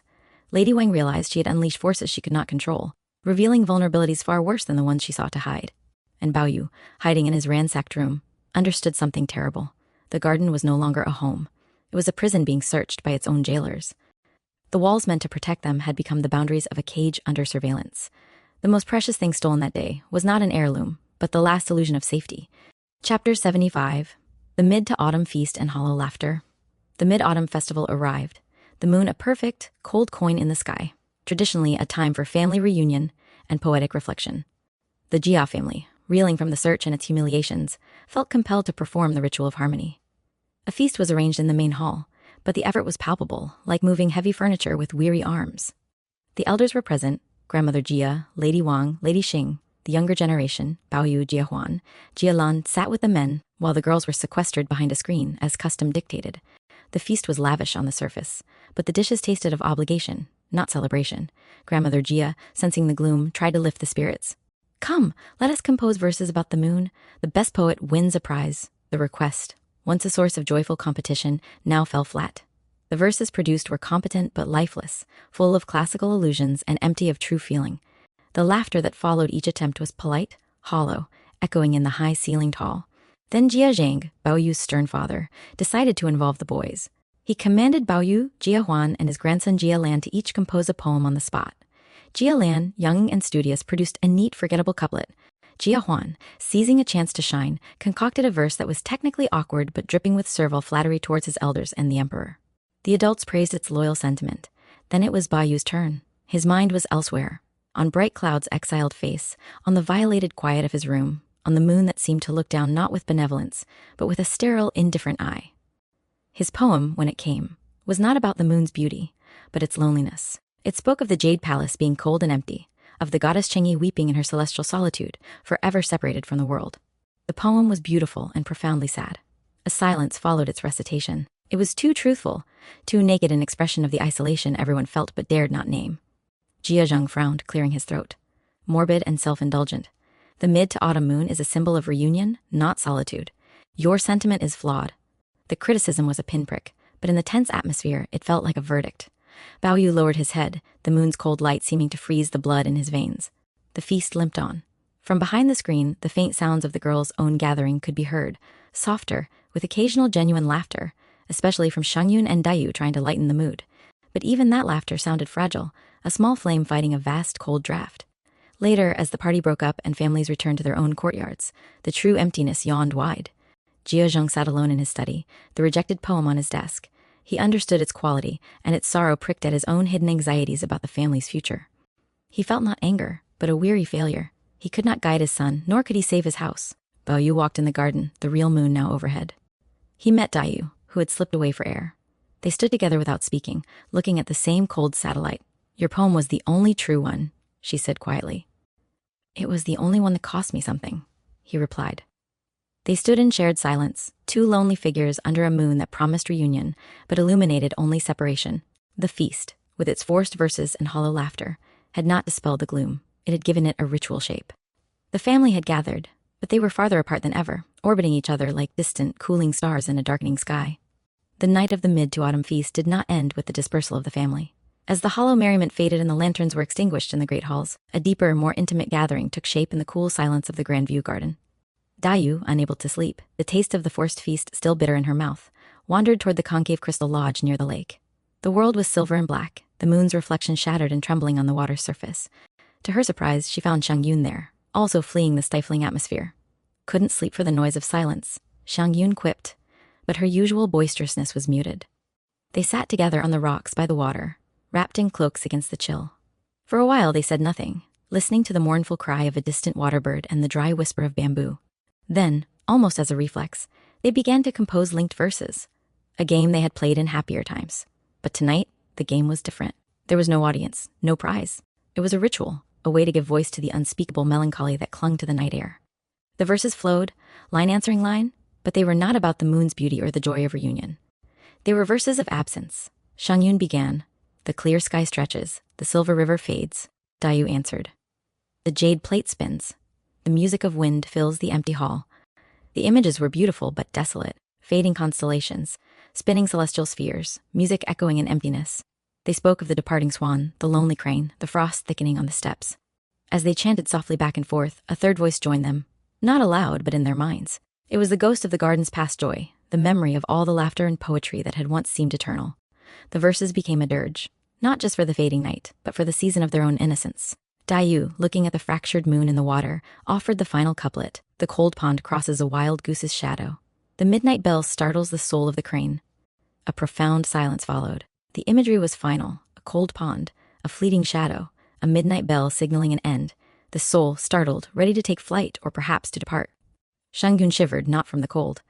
"We've composed our own elegy, sister." Dayu nodded, her eyes bright with unshed tears that the moonlight turned to pearls. "Better to sing it ourselves than to have it sung for us by strangers." They sat until the moon began its descent, its light growing thinner, more spectral. When they parted to return to their cold beds, they carried with them the strange comfort of shared sorrow. They had named the unnameable, and in doing so, had forged a bond stronger than any festive laughter could provide. The garden slept around them, but its heart, they knew, beat to the rhythm of their midnight dirge. Chapter 77, The Dispersal of Flowers. Autumn asserted its dominion with a sharp, unkind wind that stripped the trees bare. In the wake of the search and the Hollow Festival, a new chilling pragmatism took hold in the upper quarters. The decision came down from Lady Wang, hardened by anxiety and a misdirected sense of purification. Bao Yu's courtyard was overstaffed. In a time of tightening belts, the young master did not need so many maids. A reduction was required, but this was no ordinary trimming of servants. It was a purge, and its logic was cruel. The first to be summoned was Skybright. She came, still proud though pale, from a lingering illness she had caught after the dramatic search. She stood before Lady Wang and Wang Shambao's wife, her head high. "Your health is poor," Lady Wang stated, not unkindly, but with finality. "You are too delicate for service. It is better you go home to convalesce." It was a polite fiction. Everyone knew going home for a maid like Skybright, who had been sold into service as a child and whose home was a place of poverty and indifference, was a death sentence. She was being cast out for the crime of being beautiful, for being close to Bao Yu, for being a symbol of the corruption Lady Wang feared. Skybright did not beg. She kowtowed once, neatly, and left the room without a backward glance. But the proud line of her back was a scream of injustice. The news reached Baoyu like a physical blow. He ran, his heart hammering against his ribs, but he was too late. He found only her empty bed, a few discarded hairpins on the dresser. She was already gone, whisked away while he was occupied elsewhere. He stood in her small, barren room, the wind whistling through a crack in the lattice, and felt a part of his own soul tear loose. She was not the only one. Like petals plucked from a dying stem, other maids were removed. Chess, the quiet maid of the timid Yinkon, was sent away to atone for the pawn ticket shame. Sweeper, a sweet, simple girl who loved flowers, was deemed useless and returned to her family. The courtyard, once bustling with youthful energy and secret laughter, grew quiet, haunted by absences. The remaining maids, like Shirin and Sheiyu, went about their duties with hushed voices and fearful eyes, wondering who would be next. Baoyu, in a state of numb despair, managed to bribe an old woman to take him to the hovel where Skybright had been taken. He found her lying on a barricade, wrapped in a threadbare quilt, burning with fever. The contrast between her former vibrant beauty and this wasted figure was horrifying. She opened her eyes, glazed with sickness, and saw him. A ghost of her old sharp smile touched her lips. "You fool," she whispered, her voice rasping. "Why did you come? This is no place for you." He tried to give her medicine, to promise to bring a doctor, but she shook her head weakly. "It's too late. Save your breath. Just cut my nails for me." It was an intimate, heartbreaking request. He took her hot, thin hand and carefully trimmed her long, elegant nails, the same hands that had once deftly mended his cloak and teased him with a flower. She gave him the cuttings.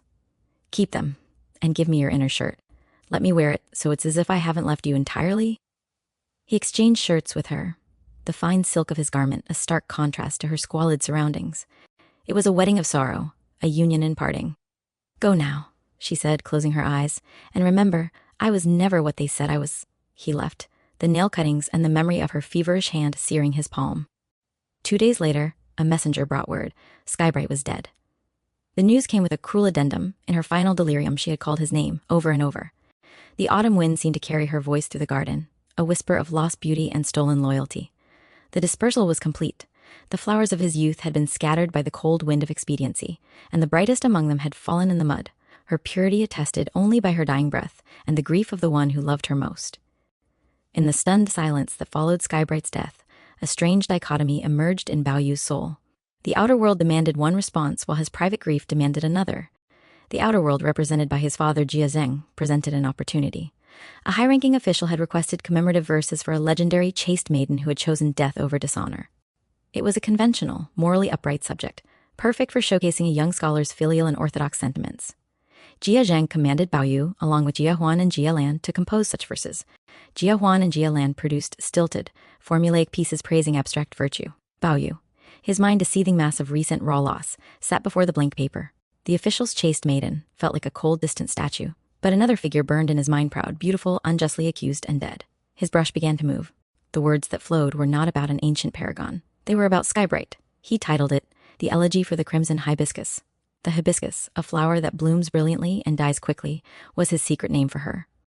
The elegy was a masterpiece of disguised passion. On the surface, it praised a maid's loyalty and purity. But beneath the classical illusions, it painted a vivid, aching portrait. Her spirited defiance, her unjust persecution, her tragic end, and his own eternal grief. He wrote of her spirit becoming an immortal, a flower goddess free from worldly filth. It was a defiant act of canonization, a refusal to let the official narrative of her dismissal define her. In his verse, she was not a dismissed servant, but a transcendent being wronged by a petty world. When he presented it, Jia Zheng frowned, sensing a strange, personal intensity beneath the elegant phrases. But he could find no fault with the technical skill or the apparent morality. He grunted a vague approval, puzzled by the depth of feeling in such a conventional exercise. Baoyu had used the language of orthodoxy to build a secret, blazing monument to his love and grief. That afternoon, escaping to the garden, Baoyu sought out Dayu. He found her by the now barren hibiscus bushes near his courtyard. He showed her the elegy without a word. She read it slowly, her sensitive soul piercing through the allegory to the raw heart beneath. When she finished, her eyes were wet. "You have buried her in words more beautiful and lasting than any tomb," she said softly. "She was your crimson hibiscus, and now she is immortal." He nodded, unable to speak. In Dayu's understanding, he found a salve for his solitary sorrow. She alone could translate his private language of grief. "But be careful," she added, her practical side surfacing through her empathy. "Such fire, even hidden, can be seen. And it can burn you?" He knew she was right. The elegy was a risk. It was a declaration of allegiance to a lost maid over the family's judgment. It was a banner raised for a beauty that authority had deemed weed and plucked out. That night, he burned a copy of the elegy at his window, letting the ashes be carried away by the wind, a private funeral rite. The official version would be recorded in the family's literary records, a sterile trophy. But the true elegy, the one written in his blood and grief, existed now in the space between his heart and Dayu's understanding, and in the silent, watchful soul of the garden that remembered the girl who loved flowers and died for pride. Chapter 79. An engagement in autumn and the haunting of Sakura Lane. Autumn deepened, painting the world in shades of gold and decay. The season of decline seemed to seep into the very arrangements of the household. News arrived that struck the garden like a late cold gust. Yinkun, the timid second sister, was to be married. The match, brokered by her father Jia Shi, was with a military man named Sun Shaozu from the Sun family. The reports that filtered back were not encouraging. The Sun family was described as newly wealthy but crude, and Sun Shaozu himself had a reputation for violence and a dissolute character. It was clearly a marriage of convenience, trading a daughter for a political or financial connection with an upstart family. The news settled over Yinkun's quarters like a pall. She received it with her characteristic passivity, a silent, deepening resignation. When visited to offer half-hearted congratulations, she would only murmur, "It is my fate," and return to her endless, meticulous embroidery of a complex phoenix pattern, a symbol of marital bliss that seemed a cruel joke. Bo Yu visited her, his heart aching. He found her sitting by the window, her face pale as the white chrysanthemums outside. "Second sister," he began, but words failed him.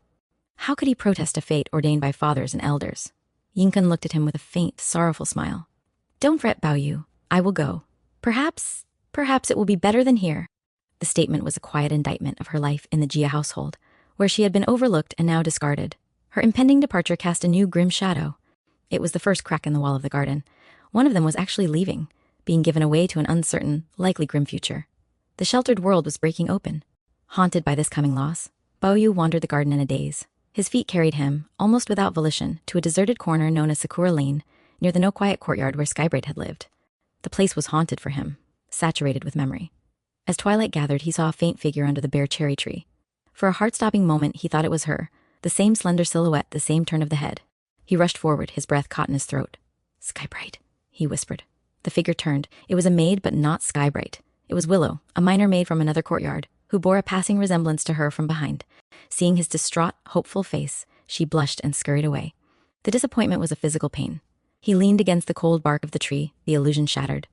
The lane was empty, haunted only by his own longing. He heard, or imagined he heard, the ghost of her laugh on the wind, the echo of her sharp retorts.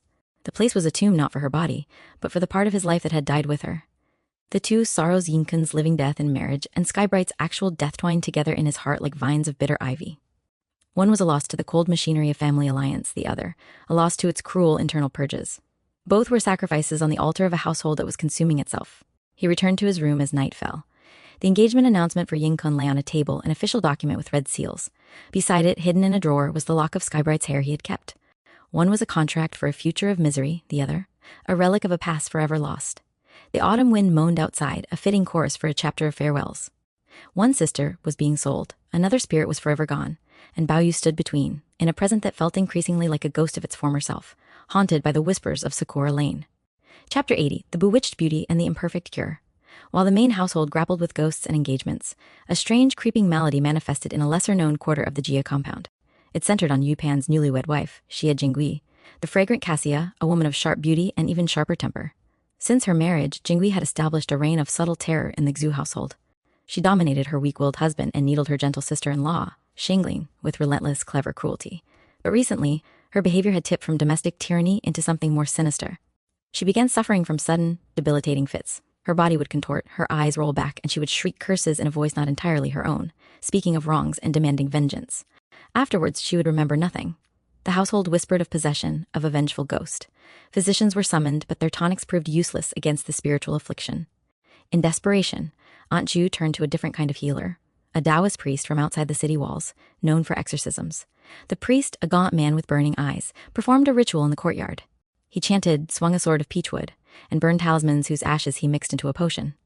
He declared that a malign wood element influence was clashing with Jingui's own metal element destiny, causing the possession.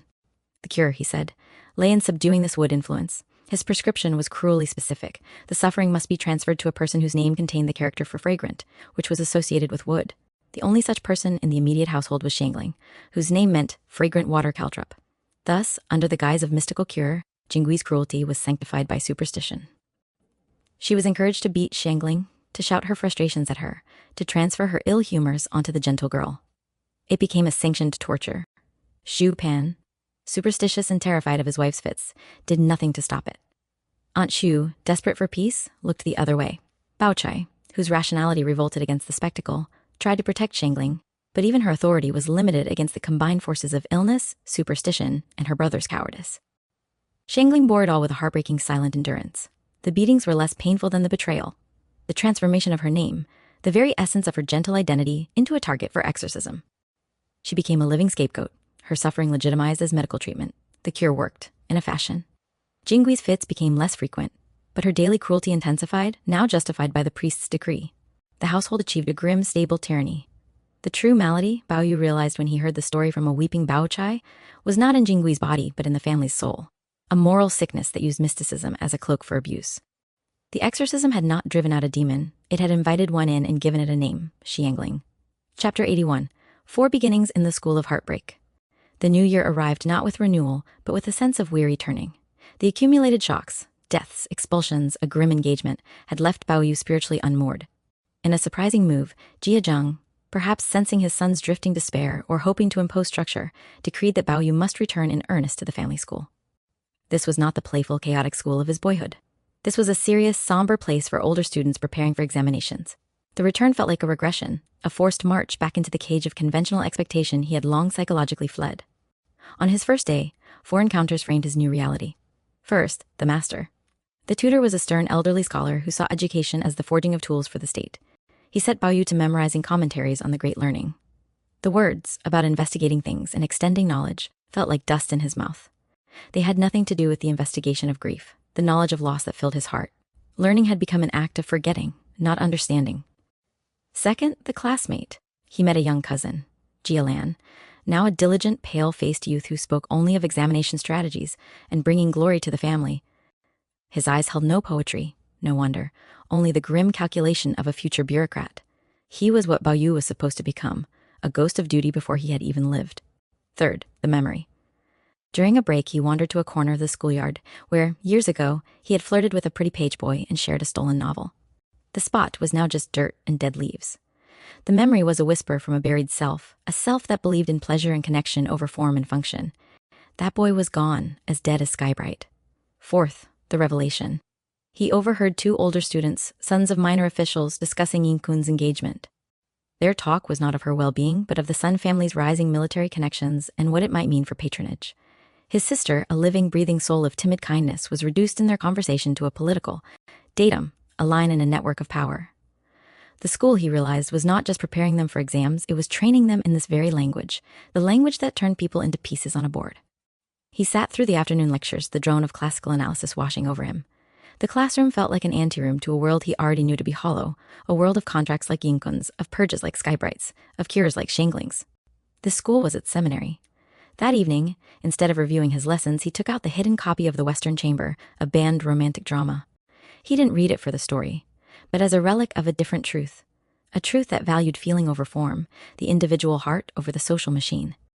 It was his silent rebellion, a tiny flame held against the vast, cold draft of the future, blowing through the school's open door. His formal education had begun again. But the true lesson of the day was not in the great learning. It was the lesson of irrelevance. He was learning to become a stranger in his own life, studying for a world whose approval he no longer desired, in a language that could not name the things that truly mattered. Chapter 82. The sickbed vision and a warning dream. The strain of living between 2 worlds, the arid discipline of the school and the haunted, decaying garden, took its toll. Bao Yu fell ill. It was not a violent fever, but a deep, weary malaise that pinned him to his bed, a twilight state between sleeping and waking. In this liminal space, he had a dream. It began pleasantly enough. He was in a magnificent, sun-drenched palace, even more splendid than his own home. He was dressed in the robes of a high official, surrounded by respectful colleagues. Dayu stood beside him, not as a cousin, but as his wife, dressed in the phoenix coronet and robes of a noble lady. She was smiling, the elusive, full happiness he had always wished for her glowing on her face. All was achievement, honor, and fulfilled love. Then the dream twisted. A menacing, faceless official in court robes approached, bearing a sealed document. By imperial decree, the official intoned, "The Jia family is found corrupt. Their titles are stripped. Their property is confiscated. The splendid palace dissolved into a cold, empty ruin." His fine robes turned to rags. The respectful colleagues vanished. He turned to Dayu, but she was gone. In her place stood Baochai, her face serene but her eyes holding a deep, unspoken sorrow. She held out a pair of broken hairpins, the kind given to a bride. "See?" Baochai said, her voice echoing. "It was always meant to be this way." He woke with a gasp, drenched in cold sweat, his heart hammering against his ribs. The dream's juxtaposition was its cruelty, the pinnacle of worldly and romantic success, instantly obliterated, replaced by loss and a cold, pragmatic alternative. It felt less like a nightmare, and more like a prophecy delivered in the symbolic language of his subconscious. The dream left him weak and restless. Dayu, hearing of his illness, came to visit. She sat by his bedside, her presence a calming balm. He did not tell her the full dream, only that he had dreamed of loss. She listened, her large, perceptive eyes watching his face. "Dreams are the mind digesting the day," she said softly, trying to comfort. "The school, the pressure. It weighs on you." But as she spoke, a fit of coughing seized her. It was deep and racking, lasting longer than usual. When she took the handkerchief from her lips, a tiny, shocking speck of crimson stained the white silk. They both stared at it, frozen. It was a confirmation of their deepest, unspoken fear. Her fragile health was failing. The sight was more real, more terrifying than any dream. Baoyu forgot his own weakness. He grasped her hand, cold with fear. "You must see a doctor. Properly. Promise me." Dayu quickly folded the handkerchief, hiding the stain. Her smile was brave but brittle. "It's nothing. Just the dry air." But her eyes betrayed her. She had seen the future in that spot of red. And it was short. Her maid, Snowgoose, entered then, urging her to rest. As Dayu left, she looked back at him from the doorway, a look of such tender, doomed affection that it pierced his heart deeper than the nightmare. He was left alone with two visions, the dream warning of familial collapse and marital loss, and the waking reality of Dayu's fragile body betraying her. One was a shadow on the wall. The other was a crack in the foundation of his world. The sickness in his body was easing, but a new, more profound sickness had taken root in his soul. The sickness of anticipation, of watching the two people he loved most move steadily toward an end he felt powerless to prevent. Chapter 83. The doctor's visit. Dayu's cough and the telltale speck of blood could not be ignored. Word reached Grandmother Jia, who, despite the many household preoccupations, still held a soft spot for her frail, poetic granddaughter. She ordered a doctor of high repute to be summoned, not the usual family physician, but an outsider, a Dr. Wang known for treating delicate internal ailments. The arrival of an external doctor was an event. It meant admitting that the family's own resources were insufficient, that the illness was serious. It also meant an outside eye would now assess the inner chambers. Dayu was prepared behind a screen, only a slender, pale wrist extended through a slit for the doctor to take her pulse. The ritual was one of extreme modesty and extreme vulnerability.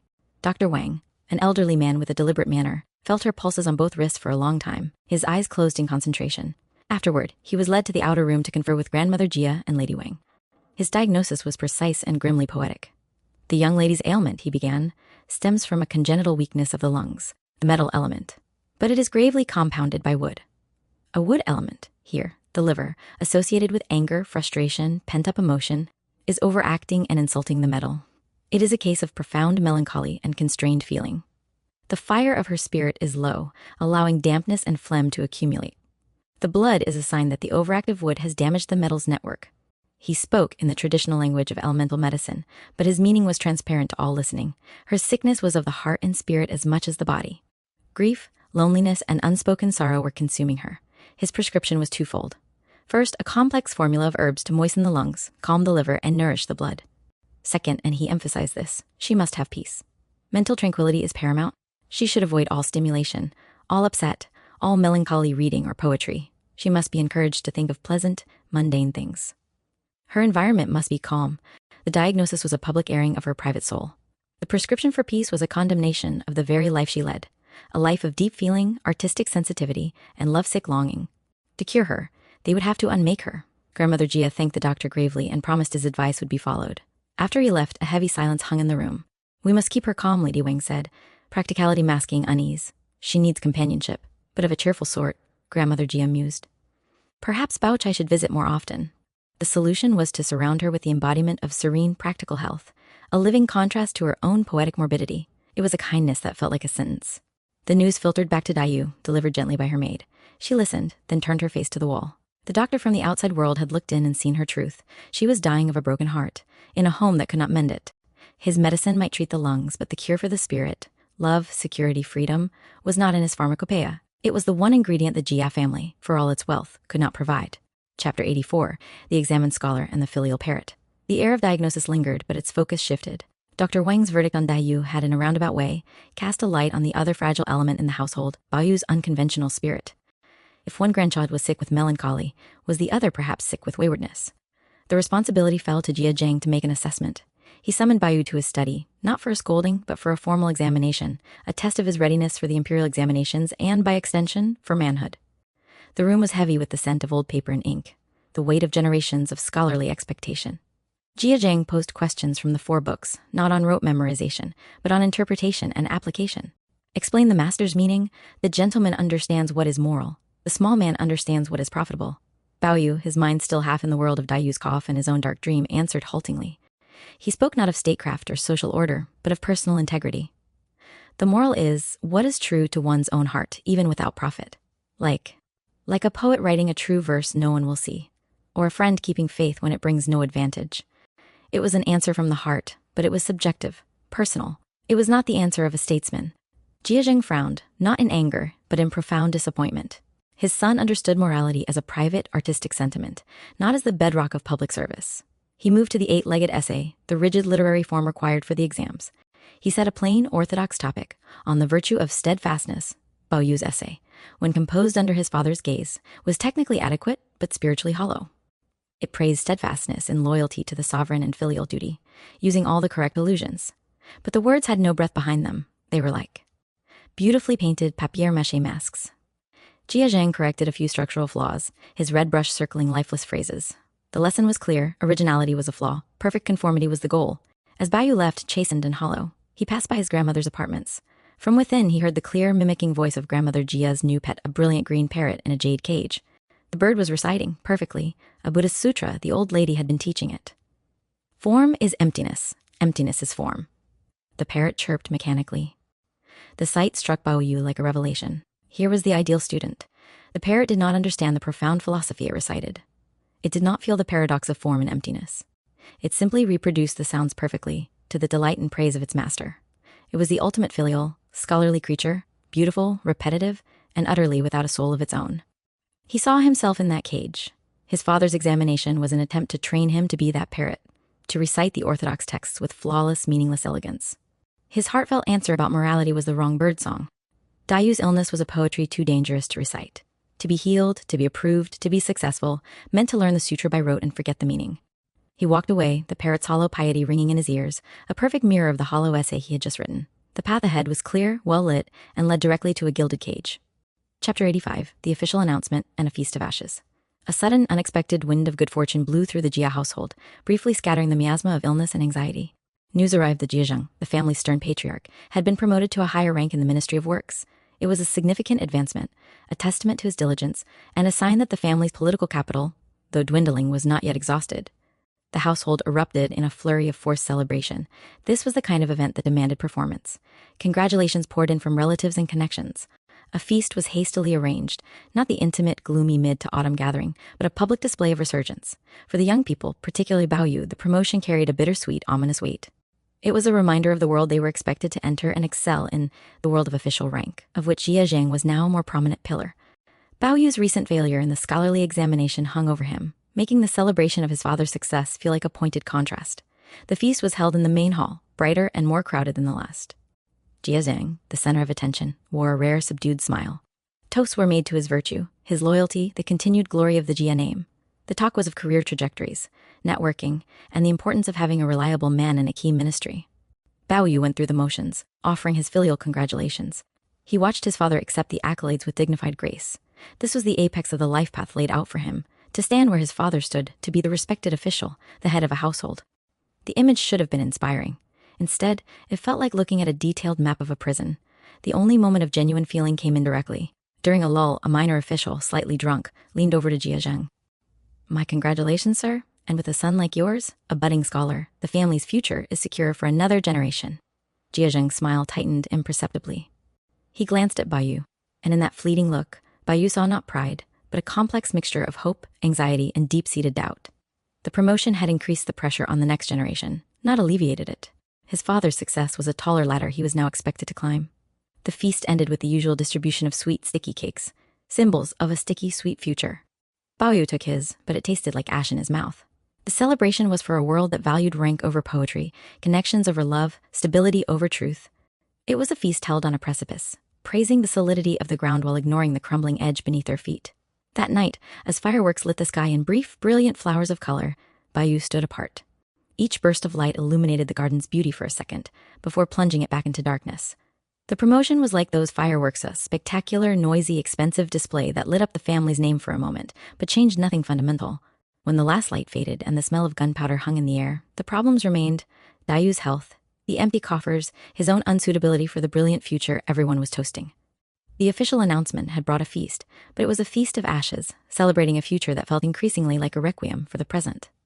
The dust of celebration settled, leaving behind the usual quiet anxieties.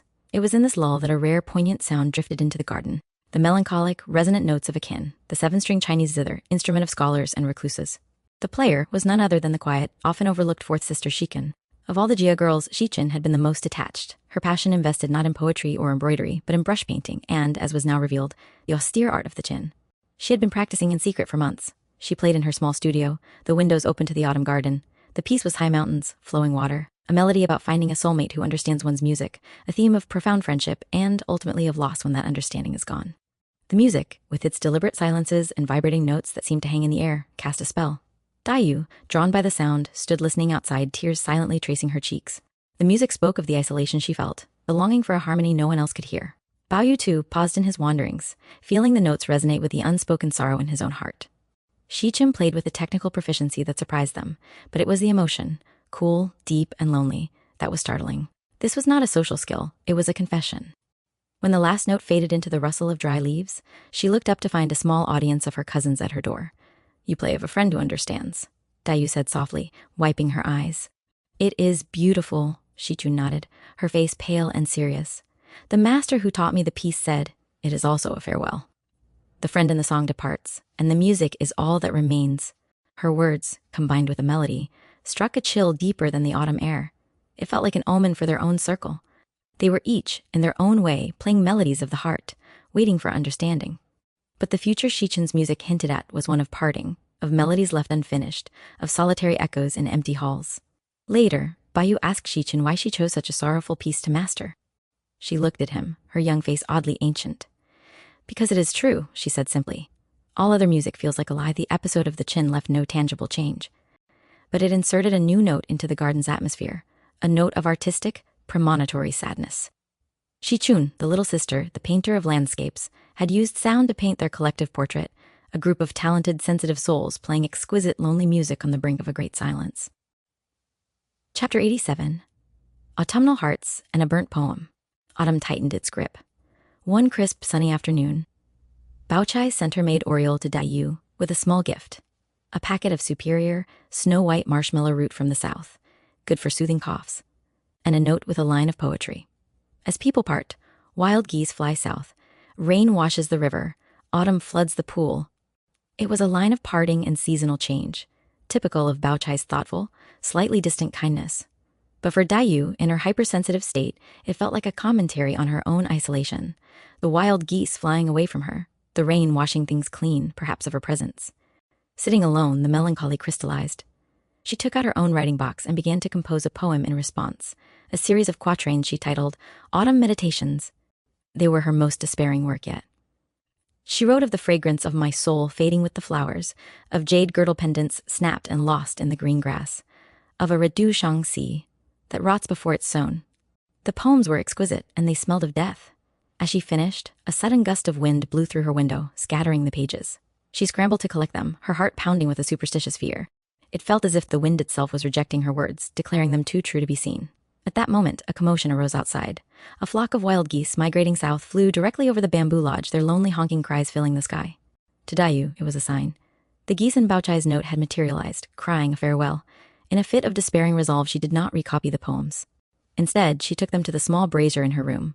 One by one, she fed the pages to the weak, glowing charcoal. The paper curled, blackened, and vanished into flakes of ash. She was burning her own heart's testament, the proof of her deepest sorrow. If no one could understand it, if even the wind would scatter it, then let it return to nothingness. Let there be no record of a pain so consuming.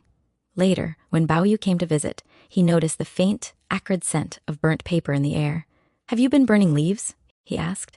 Dai Yu, her eyes clear and strangely calm, shook her head. "Just some old useless drafts. They were taking up space." He sensed she was lying, but the wall of her privacy was up, higher and more fragile than ever.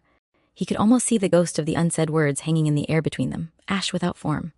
That night, Dai Yu dreamt of a vast, empty plain under a gray sky. On the plain, characters from her burned poems were written in giant, fading calligraphy. A wind, like the one that had scattered her pages, was slowly erasing them, leaving only smooth, blank earth. She woke feeling not sad, but empty, as if the act of burning had already begun to erase her from the inside out. The autumn deepened. The gift of medicine was used. The line of poetry was remembered, but the poems themselves were gone. A private holocaust of feeling witnessed only by the wind, the wild geese, and the indifferent glow of a brazier. Chapter 88, The Auspicious Figure and the Hollow Reward. As the year waned, the Jia household clung to any sign of fortune with the desperation of a drowning man grasping at reeds. Thus, when a servant reported seeing a rare white-colored weasel, a creature considered highly auspicious, portending promotion and wealth, appear near the ancestral temple, the news was met not with skepticism, but with fervent hope. The sighting was elevated to an omen, proof that heaven still favored the Jia family. Lady Wang ordered extra incense burned at the temple. Even the skeptical Jia Zheng allowed a brief, solemn moment of gratitude. In a household starved for good news, the white weasel became a symbol, a tiny mythical promise that their decline was not irreversible. To capitalize on the celestial goodwill, Lady Wang decided a tangible act of virtue was required. She would reward a servant whose loyalty and hard work had been exemplary. The chosen recipient was none other than Jia Yun, a distant, impoverished clan nephew who had been diligently running small errands for Shifeng and trying to curry favor. He was summoned and presented with 2 bolts of fine, dark blue silk from Lady Wang's own stores. "For your faithful service," she said. "May you continue to be a credit to the family." Jia Yun kowtowed deeply, his voice thick with performative gratitude.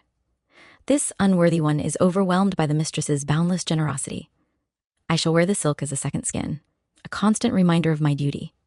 But as he carried the silk away, his thoughts were not of loyalty. He calculated the market value of the cloth. He could sell 1 bolt to pay off a debt and use the other to make a robe that would make him look more respectable, aiding his ongoing petty schemes to secure a better position. The auspicious reward was, for him, merely a new piece in his game of social climbing. The irony was thick. The reward, meant to cement virtue and attract more fortune, was given to one of the least virtuous, most calculating members of the extended clan. The white weasel's omen was being processed through the grubby machinery of human greed and ambition. Bao Yu, hearing of the reward, felt a pang of cynical amusement. He thought of Skybright, whose loyalty had been pure and fierce, rewarded with expulsion and death. He thought of Shangling, whose gentleness was rewarded with sanctioned abuse. Yet Jia Yun, whose every smile was a calculation, received fine silk for his faithful service. The auspicious sign and its consequent reward did nothing to cleanse the air or mend the cracks. Instead, it highlighted the corruption of the system. True virtue went unrecognized, while opportunistic service was lavishly paid. The white weasel, if it existed, had fled back into the woods, leaving behind only a hollow ritual and a cynicism that deepened with each well-intentioned misapplied gesture. Chapter 89, The Portrait in Snow and the Sealed Robe. Winter arrived in earnest, draping the Grandview garden in a silent, pristine cloak of snow. The world was muffled, simplified into contrasts of white and shadow. In this hushed landscape, 2 private, poignant dramas unfolded. The first belonged to Bao Yu. Wandering through the snow-covered bamboo grove, he came upon a breathtaking sight. Dayu, standing on a small, humpbacked bridge, watching the snow fall onto the frozen lotus pond. She was wrapped in a white cloak lined with red fox fur, her profile pale and perfect against the gray sky. She was so still she seemed part of the scenery, a spirit of winter, beautiful, lonely, and transient as a snowflake. He stopped, not daring to breathe, and watched her. In that moment, she was no longer his coughing, melancholic cousin, but an idealized figure from a painting, a dream of ethereal beauty poised on the brink of dissolution. The sight filled him with a love so acute it was indistinguishable from pain.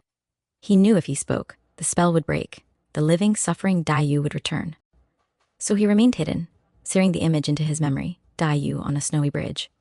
It became a private portrait, a testament to her fragile perfection, destined to be remembered long after the snow melted and the real girl perhaps was gone. The second drama belonged to Dayu herself. Later that day, shivering from her time in the cold, she opened her clothing chest to find a warmer robe. Her hands fell upon a particular parcel, wrapped in silk and untouched for months. It was the set of fine winter. Robes and a magnificent cloak, a gift sent long ago from her father's home in the south, after his death, her last material connection to her natal family and her childhood. She unfolded the cloak. The embroidery was exquisite, the lining thick and warm, but as she held it, a wave of unbearable sorrow washed over her. To wear these was to acknowledge she was an orphan, a guest with no true home. The robes were a uniform of rootlessness. They were too fine, too formal, a reminder of the duty-bound lonely position she held. Instead of putting it on, she refolded it with meticulous care. Then she took a strip of plain white silk and tied it around the parcel, sealing it shut. It was a ritual act of renunciation. She would not wear the robes of an orphan. She would continue in her old, familiar, slightly shabby clothes. The clothes of the garden, the clothes of the life she had chosen to live here, however painful. When her maid Snowgoose asked why she didn't wear the beautiful new cloak, Dayu simply said, "It doesn't feel like me." The sealed robe was placed back at the bottom of the chest, a buried coffin for her past and for the official identity she refused to claim. She chose the cold of her present identity over the hollow comfort of a formal, lonely inheritance. That night, the snow continued to fall, silently sealing the world. One portrait was engraved on a heart, another robe was sealed in a chest. Both were acts of preservation and refusal, Baoyu preserving a moment of beauty against the ravages of time and illness, Dayu refusing the identity fate had handed her. In the deep winter quiet, their separate silent gestures spoke volumes about love, loss, and the stubborn, fragile will to define one's own existence, even as the world conspired to define it for them. Chapter 90, The Lost Pomegranate and a Glimmer of Hope. Winter's grip was unyielding, and with it came a season of petty, claustrophobic incidents within the mansion's walls. The latest involved a small, exquisite pomegranate-shaped gold ornament, a hairpin belonging to Grandmother Gia. It went missing from her dressing table, and its absence sparked a minor but intense panic. A search was ordered. The assumption whispered among the senior servants was theft. Suspicion fell as it often did on the lower maids. The atmosphere in the servants' quarters grew tense and fearful, each girl dreading being accused. The ornament was not particularly valuable in terms of pure gold, but its significance was immense. It was a favorite of the old ladies, and its loss was seen as an affront to her, a symbol of the household's growing disorder. Wang Shanbao's wife took charge of the investigation with grim relish, her method being one of collective intimidation. Just as the Inquisition was about to begin in earnest, a small trembling maid from the laundry service, a girl named Little Ding, no more than 13, came forward. In her cupped hands she held the pomegranate pin, slightly tarnished. She had found it, she stammered, caught in the folds of a heavy brocade bed curtain that had been sent for cleaning. It must have snagged and fallen unnoticed days before. The relief was palpable, but it was immediately followed by scrutiny. Why had she not come forward immediately? Was she hiding it, hoping to pawn it later? The girl wept, insisting she had just discovered it. At this critical moment, Tanshin intervened. She had been observing the proceedings with cold distaste. "Enough," she said, her voice cutting through the murmurs. "The item is found, unharmed. Punishing the finder for finding it is the logic of fools. It was an accident, lost in service. Reward her for her honesty in returning it, and let this be a lesson to all to be more careful with my grandmother's things." Her intervention was masterful. It redirected the narrative from crime to carelessness, from punishment to reward. It upheld the dignity of the household while sparing the innocent. Grandmother Gia, informed, agreed. Little Ding was given a small reward. Order was restored, but the fragility of that order had been exposed. A lost hairpin could have easily spiraled into a wrongful accusation and a ruined life. For Baoyu, watching from the sidelines, the incident was a tiny spark in the winter gloom. Tan Shun's clear-headed justice, her ability to halt the machinery of paranoia with reason and humanity, gave him a fleeting, fierce pride. In a world that seemed increasingly governed by fear and superstition or corruption, here was a glimmer of the right way, the way of intelligence, fairness, and protecting the weak. The pomegranate, symbol of fertility and abundance, had been lost and found. The hope it reignited in Bayu's heart was not for abundance, but for integrity. In Tanshun, he saw that the family's better spirit was not entirely extinguished. It was a small, cold comfort, but in the deep winter, even the faintest glimmer feels like a promise of sun. Chapter 91, The Zen Test and the Answer in the River. The snows finally began to thaw, the world dripping with the sound of release. With the slight easing of the physical cold came a shift in the intellectual atmosphere. Jia Zheng, perhaps inspired by the season of renewal or still pondering his son's unsuitable heart, decided to test Baoyu not on Confucian doctrine, but on Chan Buddhism, a philosophy of emptiness, impermanence, and intuitive understanding. He summoned Baoyu to his study. The question he posed was a classic koan, a paradoxical riddle meant to break logical thought. A flag is flapping in the wind. Is the flag moving, or is the wind moving? It was a trick question. The orthodox Zen answer, attributed to the sixth patriarch, is "It is your mind that is moving. The point is to transcend the duality of subject and object." Baoyu stood silently. He thought of the flapping flag. He thought of the wind in the garden, the wind that had scattered Dayu's poems. He thought of his own restless, tormented heart. The theoretical answer felt like dust. A real answer rose from his gut, born of all he had witnessed and felt. He looked up at his father. "Neither is moving, father," he said, his voice quiet but clear. "And both are moving. To ask which is to miss the point. They are one action. The flag is the wind's shape, the wind is the flag's breath. To separate them is to kill both." He paused, then added, softer still, "And the one who watches, their heart moves with them, or they see nothing at all, it was not the textbook answer. It was messier, more poetic, and deeply personal. It acknowledged the observer's heart, which the classic answer somewhat dismisses. It was an answer from a boy who had learned about unity through the dissolution of his own world. Jia Zheng stared at him, stunned into silence. This was not the rote learning of a parrot. This was understanding, a flawed, unorthodox, but genuine and profound understanding that touched the heart of the matter. He saw for a fleeting second, not a failed scholar, but a potential philosopher, a soul that grappled with reality on a level beyond memorization. He did not praise him. He simply nodded slowly, a deep, unfamiliar thoughtfulness in his eyes, and dismissed him. Bao Yu left, his heart strangely light. For once, he had not failed. He had answered from the depths of his experience, from watching flags of ambition and banners of love flap and tear in the winds of fate. His answer was written in the lost poems, the sealed robe, the portrait in snow. Later, walking by the thawing creek, he saw broken ice flowing swiftly with the current, carrying bits of dead leaves and debris from the winter. The flag is the wind's shape. The wind is the flag's breath. The ice and the water, the debris and the flow. They were one action of change, of spring dismantling winter. His heart moved with it, full of a sad, clear acceptance. He had passed his father's test not by reciting a sutra, but by having lived its meaning. In the river of melting ice, he saw his own answer flowing away, already part of the next season's unknown course. Chapter 92. The lecture on heroines and a mother's sigh. The brief thaw in relations between father and son proved fleeting. Jia Zheng, perhaps alarmed by the unorthodox depth of Bao Yu's Zen answer, reverted to a more conventional method of guidance. He decided to lecture his son on historical models of virtuous womanhood, a clear, if indirect, commentary on the kind of influence and future wife Bao Yu should value. Summoning Bao Yu, he spoke not of scholars or statesmen, but of legendary paragons from the history books. The wise and courageous policies suggesting Queen Jiang of the Zhou, the virtuous Ban Shao who completed her brother's Book of Han, the filial daughter Mulan, who went to war for her father, the chaste widow who cut off her arm to preserve her purity. These women, Jia Zheng intoned, understood the great principles. They placed duty, filial piety, chastity, and loyalty above all personal feeling. They are the models upon which a stable family, and by extension, a stable empire, are built. A man's success is rooted in the virtue of the women around him. The lecture was a masterpiece of indirect pressure. Each heroine was a silent reproach to the unsuitable influences in Bao Yu's life, the poetic, melancholic Dayu, the proud, defiant Skybright, even the managerial but overbearing Xifeng. The ideal was a woman of impeccable public virtue, a serene pillar of support who erased her own desires for the greater good of the male line. Bao Yu listened, his head bowed.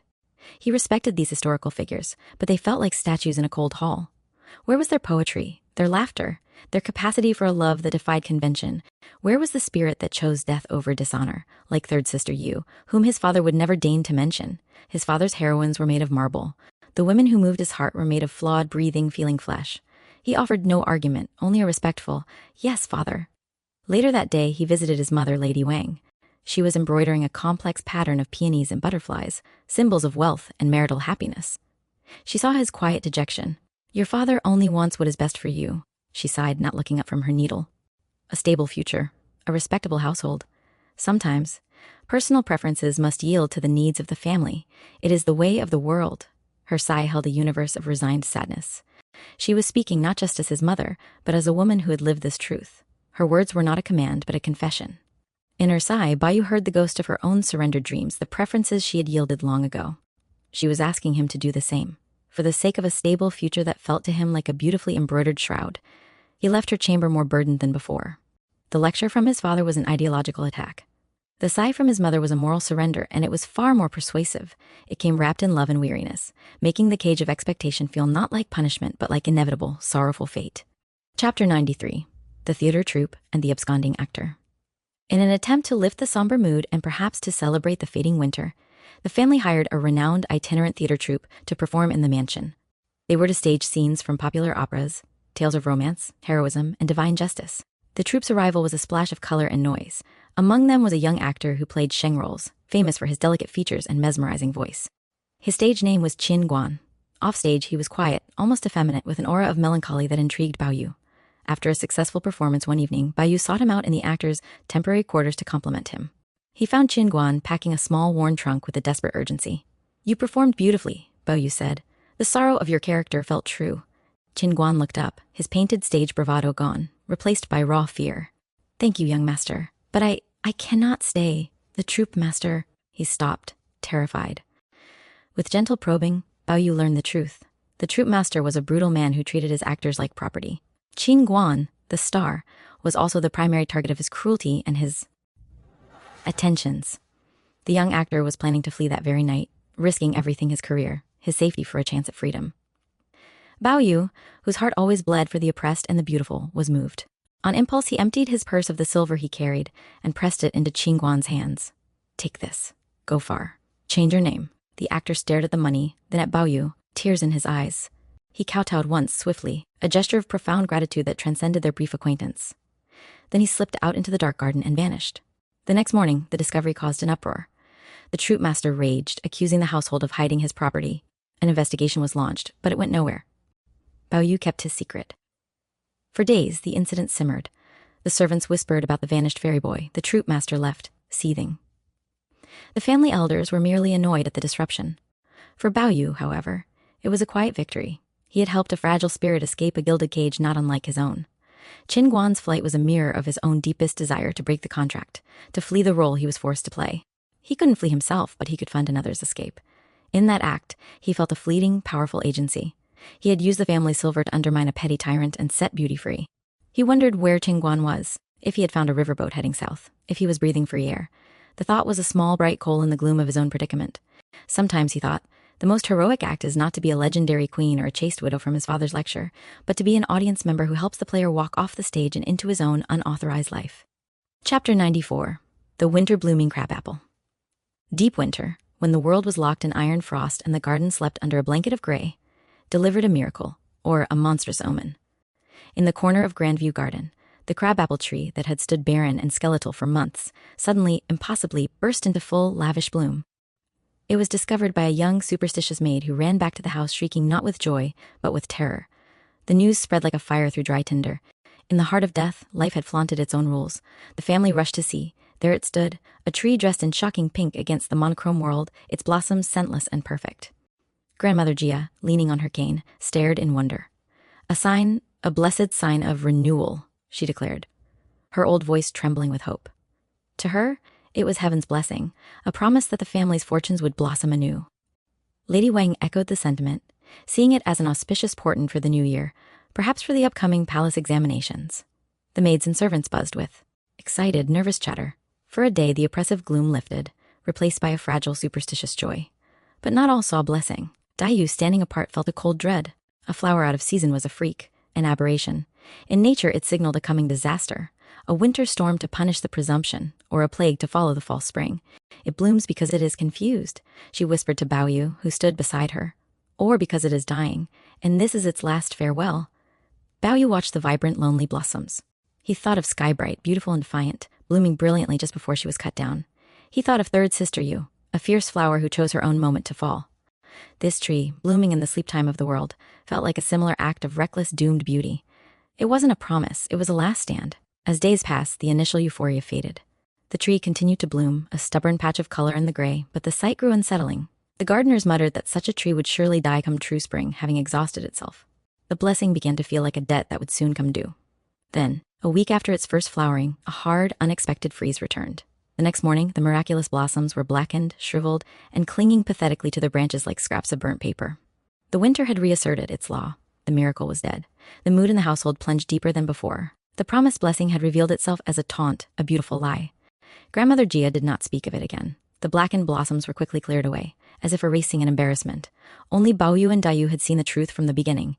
The winter-blooming crabapple was not an omen of fortune, but a perfect fleeting metaphor for their own lives. A moment of exquisite, unnatural beauty shining against the gathering dark, destined to be obliterated by the season that owned them. Its brief, defiant bloom was its entire meaning, and its blackened death was the inevitable, silent aftermath. Chapter 95. The Lost Jade. Disaster, when it came for the Jia family, did not arrive with thunderclaps or invading armies. It arrived with a small, cold, personal silence. Bao Yu's jade was gone. The piece of luminescent, warm jade born in his mouth, his spiritual twin, his lifestone, as the monk and priest had long ago proclaimed, had vanished from his neck. He discovered its absence upon waking. The red cord was there, neatly severed. The jade was not. Panic, absolute and primal, seized the household. This was no mere hairpin. This was the talisman of the family's favorite son, the heaven-sent token of his, and by extension, their unique fortune. Its loss felt like the severing of a celestial lifeline. A search of unimaginable thoroughness began. Every inch of his quarters, the garden paths he walked, the drains, the fish ponds were scoured. Servants were interrogated. Every maid who had entered his room was searched. The atmosphere was one of hysterical dread. Grandmother Jia offered immense rewards. Lady Wing wept and prayed. But the jade was nowhere. It had vanished as mysteriously as it had arrived. As the days passed with no sign, a change came over Bao Yu. It was not the frantic anxiety of those around him. It was a deep, settling emptiness. He grew quiet, detached. The spark of curiosity and passion in his eyes dimmed. He ate little, spoke less. It was as if the loss of the jade had uncorked his soul, letting his essential spirit leak slowly away. He began to mutter strange, disjointed phrases. He would stare at a flower and say, "It's time to go back." He would look at Dayu with a heartbreaking clarity and say, "You are not of this dust. You will fly away soon." His words were prophecies of departure, as if the lost jade had been an anchor holding him to this world, and now he was adrift, half in this life, half in the other one he often dreamed of. Doctors were called. They spoke of melancholy, shock, phlegm misting the heart orifices. They prescribed strong tranquilizers and restoratives. They did no good. His body weakened. His mind retreated. Dayu, watching him fade, felt her own life force draining in sympathy. Her cough returned with a vengeance.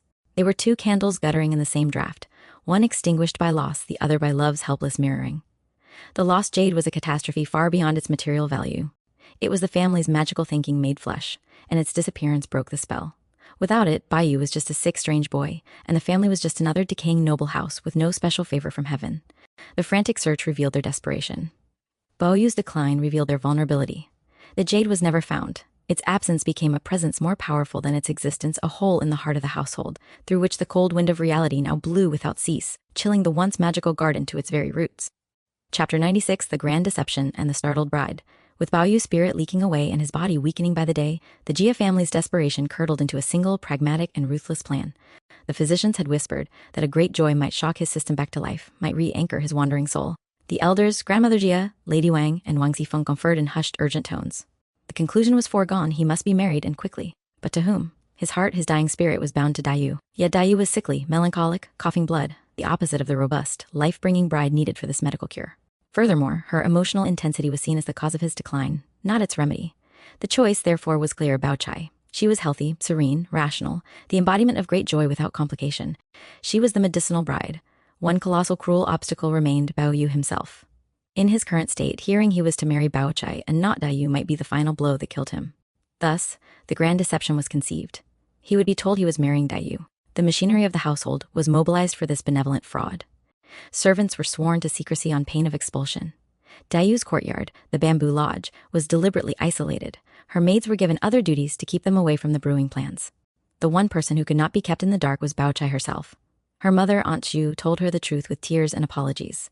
Bao Chai listened in stone-faced silence, then bowed her head in acquiescence.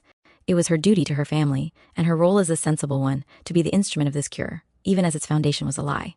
The wedding day arrived, a stark, hurried affair stripped of its usual joy. Bao Yu, delirious and weak, was dressed in red bridal robes. He was told over and over by Sifeng and his trusted maid Shiren that he was going to fetch his bride, cousin Lin. A spark flickered in his deadened eyes. "Dayu?" he whispered. "Yes," Shiren said. Her heart breaking, cousin Lin, they led him through decorated corridors toward the bridal chamber. In another part of the mansion, Bao Chai, veiled and silent, was brought in through a side entrance. The switch was executed with military precision. Under the canopy, Bao Yu lifted the red veil with a trembling hand. He saw Bao Chai's calm, beautiful, and utterly unfamiliar face. For a moment, there was absolute silence. Then the spark in his eyes didn't just die, it inverted. A wave of understanding, of betrayal, of loss, of the colossal theft of his. Reality washed over him. He did not cry out. He stared, his breath catching in his throat, and then a strange, mirthless sound escaped him, part gasp, part laugh, part death rattle. The great joy had arrived. It was the joy of an abyss opening at his feet. He fell back, not in a faint, but in a profound retreat. The last anchor to the world he knew had been cut. The grand deception was a success. The bride was startled by the depth of the void in her bridegroom's eyes. And in her secluded garden, miles away in spirit, Lin Dayu, who had somehow sensed the seismic shift in the universe, lay burning with fever, whispering a single unanswered question into the dark. "Bao Yu, why?" Chapter 97, The Burning of Manuscripts and the Last Cry. While red lanterns hung for a wedding in one part of the compound, a cold final night gathered in the bamboo lodge. The news, as poison will, had found its way to Dayu. It came not as a formal announcement, but in fragments, a snatch of conversation between two oblivious servants outside her wall, the strange festive energy in the distance, the absence of her usual maids. The truth assembled itself in her mind with the dreadful clarity of a completed puzzle. The collapse was total. The last prop of her life, the hope, however faint, of a shared future with the one person who understood her, was kicked away. The pain was so vast it bypassed hysteria and went straight to a cold surgical finality. She asked her maid Snow Goose to build up the fire in the brazier. Then, with a preternatural calm, she instructed her to bring her poetry portfolio. The carefully copied verses of a lifetime, the Burying the Flowers lament, the sonnets of autumn sorrow, the hidden love poems never shown to anyone. One by one, Dayu took the pages. She did not read them. She fed them to the flames. The fire, starved of fuel, leapt greedily to consume her heart's history. Each curling page was a year of her life, a tear, a hope, a breath of her soul turning to smoke and ash. Snow Goose wept and tried to stop her, but Dayu's strength in this final act was terrifying. "Let them go," she said, her voice a dry leaf rustle. "They belong to a person who no longer exists." When the last page was gone, she lay back on her bed, exhausted, the room hazy with the ghost of her burned words. She sent Snow Goose away, wanting only the company of her final bitter understanding. As dawn tinged the sky, a paroxysm of coughing seized her. It was stronger than any before. She struggled to sit up, gesturing weakly. Snow Goose rushed in.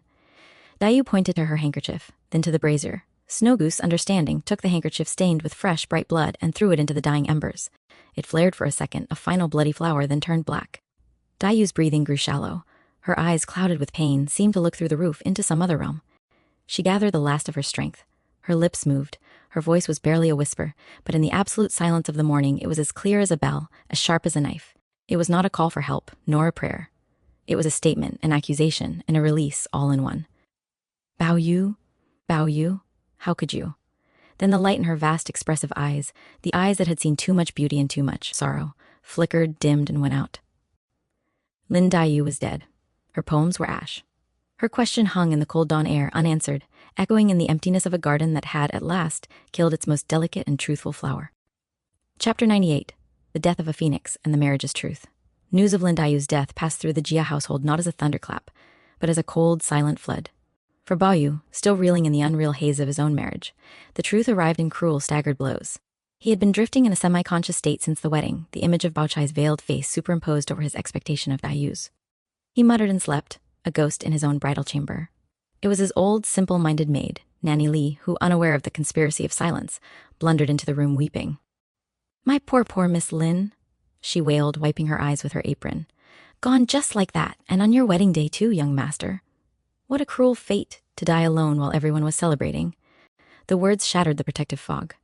Bao Yu sat bolt upright, a clarity in his eyes that was more terrifying than his delirium. "What did you say?" Nanny Li, realizing her mistake, clapped a hand over her mouth and fled. But the damage was done. Bao Yu turned to Bao Chai, who sat silently by his bedside, her face pale but composed. "Is it true?" His voice was a dry scrape. Bao Chai, who valued truth above all, even when it was a weapon, met his gaze. "Yes," she said quietly. "Cousin Lin passed away last night. The confirmation was a physical blow. He did not weep. He did not scream. A sound like the tearing of silk issued from deep within him, and then he fell back, blood trickling from the corner of his mouth. The great joy of marriage had been the mechanism of the great sorrow of death. The two events, bride and corpse, were now fused in his mind, a single monstrous fact. He fell into a true deep fever, his spirit seeming to follow Dayu's into the darkness. In his ravings he called for her, apologized to her, begged her to take back her poems from the fire. He lived the moments he had missed, her burning of the manuscripts, her last breath, her final, unanswered cry. Bao Chai nursed him with a tireless, stoic devotion that was its own kind of tragedy. She was now his wife, bound to a man whose soul had departed with another woman. She administered medicine, cooled his brow, and endured his fevered calls for Dayu. In her calm there was an ocean of unspoken sorrow and acceptance. She had entered this marriage knowing it was a deception meant to save him.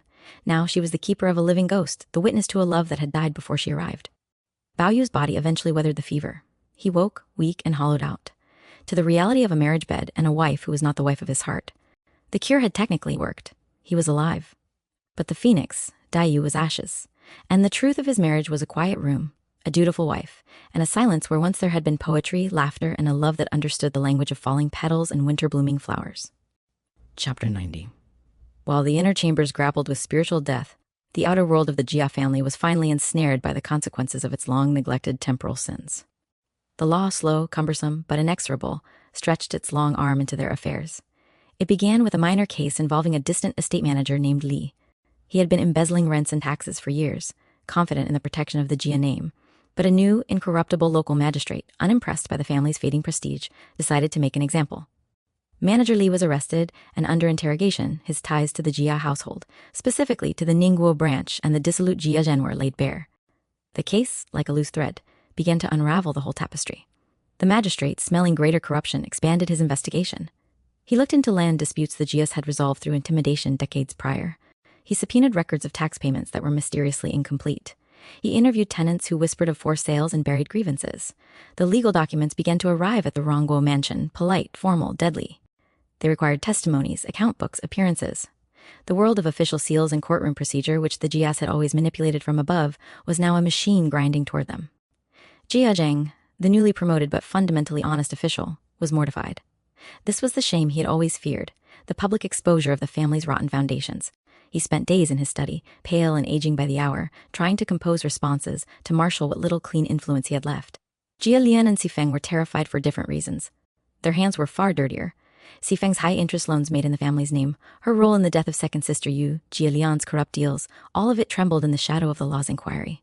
The ruthless efficiency she had used inside the household was useless against the impersonal machinery of the state. The family's reaction was a study in decay. They tried to use old connections, but those connections were now wary. They tried to bribe, but the magistrate was unbribable. They scrambled to produce clean records, but the records were a maze of cooked books and lost receipts. The rusty balance of justice, long tilted in their favor by silver and name, was slowly, squeakily, righting itself. No dramatic verdicts were reached in this chapter. No one was dragged to prison. Instead, a thick, paralyzing dread settled over the masters. It was the dread of process, of exposure, of a reckoning that could no longer be bought off or bullied away. The lavish feasts, the poetic gatherings, the domestic intrigues, all of it seemed like childish play next to the austere, written language of the law. The garden's walls, which had kept the world out, now felt like they were holding the family in, trapped with the slowly tightening noose of their own past. The spiritual loss was complete with Dayu's death. Now the material reckoning had begun. Chapter 100, The Broken Mother and the Sinking Ship. The dread of the law was not the only calamity slithering into the Jia household.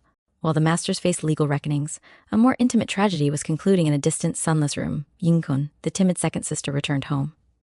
She was sent back by the Sun family. She did not arrive in a carriage with attendants. She was brought by two stern matrons and deposited at the side gate like returned damaged goods. Her husband, the violent Sun Shaozu, had written a letter citing her failure to produce an heir and her melancholic, unresponsive nature as grounds for, in effect, discarding her. The woman who returned was not the timid girl who had left. Timidity implies life, a fluttering fear. What came back was a ghost. Yingkun's spirit had been broken. Her body was marked with bruises she tried to hide. She spoke only when spoken to, in monosyllables, and her eyes held a flat, dead reflection, like a stagnant pond. The vibrant, if passive, embroidery-loving sister was gone, replaced by a husk of endured brutality.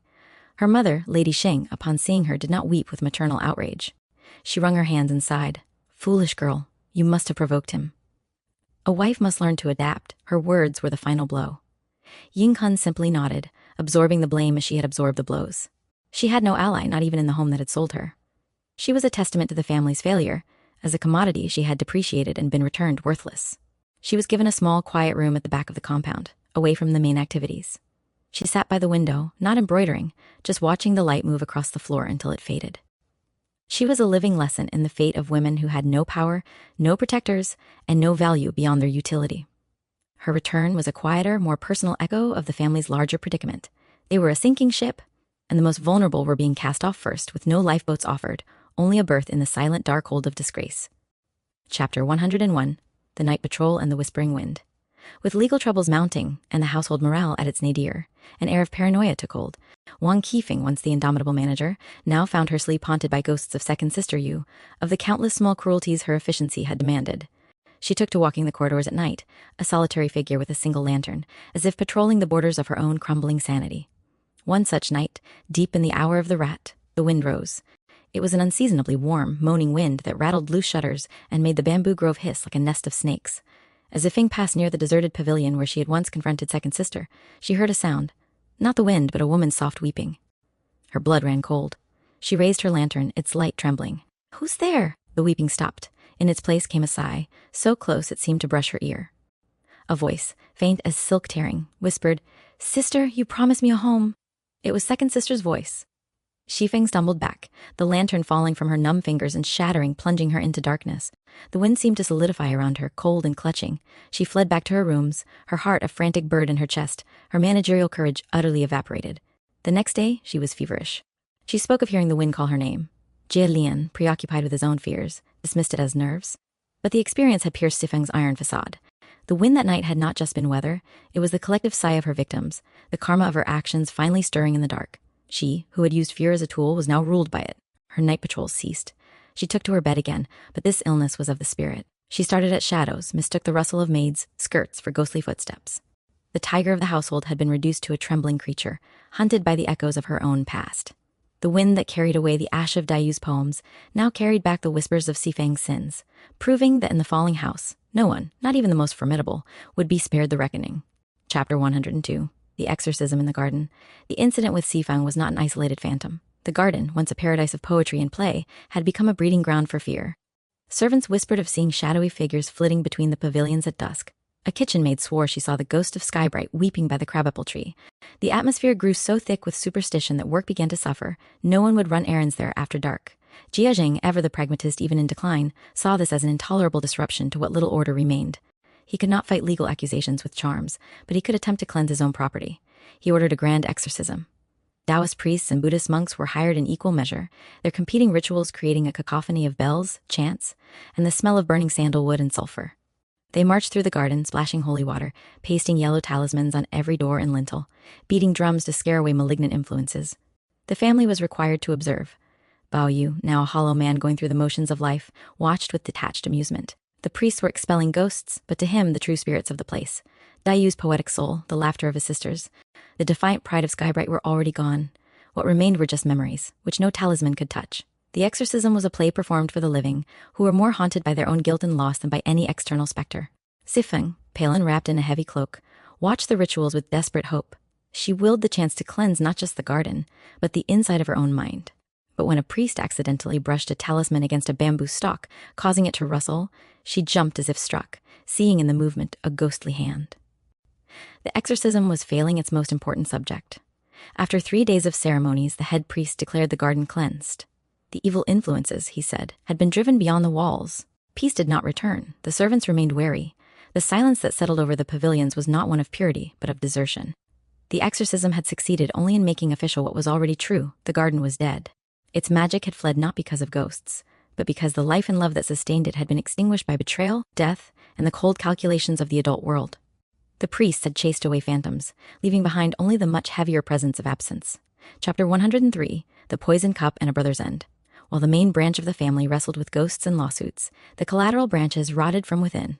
The drama centered on Jingui, Xu Pan's venomous wife, and her war of attrition against her gentle sister-in-law, Xiangling.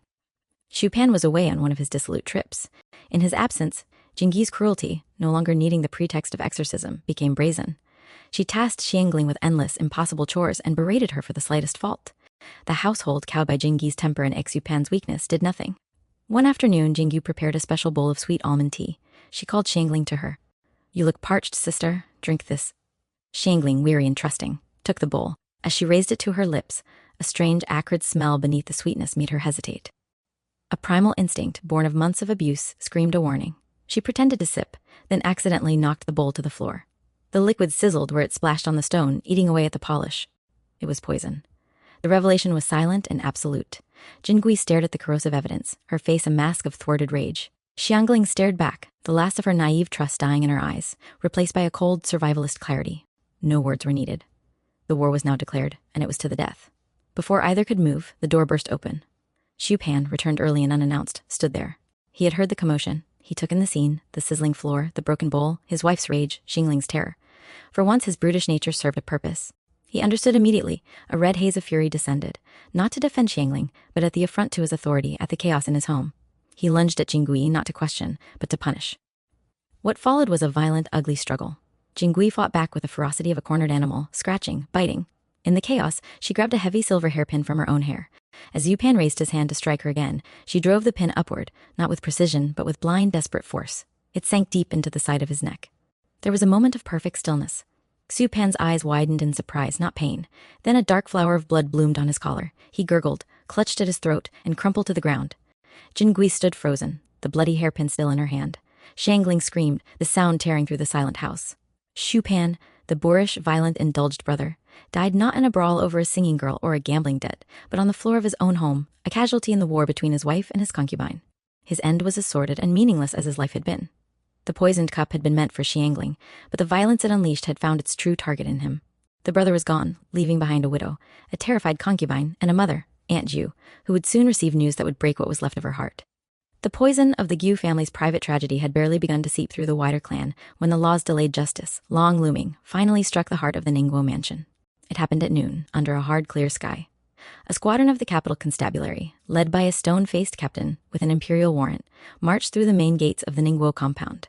They did not come with the respectful hesitance of supplicants or messengers. They came with the tramp of official boots and the grim purpose of executioners.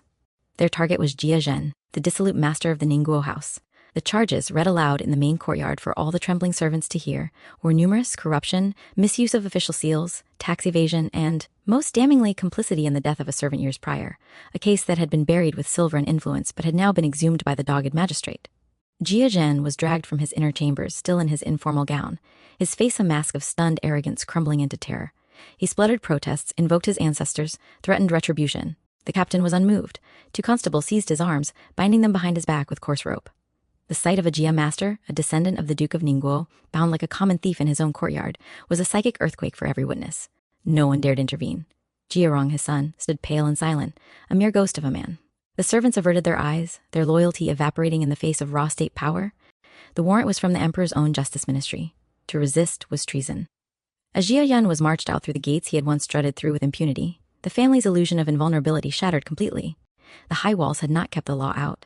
They had only made the arrest more dramatic. A public spectacle of fall from grace. The scandal would be all over the capital by nightfall. News flew to the Rongguo mansion. Jia Zheng received it with a silent, ashen-faced nod, as if receiving a diagnosis of terminal illness. The legal siege was no longer at the gates, it was inside the walls. The arrest of his nephew was not the end, but the beginning of the end. The family's name, once a shield, was now a target. That evening, the great gates of both mansions were shut early.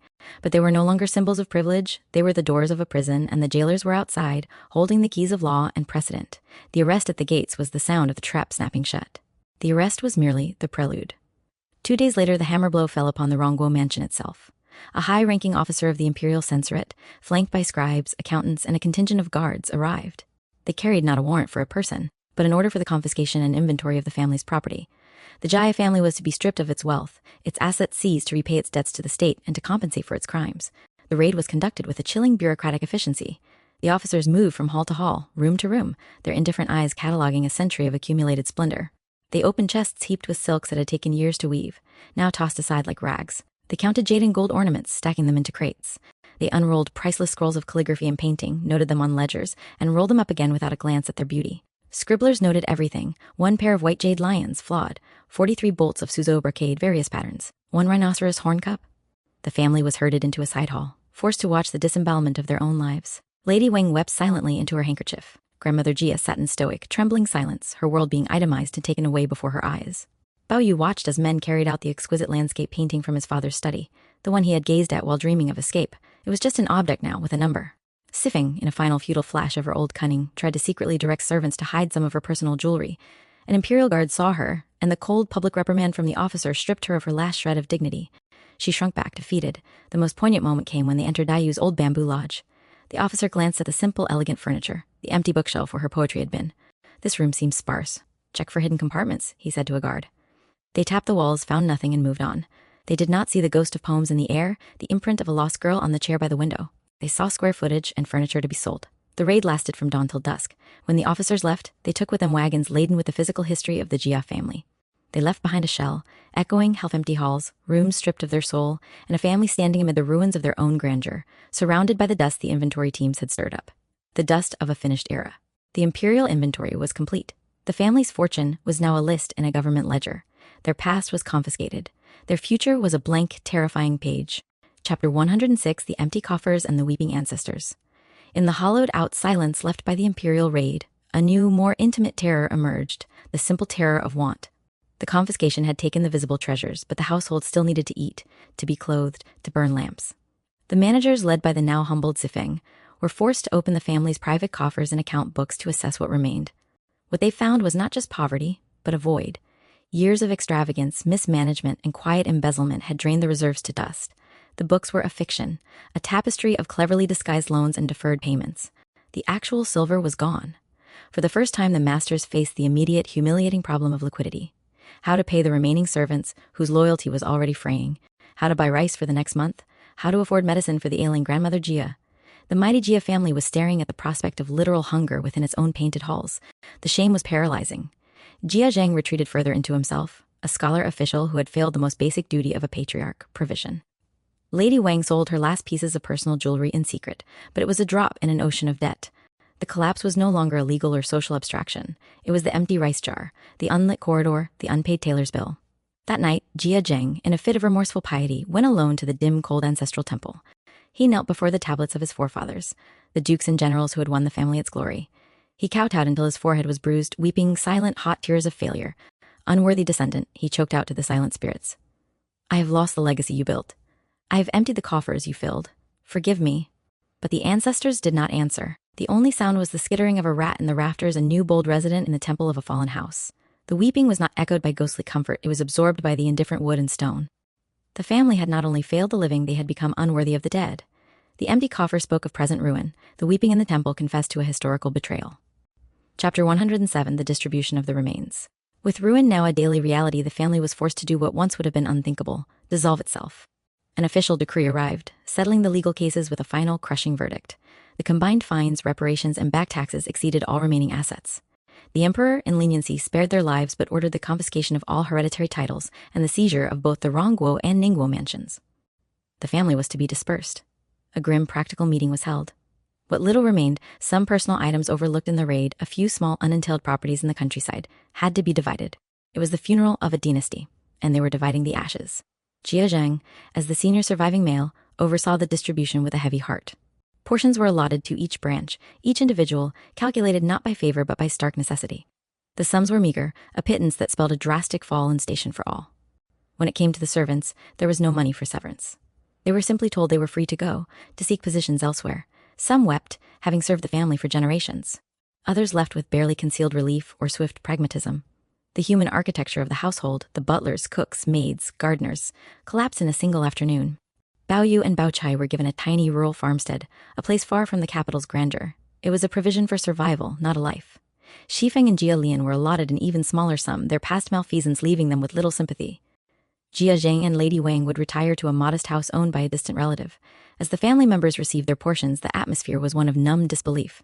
They were like passengers on a sunken ship, each being handed a different-sized piece of driftwood and pushed into the open sea. The bonds of clan, once all-encompassing, were now reduced to a financial transaction of dissolution.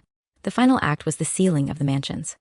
Imperial officials nailed boards across the majestic main gates of Rongguo and Ningguo. The sound of the hammer blows was the official punctuation mark on the family's story. The Jia family, as a great household, ceased to exist. What remained were scattered individuals, carrying the name like a ghost limb, headed into an unknown, diminished future with a few coins and the heavy memory of vanished splendor. The distribution was complete. All that was left was to walk away. Chapter 108, The Lonely Birthday. Time, indifferent to tragedy, marked another year. It was Bayu's birthday.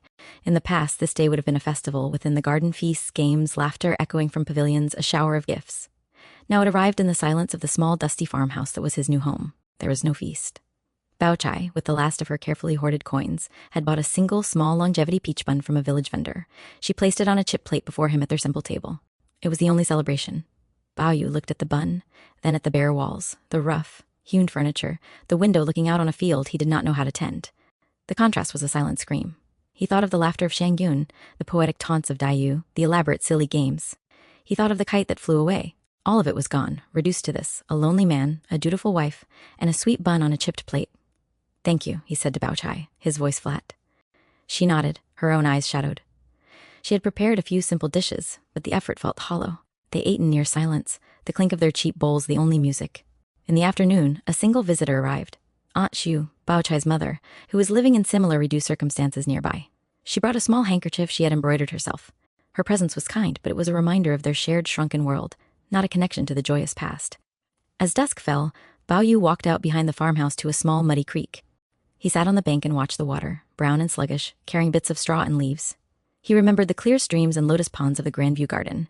He remembered composing poems by the water with his sisters. A line from one of Dai Yu's lost poems floated into his mind. Unbidden, the feast is over, the guests are gone, the moon is cold on the empty stairs.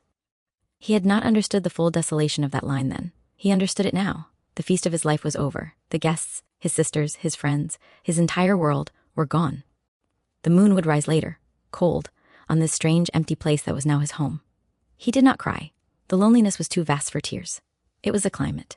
He sat until the light failed, a birthday boy mourning the death of his own history, with only the indifferent creek for company. Chapter 109, The Vigil and the 5 Watches of the Soul. Grandmother Gia, the mighty matriarch who had presided over the family's zenith, did not survive its fall. The shock, the shame, the dispersal of her children and grandchildren broke her indomitable spirit. She took to her bed in the modest house where Jia Zheng and Lady Wang now lived, and quietly began to fade. Her death was not sudden, but a slow dimming. The family, what was left of it, gathered for a final silent vigil. Bao Yu and Bao Chai came from their farmstead. Shi Chun, now living with a distant relative, arrived. It was a pitifully small assembly in a small room, a stark contrast to the armies of kin and servants that would once have attended her. The old lady drifted in and out of consciousness. In her lucid moments, her eyes would scan the room, looking for faces that were not there, for Daiyu, for Fengji in her full power, for the bustling life of her great halls. A profound confusion and sadness clouded her gaze.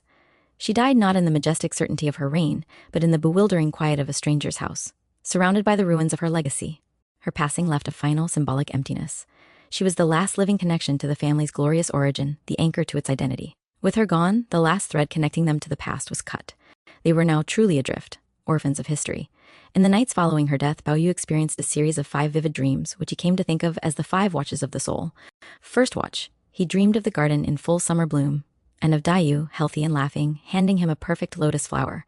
She said, "It is not too late." Second watch, he dreamed of his father, Jia Zheng, not as a stern official, but as a young scholar, reading poetry with a look of pure, untroubled joy.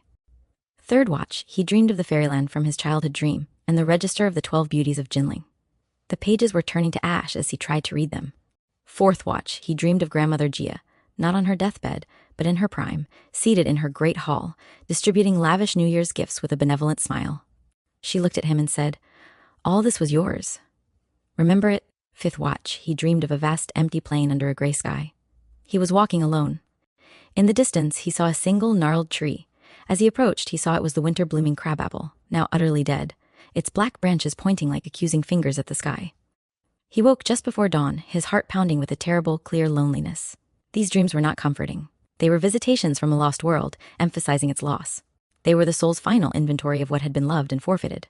The vigil for Grandmother Gia had ended, but the vigil for his own past had begun in earnest, conducted in the silent theater of the night, in 5 acts of beautiful, unbearable remembrance. Chapter 110, The Pawn Shroud and a Beggar's Funeral. The death of Grandmother Gia, the family's final pillar, presented an impossible problem: how to bury her. The elaborate weeks-long funeral rites befitting a woman of her status required a fortune they no longer possessed. The coffers were not just empty, they were a memory. Jia Zheng, in a state of numb horror, faced the reality.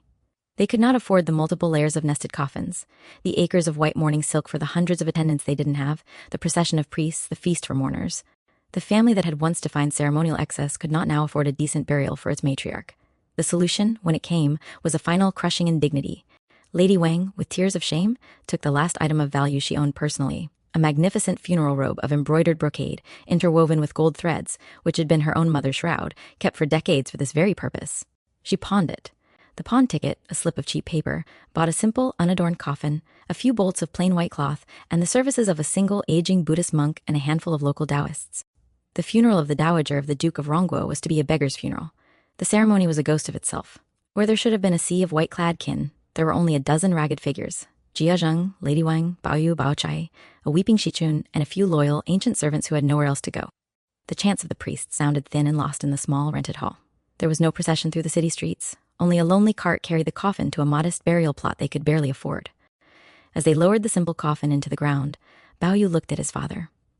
Jia Zheng's face was carved from stone, but a single tear traced a path through the dust on his cheek. It was not just a tear for his mother, but for the utter annihilation of the dignity she had represented.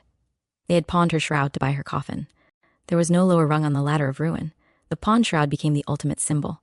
It meant they had not only lost the future, but had now sold the past. They had liquidated their very history, their duty to the dead, for the means to dispose of a body. The funeral was not a celebration of a life. It was a hurried, shamefaced tidying away of the last evidence of a greatness that was now officially, pathetically, over. Chapter 111, The Last Maid and the Faithful End. In the stripped and scattered household, one figure remained who embodied the old loyalty, the old world, more purely than any blood relative, faithful Grandmother Gia's senior maid. She had served the old lady since girlhood. her life inextricably bound to her mistress's rhythms and whims. With Grandmother Gia gone and the household dissolved, Faithful was technically free. She was offered a place with Lady Wang or with other branches of the family, but Faithful had no life outside of service to her mistress. The world beyond the Gia walls held no meaning for her. Her identity was the shadow cast by her lady's presence. In the days following the piteous funeral, Faithful moved through the modest rented rooms like a ghost. She polished surfaces that were already clean, arranged dishes that were never used, and would turn to speak to her mistress only to find empty space. One evening, she dressed herself with meticulous care in her best serving clothes, the ones Grandmother Gia had liked. She combed her hair into the severe, neat style her mistress had always required. Then she went to the small, temporary altar where Grandmother Gia's spirit tablet stood. She knelt, kowtowed 3 times, and spoke quietly to the tablet. "Old ancestress, you have gone ahead. Your worthless servant has nowhere to go. I cannot serve in this new world. I beg to follow you, to continue my service in the next." She rose, her face serene. She had made her decision not in a moment of hysterical grief, but with the calm finality of a duty completed. For a maid like Faithful, loyalty was not a job, it was her soul. If the object of that loyalty ceased to exist, then her soul had no reason to continue. That night, when the household slept, Faithful took her own life. She chose a clean traditional method, leaving no mess. She was found in the morning, looking as composed as if she were waiting for her mistress to wake and call for tea. Her death sent a different kind of shock through the remnants of the family. It was not a tragedy of politics or finance, but of the heart. In a time when everyone was scrambling to save themselves, Faithful's act was a stunning anachronistic testament to absolute fidelity. She had been the last true servant of the old order, and with her mistress gone, the order itself was truly dead. She had followed it into oblivion, a final, flawless piece of a broken mechanism, choosing to break itself rather than try to function in a world for which it was never made. Her name was her epitaph. In the end, she was the only one who had been truly, fatally faithful. Chapter 112, The Thief in the Ruins and the Monk's Return. With the family dispersed and the mansion sealed, the great compounds of Rongguo and Ningguo did not stand empty for long. They became targets. Stripped of their protective aura of power, they were now just large, unguarded collections of buildings, and rumors persisted that some valuables might have been overlooked in the hasty confiscation. One moonless night, a band of common thieves, emboldened by the family's disgrace, scaled the back wall of the Ningguo mansion. They broke into the main hall, now a cavernous space of dust and echoes. They pried up floorboards, searching for hidden caches. They found little, a few tarnished brass fittings, a broken porcelain vase. The true treasure was gone. Frustrated, they ventured deeper into the inner quarters. In one room, they disturbed a colony of bats that had taken up residence in the carved rafters. The sudden, silent fluttering of dark wings in the pitch black room spooked the superstitious men. One, thinking he saw a pale, moving figure in the corner, cried out, "A ghost!" Panic spread. In their scramble to flee, they knocked over a fragile screen. It sounded like a crash of bones in the silence. Convinced the place was haunted by the wronged spirits of the Gia family, they abandoned their meager loot and scrambled back over the wall, their burglary a failure born of their own fear of the past they were desecrating. The next morning, as news of the attempted robbery spread through the nearby alleys, a different figure appeared at the boarded-up main gate of the Rongguo mansion. It was the strange, skeletal Buddhist monk who had appeared years before, when Baoyu was lost in his soul sickness, and who had restored his jade by chanting over it. He stood before the sealed gate for a long time, his face impassive. Then, in a voice clear and calm, he spoke not to anyone present, but to the air, to the house itself. "Empty is form. Form is empty. The dream is ended. The stone must return." He turned and walked away, disappearing into the flow of the city street as if he had never been there. His words were a cryptic epitaph. He had come at the beginning of the family's supernatural connection, and now at its end, to pronounce its closure. The stone, Baoyu, and by extension the family's stony, miraculous foundation, had completed its journey in the dusty world of form and was due to return to the emptiness from which it came. The thief's fear and the monk's pronouncement were two sides of the same coin. The physical property was now worthless and haunted by memory, while its spiritual significance was being formally recalled by the powers that had granted it. The ruins were now just ruins, waiting for wind, weather, and time to finish the job the law and fate had begun. Chapter 113, The Final Account and the Karmic Reckoning. In the cramped, damp farmhouse, Wang Sifeng lay dying. The illness that had begun as a fever of guilt after hearing the ghostly whisper had never left her. It had settled in her bones, a slow, consuming fire. Her formidable energy was spent, her cunning useless. She was a skeleton wrapped in yellowing skin, her famous eyes now huge and dull in their sockets. She had only one visitor in her last days, Granny Lu, the simple, good-hearted countrywoman who had come years ago as a poor relation seeking aid, and whom Sifeng had once helped with a mix of condescension and genuine, if fleeting, kindness. Granny Lu, hearing of the family's fall and Sifeng's state, had traveled far to see her. She brought no medicine, only a small basket of fresh eggs and her blunt, earthy compassion. She sat by the bed, holding Sifeng's thin hand. "Oh, my lady," Granny Lu sighed, tears in her eyes. "To see you brought so low." Sifeng's lips moved, her voice a papery rustle. "I dreamed of a balance sheet, all in red. The debts, they are too many." She was not speaking of silver, she was speaking of the ledger of her life. The lives ruined by her schemes, the hearts broken by her ambition, the cruelties enacted for efficiency's sake. Second sister Yu, the countless servants she had bullied or discarded, the moral corners cut to maintain her power, the great joy marriage she had helped engineer. The balance was overwhelmingly negative, and the creditor was not a banker, but karma itself.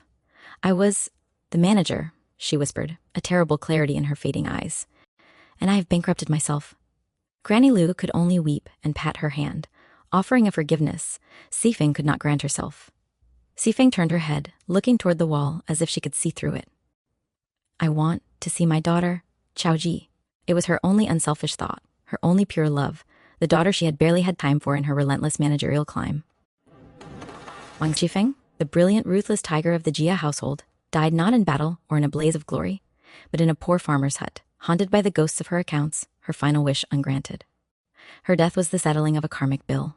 She had lived by calculation and control, and she died understanding too late that some ledger sows of the human heart and spirit cannot be manipulated, only settled in full, with a terrible, final exactitude. Chapter 114, The Scholar's End and the Unread Scroll. Jia Zheng, the scholar patriarch, outlived his world. In the modest borrowed house where he and Lady Wang now lived, he continued his daily ritual of rising at dawn, washing, and sitting at his small plain desk. But there were no more official documents to review, no more household accounts to fret over, no more sons to examine. There was only silence and the crushing weight of his failures. He would take out his few remaining books, not the rare editions from his grand library, but cheap, well-thumbed copies of the Confucian classics. He would open them, but his eyes would not track the words. He would see instead the sealed gates of his mansion, the imperial scribes itemizing his treasures, the simple coffin of his mother, the tear in the dust on his own cheek. His health, never robust, declined swiftly. It was not an illness with a name, but a sickness of the spirit that eroded the body. He had defined himself by duty, scholarship, and the upholding of his family's legacy. With all three in irretrievable ruins, the will to inhabit his physical form simply ebbed away. Lady Wang nursed him with a quiet, shared despair. They rarely spoke, words were useless to bridge the chasm of their loss. One afternoon, as a pale winter sun lit the bare room, Jia Zheng motioned weakly to a bamboo tube on a shelf. Inside was his final unfinished work, a commentary on a passage from the Book of Rites, a project he had been refining for years, meant to be his scholarly masterpiece. Lady Wang brought it to him. He held the scroll but did not unroll it. He ran a trembling finger over the sealed cap, his eyes distant. The commentary was based on the principles of order, ritual, and social harmony, principles that his own life story had utterly contradicted. To finish it would be the height of hypocrisy. To read it now would be a torture. With a sigh that seemed to come from the bottom of his soul, he handed the scroll back to his wife. "Burn it," he whispered. "It is irrelevant." He died that night in his sleep, as quiet and undramatic as his life had tried to be. His end was the final surrender of the Confucian ideal he had embodied, the scholar gentleman who could not save his family, the patriarch who presided over dissolution, the moralist whose world proved morality was no shield against fate. The unread, unfinished scroll was burned as requested. Its smoke joined the smoke from Daiyu's poems and Sifeng's fevered dreams, another testament to a beautiful, ordered truth that could not survive the messy, brutal reality of the world.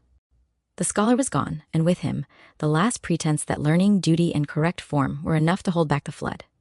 Chapter 115, The Mirror Cousin in the Vain Quest. Into the bleak landscape of Baoyu's reduced life came a strange echo from the past, a visit from his cousin, Xin Baoyu. Jin Baoyu was from the distant lesser branch of the family that had mirrored the Rongguojias in name, and to an extent in fortune. He was around the same age, and as boys, their shared name and similar status had been a curious coincidence. Now, the mirror held up a very different reflection. Zhen Baoyu arrived not to commiserate, but to boast. His family, through caution and lesser ambition, had avoided the cataclysm. He was on his way to the capital to sit for the provincial examinations, full of confidence and conventional ambition. Dressed in fine, new robes, he spoke of essay strategies, influential examiners, and the glorious official career that awaited him. He sat in Baoyu's poor farmhouse with barely concealed pity, his eyes taking in the rough furniture, Baochai's simple clothes. He spoke of the misfortune that had befallen Baoyu's branch, as if it were a bizarre natural disaster, not a moral and financial collapse. "You must start again, cousin," Jin Baoyu said with patronizing heartiness. "The examinations are the only path. With diligent study, even from here, you could regain a degree of standing in a decade or so." Baoyu listened, a faint, ironic smile on his lips. He saw in Zhen Baoyu everything he had been expected to become, the earnest, striving, conformist scholar, a perfect product of the system. This cousin was a living monument to the life Baoyu had failed or refused to live. When Zhen Baoyu left, promising to send him helpful study guides, Baoyu walked back into his empty field. The encounter had stirred nothing but a deeper weariness.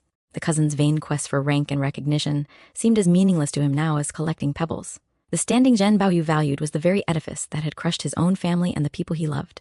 He looked at his own hands, calloused now from unfamiliar labor. They would never hold an examination brush again. The mirror cousin had shown him the ghost of a road not taken, and Baoyu felt only relief that he was not on it. His quest, if he had one, was no longer for status in the world of men. It was an internal, silent search for meaning in the ashes of a dream, a search that no study guide could address. The visit clarified his isolation. He was not just apart from his past, he was apart from the entire forward momentum of his society. He was a stone left behind on the riverbank, while cousins like Zhen Baoyu sailed eagerly down the main stream, chasing honors that Baoyu now knew were written on water. Chapter 116, The Return to the Illusory Realm. A great lethargy had settled upon Baoyu, a waking sleep. One afternoon, as he dozed by the hearth, the embers of the fire seemed to swell and transform. The smell of ash became the scent of rare incense, and the crackle of the burning wood melted into the murmur of a celestial stream. He found himself standing once more at the entrance of the Taixu Huanjing, the illusory realm of Great Void, the fairyland he had visited in his dream as a boy. The same grand stone archway, the same mist-shrouded pavilions, the fairy disenchantment, beautiful and remote as a statue of ice, was there to greet him. "You have returned, stone," her voice echoed, neither welcoming nor cold. "The register awaits your final reading." She led him again to the chamber where the Jinling 12 Beauties register was kept. The great book lay open. This time, as he looked, the cryptic verses and paintings he had not understood as a boy now resolved with terrible, heartbreaking clarity. He saw Dayu's fate, a lonely withering, tears watering a barren plant. He saw Baochai's, a sensible marriage in a cold, empty room. He saw Shifeng's, a snow-covered mountain, path leading to an abyss. He saw the fates of all his sisters and maids Yingkun's torment, Tanchen's distant exile, Shengyun's bittersweet widowhood, Faithful's noose of loyalty, each image a perfect, concise summary of the tragedies he had lived through. The register was not a prophecy of the future. It was a record of the past, and he was the sole survivor reading the obituaries of his world. The pain was so acute, it was beyond grief. He had witnessed the pages of this book enacted in blood, tears, and ashes. The dreamland was showing him that his suffering had been authored, that his life had been a performance of a predetermined text. As the last page turned, he looked up at disenchantment. "Why?" he asked, his dream voice raw. "Why show a child the ending of his own story?" "To teach you the nature of illusion," she replied. "To know that the passions of the red dust, love, ambition, jealousy, grief, are but phantoms in a grand, empty play. You have now seen the play from beginning to end. The illusion is complete." The mists of the realm began to thicken, swirling around him. He felt a profound detachment, a severing of the last emotional strings that tied him to the world of the red dust. He had walked through the dream of his life twice. Once in ignorant anticipation, once in agonized retrospect. There was nothing left to see, nothing left to feel. He woke on the hard floor by the dead hearth, the cold of the night seeping into his bones. But a different cold was inside him now, the clear, calm cold of understanding. The great illusion was over. The play was done. The actor was leaving the stage. Chapter 117, The Renunciation and the Last Laugh. The dream of the illusory realm did not fade, it crystallized. Baoyu moved through the next days like a man already half departed. He performed his simple chores, ate the meals Baochai prepared, but his eyes held a distant light, as if he were looking at their life from a great height. Then the messengers arrived. 2 figures, unmistakable even in their travel-worn robes, the same skeletal Buddhist monk and lame Taoist priest who had appeared at pivotal moments in his life, at his birth with the jade during his childhood illness outside the sealed mansion. They stood at the edge of his field. Baoyu walked out to meet them, as if he had been expecting their call. "The stone's debt in the mortal world is paid," the monk said, his voice dry as wind in reeds. "The dream of glory and attachment is dissolved," the priest intoned. Baoyu nodded. He felt no fear, only a vast relief. He turned and walked back to the farmhouse. Baochai was mending clothes by the window. She looked up, and in his face, she saw a decision that turned her blood to ice. "I must go," he said, his voice gentle but final. She understood instantly. This was not a departure to another town or another life. This was the departure. The last of her composure shattered. "Go." "Go where?" "This is your home. I am your wife. You have been a good wife," he said, and there was genuine gratitude in his words. "But my home was elsewhere. It was a dream. I have to wake up now." He took nothing. No bundle of clothes, no money. He simply turned and walked out the door, back toward the 2 waiting figures. Jia Lan, who had been studying nearby and had overheard, ran after him. "Uncle, you can't. What about the family? What about the examinations? You have a duty." Baoyu stopped and looked at his earnest, striving nephew, the last flicker of the worldly Jia's spirit. A smile, The first genuine, untroubled smile in years touched his lips. It was a smile of pity and boundless, amused detachment. "Duty?" Bao Yu said softly. Then he laughed. It was not a bitter laugh, nor a happy one. It was the clear, light laugh of someone who has seen the cosmic joke and is finally free to appreciate it. It was a laugh that dismissed the entire painful, beautiful, agonizing spectacle of human striving, the exams, the marriages, the quarrels, the glory, the ruin, as the most elaborate of pointless games. He turned his back on his nephew, on his wife, on the field, on the world. He joined the monk and priest. The three figures walked down the dusty road, and as they reached a bend, a strange mist seemed to rise from the autumn ground, enveloping them. When it cleared, the road was empty. Bao Yu was gone. His last act was not a cry of pain, but a laugh of release. His final legacy was not a son or a title, but the echoing, enigmatic sound of that laugh, hanging in the air over the stunned silence of the wife and the nephew he left behind, a laugh that was the true final renunciation of the red dust. Chapter 118, The Empty Cradle and the Last Will. In the wake of Bao Yu's vanishing, the farmhouse became a tomb of quiet despair. Bao Chai moved through the days like an automaton, her famous composure now a shell of pure shock. She was a widow whose husband had not died, but had chosen non-existence over her. The insult was metaphysical, a rejection more profound than death. She discovered she was pregnant. The news, which should have been a lifeline, a purpose, felt instead like a cruel joke, a final binding to the world Bao Yu had transcended. She carried the child of a man who had declared their life together a dream. The cradle would be filled by a ghost's heir. Meanwhile, Jia Zheng's modest estate had to be formally settled. With Bao Yu gone and presumed dead or irrevocably lost, the mantle of family responsibility, what little was left of it, fell to the only remaining male of that generation with any claim to duty, Jia Lan, the son of the deceased Li Wan. A family council was held in Lady Wang's spa sitting room. Present were Lady Wang, her face aged by grief, Aunt Zhu worn down by her own losses, Bao Chai pale and silent, and Jia Lan trying to look older than his years. The matter was the family's last shred of capital, a small sum of money from the sale of Jia Zheng's remaining books and scholarly effects. It was not enough to restore anyone's fortune, but it was enough to make a choice. Jia Lan spoke first, his voice firm. "The money must be invested in my education. If I pass the examinations and secure an official post, I can restore the family's name. It is our only hope." It was the pragmatic, worldly choice. The last of the Jia resources would be gambled on the old dream of bureaucratic success, the very dream Bao Yu had laughed at. Bao Chai looked from Jia Lan's determined face to Lady Wang's resigned one.